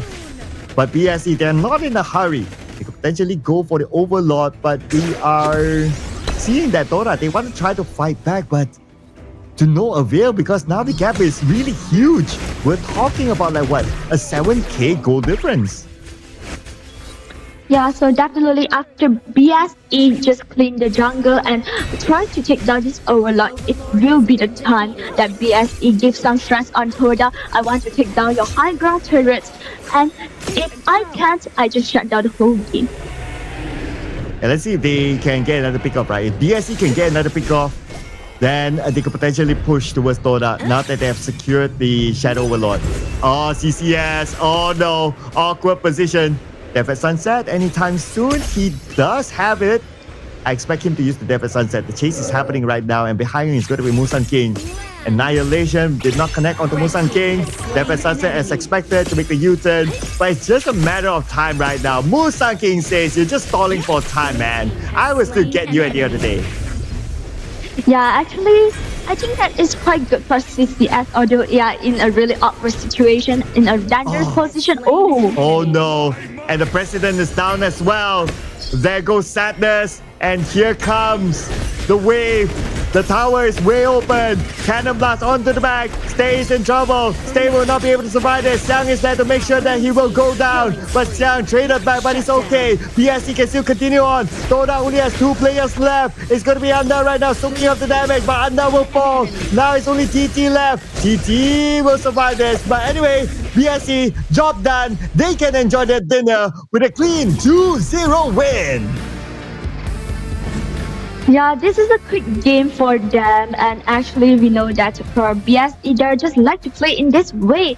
Just continue what I mentioned just now. Actually for CCS just now, although in a really awkward situation, also buy some time for his teammate, but unfortunately because BSE have a huge goalie, have a lot of advantage, so they still cannot just overcome this stress that gave by BSE. Yeah, and it's hard to run away from the Luna, right? The Luna is as fast too. So yes, you can. Okay, and what does Elaine have, right? So Elaine, the best escape mechanism earlier on was the Death at Sunset, and that can only be used once because it's out anyway. So there's almost no way that you can run away from the Luna. So it's just a matter of time. And like what you say, it's just to buy time. But even though it is able to buy maximum time, right, even more than that, right? But still, because the gap is just too far, for Toda to make that comeback at that stage, it was so difficult. Yeah, actually, this is what I think that what Toda need to know when you let BSE get this Luna. Definitely, Luna will just do a lot of things. But actually, I would say that for Jing also played really well, performed really well. But for BSC, they'll just keep do some invasions. So makes this Jing didn't have the farming phrase. I would say that didn't have the farming space. So it is quite difficult for this Jing. Yeah, even when it comes to like Jing wants to make a fight, a play, what we saw early on is that the world is my ball will lock Jing in. So yes, you have the mirror domain. But if your mirror domain is only in the world is my board, then you're not able to do much as well. So that's why they had to figure out like, okay, we have the counter to Jing, but Toda does not have the counter to Luna. So it was quite clear that from the draft, Toda couldn't do much, especially when you have Luna played by Musang King dealing this amount of damage. What are you going to do about it? Yeah, definitely. Actually, for Toda, for both of the game 1 and game 2, the biggest problem for them is they're playing the late game competition, but they're unable just to stand until the strongest, I would say the strongest period that this competition has. Yeah, it is a very strong composition, right? And again, I'm still with you have no answer for the Luna. And that's why the Luna is a hot band now in the current meta of the MKL. That is the reason here. Yes, there was an answer to the Luna yesterday, but of course, there was a calling. But this was quite apparent that you don't have any other answer towards the Luna. So Musang King just went rampant across the map here. 67.5k damage. The next biggest damage dealer, of course, is going to be the farm laner JR with 64.8k. Now, on Toda's side, at least this time, it's a little bit more balanced when it comes to the damage dealt. Stay playing the Nua has the highest damage output, so that's okay. Yeah, definitely. And actually, I also wanted to highlight this mods. Actually, mods also quite annoying for Toda in the in-game because of the cannons and just able to use the skills to just, I would say, that squish the space for the ladies. Yeah, and for Toda, the only kill that they got, to the best of my memory, was towards the end when BSC was just pushing and they wanted to end the game.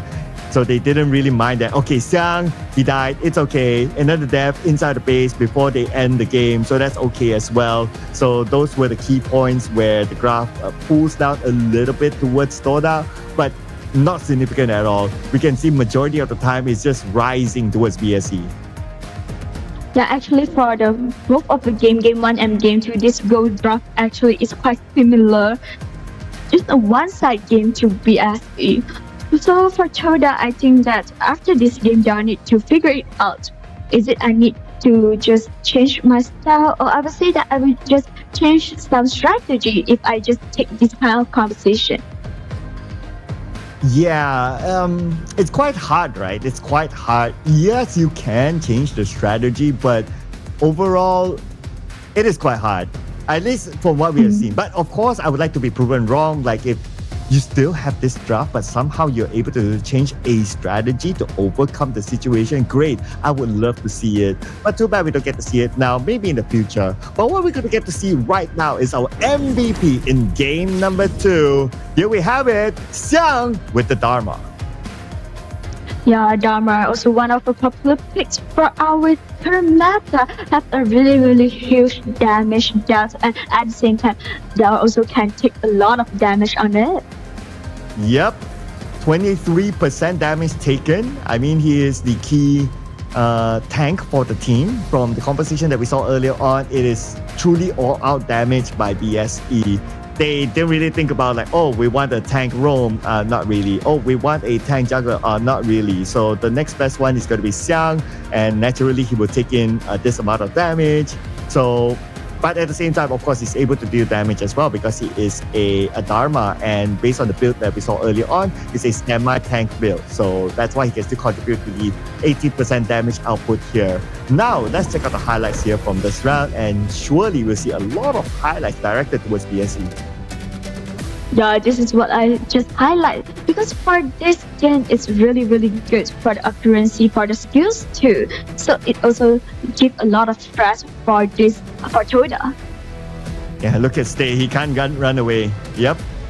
I believe he was, he didn't have his flash as well. If not, he would have at least flashed over the wall. But even if it did so, his health was just too low. BSE could still chase him down and just land that one final hit.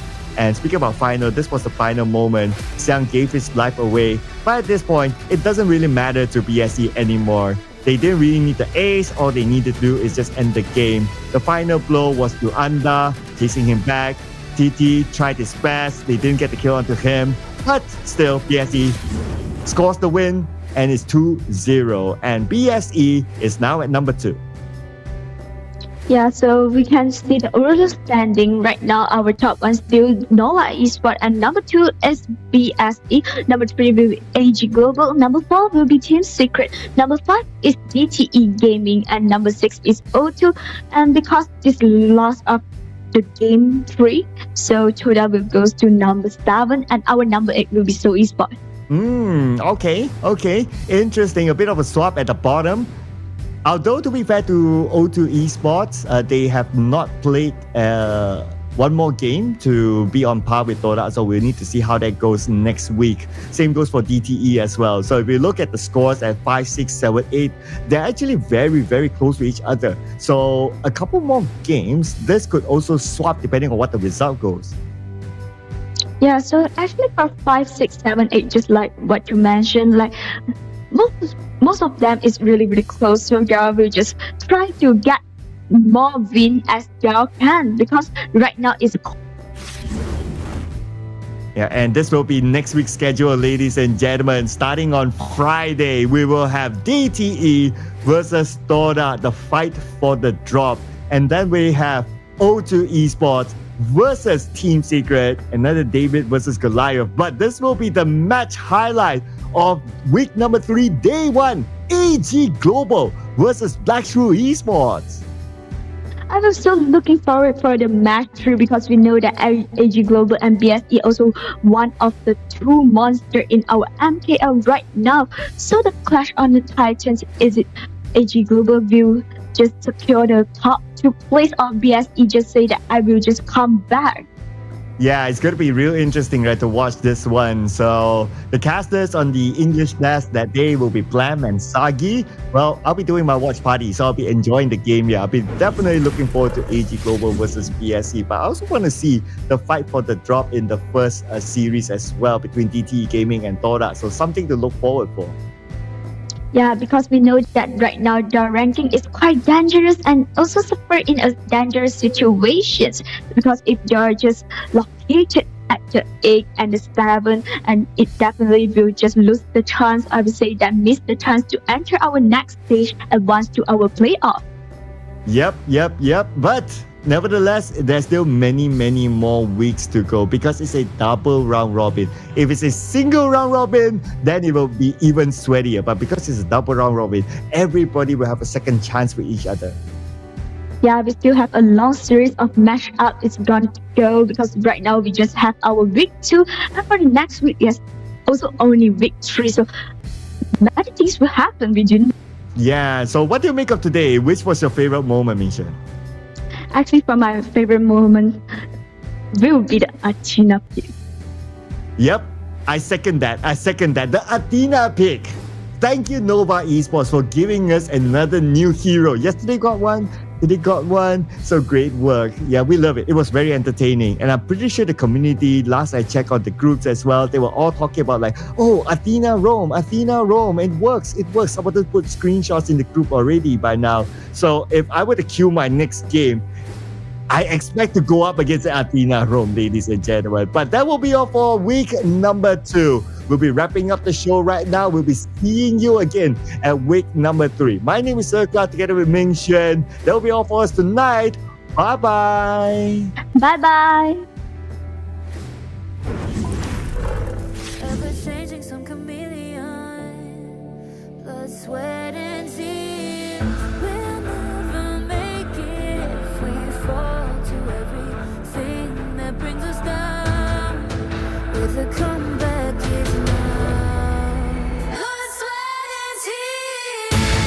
Fight for what we want. Doesn't matter the cost. Every day, put in work. Blood, sweat, and tears. Nothing comes overnight. Strength in numbers start to line. We don't bow to fear. Blood, sweat, and tears. Blood, sweat, and tears. Blood, sweat, and tears.